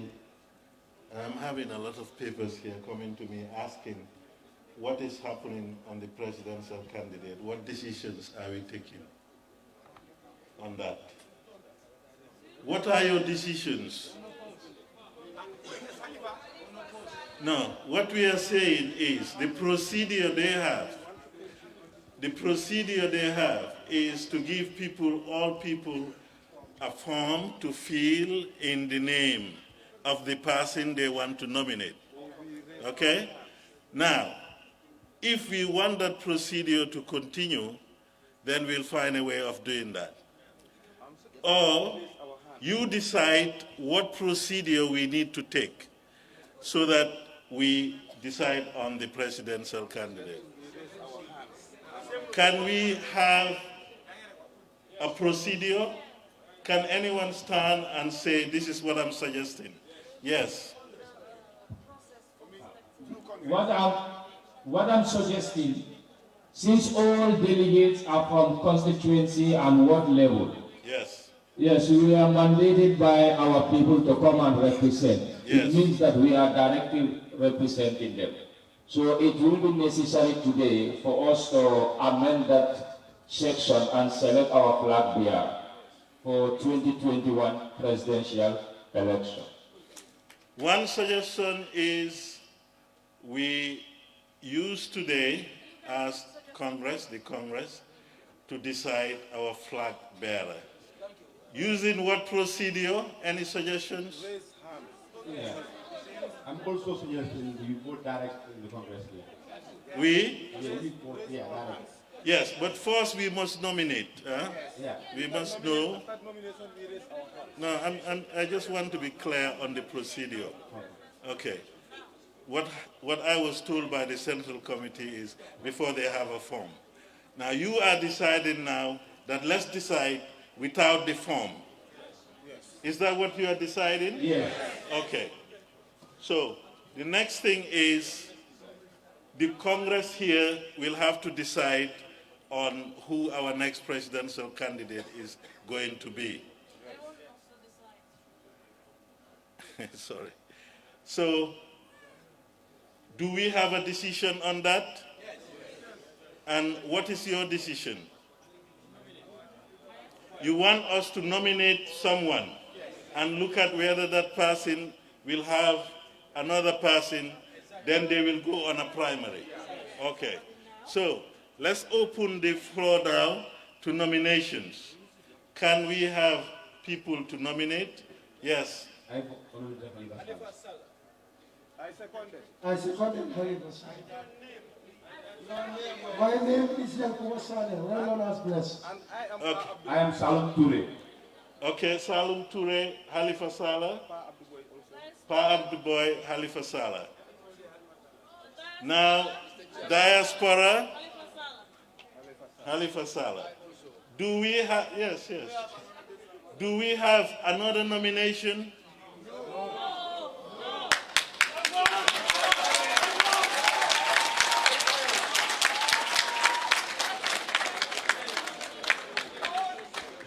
So the Congress finally decided that Honorable Halifa Saleh is going to be our presidential candidate.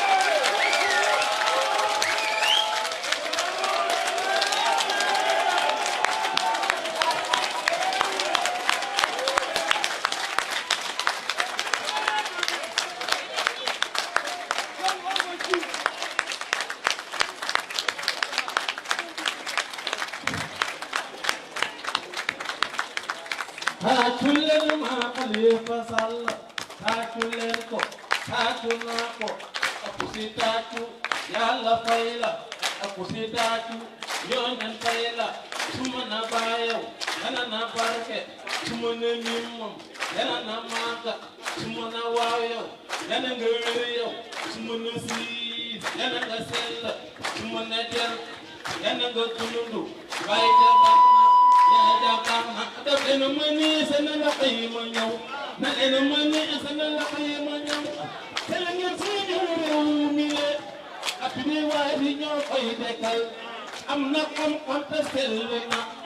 I'm not come to sell. Man, who Yala, I'll let come my the money is another payment. The money. To back and Muslim, I be going to PDOIS, I be going to PDOIS, real me, the corner, Nakunam, real me, Madam Tinuan, and come my soul. I can be no Pusia, I'm with Khalifa. I can be no new Sunia, I'm with Khalifa. Yalamon, Samaliniko. Yalla mom jox ñu ren ni ak ñi di ñew ni ñun jox ñu ñew ak rew mi ñun gëna fi yëkkat gëna fi mar gëna fi yëkkat gëna fi mar gëna fi yëkkat gëna fi mar waaw jërëjëf mom amul na ndox jërëjëf rew mi mom amul na ndox rew mi mom amul na lekk rew mi mom amul na dara ñun ñew gaay ci dañu ko ñu ñom ay kamay moy rasul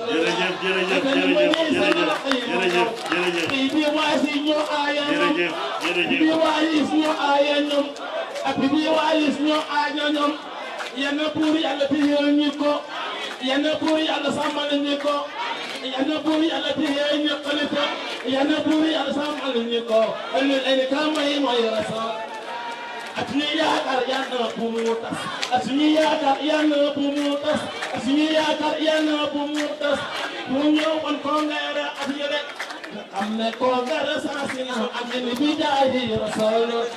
I'm in the Bidahi Rasul. I'm in the Sumana Bayo, Yananga Barca, Sumana Wow, Yananga Weir, Sumana Sea, Yananga Sell, Sumana Del, Yananga Tumbo. I'm in the Bidahi Rasul.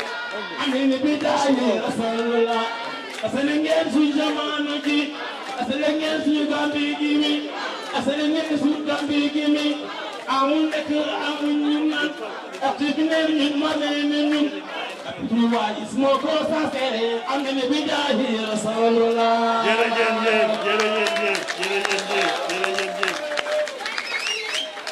but not, hello, money, the whole.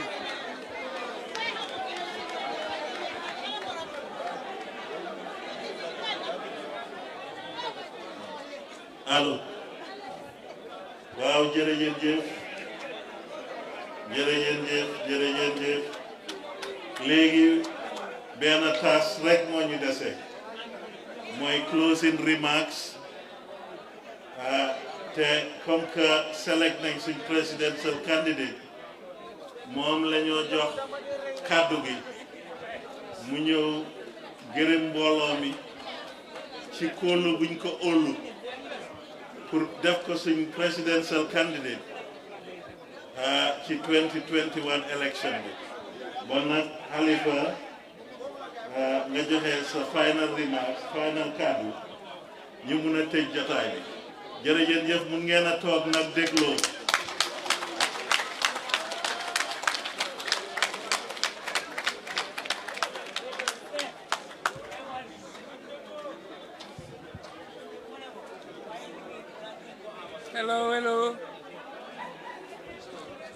Hello. Well, thank you very much. We have come to the end of this Congress, which has been very inspiring. I'm sure all of you are going to leave this hall inspired and prepared to work for the growth and expansion of the party. I'm not going to make a speech. I want to give that honor to our flag bearer to speak to you before you go.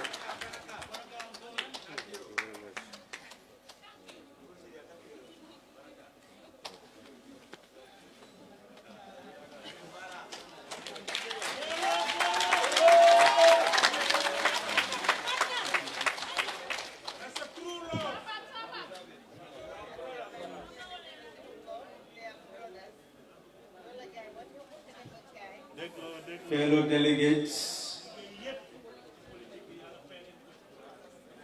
this is an unexpected moment.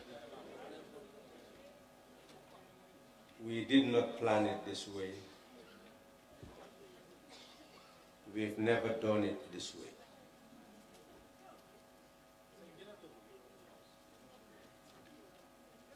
I had a shock when Mamadou Sambu decided not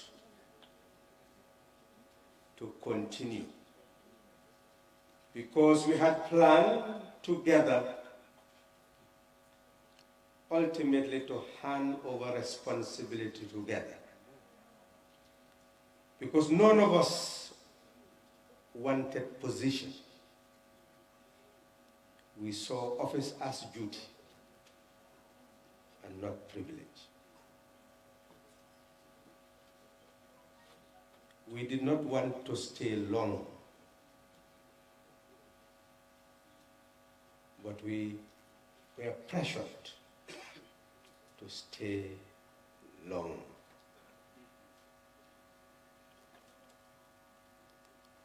We were in our 20s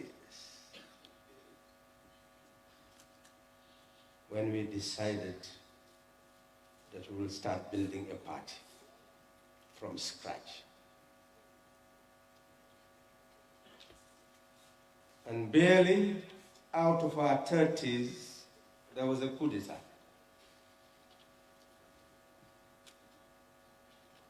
And those who were 29 took over the affairs of the country. And for 22 years, we moved from our 40s to our 60s without the realization of what we aspired for our people and country. So we had to stay to accompany the country to effect change, hoping that change will lead us closer to the end. I stood here in 2016 and told the delegates that I would only serve 2 years because I was heading towards my 65th year.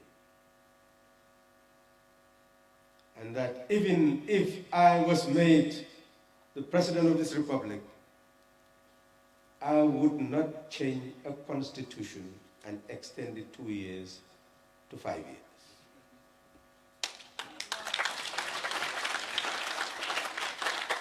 Because I'm convinced that the example one can give in 2 years was sufficient to shape the architecture of governance in the country and make it impossible for anyone to be a disservice to this land. What we need is an example.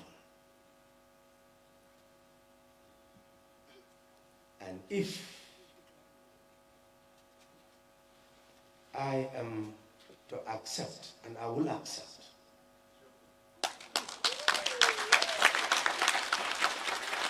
your nomination in an unconventional way,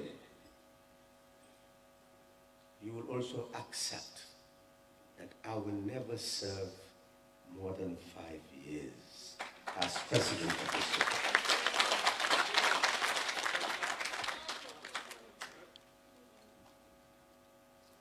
That we want an example for others to follow. That power does not belong to individuals. It belongs to the people. Why should we crave it to a point that we destroy property and life indirectly to retain it? If I were ever to be the president of this republic,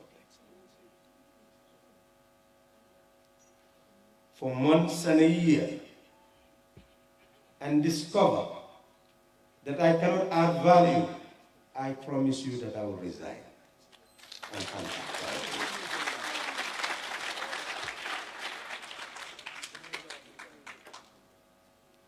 And if I have to spill blood, arrest, detain, just to be president of this republic, then call me a criminal, the worst criminal who has ever lived on this earth.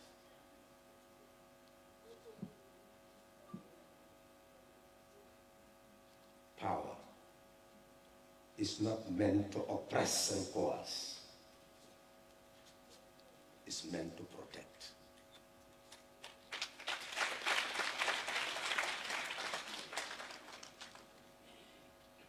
So the task you have put on my shoulders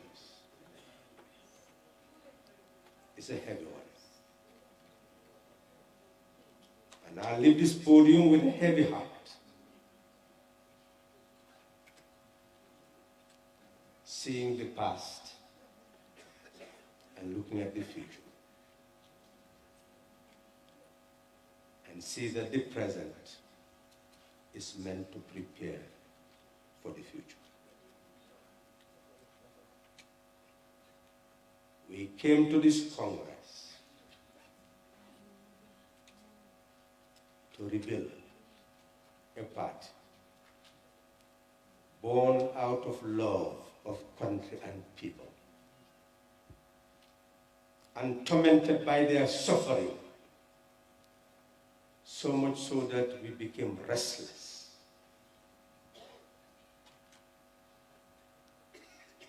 And we could not enjoy life whilst our people continued to suffer.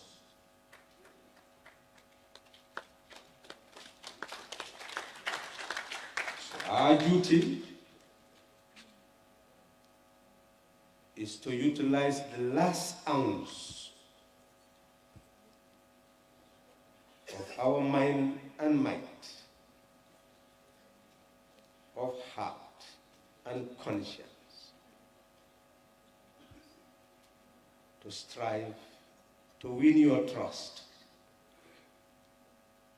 so that collectively we can harness the collective intelligence of the Gambian people to build a civilization that is worth emulating. try to prove that nations are not determined by size, but by the quality of the character, intelligence, and commitment of the citizen. We will strive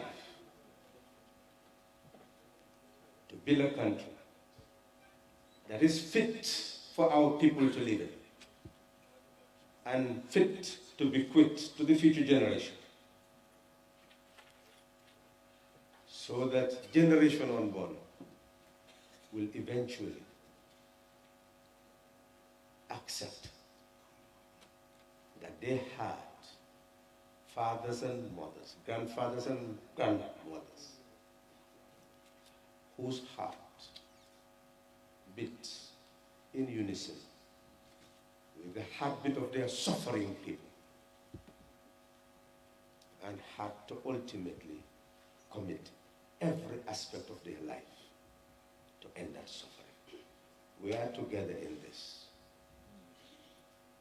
We'll take the journey shorter than before, but we believe that we'll get there. We'll get there together, but we'll do so with maturity. We'll do so with discipline. We'll do so with perseverance, knowing that turning back is going into hell. And moving forward is heading towards heaven. Those who give up can never achieve greatness. We will persevere to the end, realizing our old age commitment, never to despair, to fear no difficulty, to be ready to surmount every difficulty to attain victory. Thank you very much.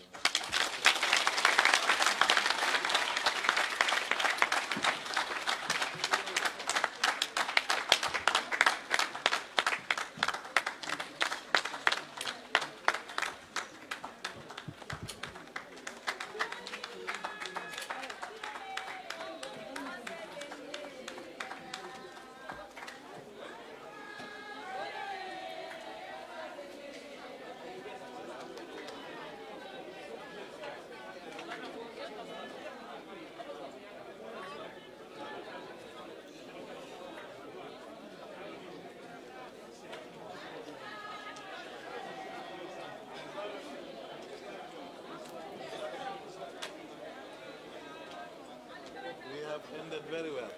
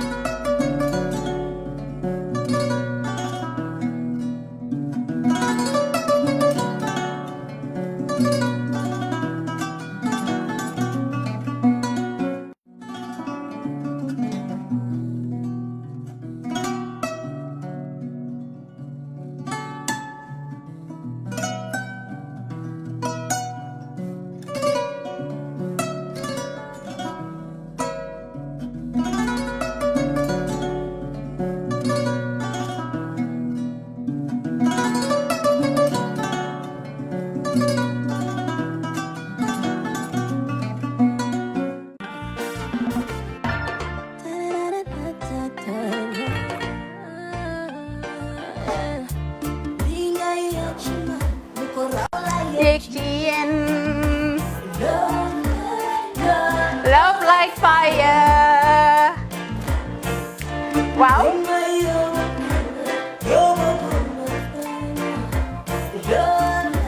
Love like fire. Xam ngeen rek affaire bi xam ngeen fan la? Skincare la.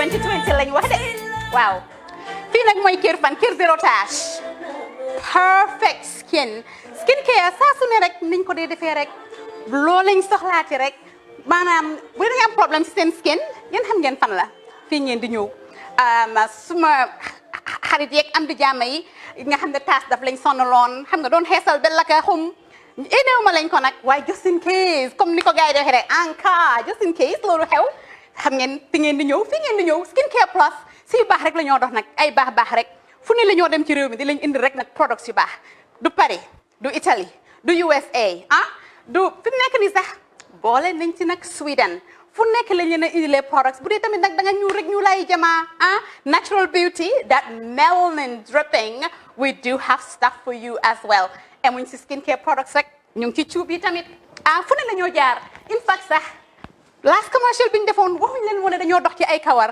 9A grade rek nag waaw we do have bundles as well hair si lu ne la ñoo dox ñun ñu ngi ci rafetal jigéen rek luy taaral jigéen rek waaw boo leen di tukki tamit bëggoon rek classic suitcase ñu dañoo dox ci ay Samsonite duñ dee indi any brand of suitcases though other than Samsonite comme li ma dee wax rek boo eggee airport dëri Samsonite dafa am nuñ laa xoolee waaw ngeen de lan nag waaw skin ci moom la ñu gën a xamee nag skin care products ci moom la ñu gën a xamee ñu ngi dox tamit bentee tamit si ay dàlla man waaye man nag skin care mooy suma specialty xam nga rek jigéen bu sa xar kanam réglé loo def mu jag am nañ Patricia Reiner Kiwi Eye the whole range Lighten Up Gold Tomatine I mean the list can just go on and on and on and on lépp loo xam ne rek luy taaral jigéen la ci yooyu rek la ñoo dox skin care plus nag emuñ si Gambia rek ñu nga United States ñu ngi Gambia fii ba pare bu dee yaa ngi anywhere in Europe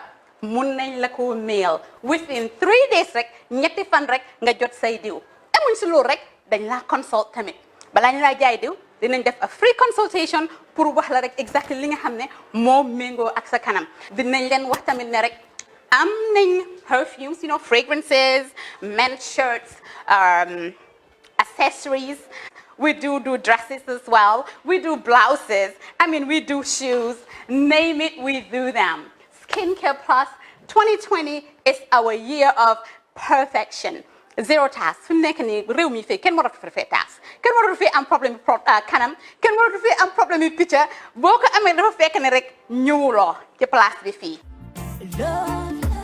love like fire bring my love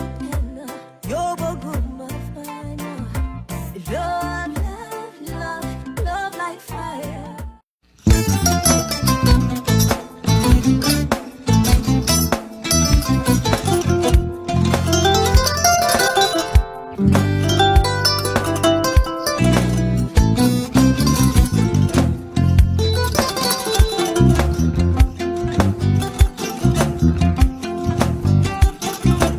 Agada.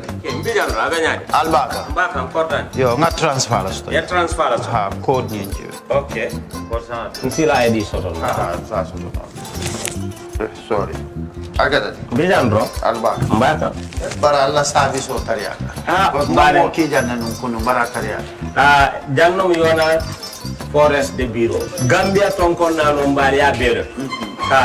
Birim koyna fo kato bari si kodo kino kato ni fo bolong labe 56 branches mola sota Gambia ja ha Gambia kono ani Gambia bantala bankol nka kodo kiya bele kodo sifa fo falindiro fo nyaadi lafta même na kodi to poto ni kodi maraw jannam number 1 ti nyonta andum fana nata anoda enterprise sotale wala nyindi ko domorol fana kol fana be firale de dadi ma ni domorol ni fana beteat Gambia dawda yalo nga fa kendol sotale je wo mo yo diat apelenta baraka ni na lafta nyelen kendol e bina yalo bu kanyi na ko la baraka ba yalo ndel chosano lo baraka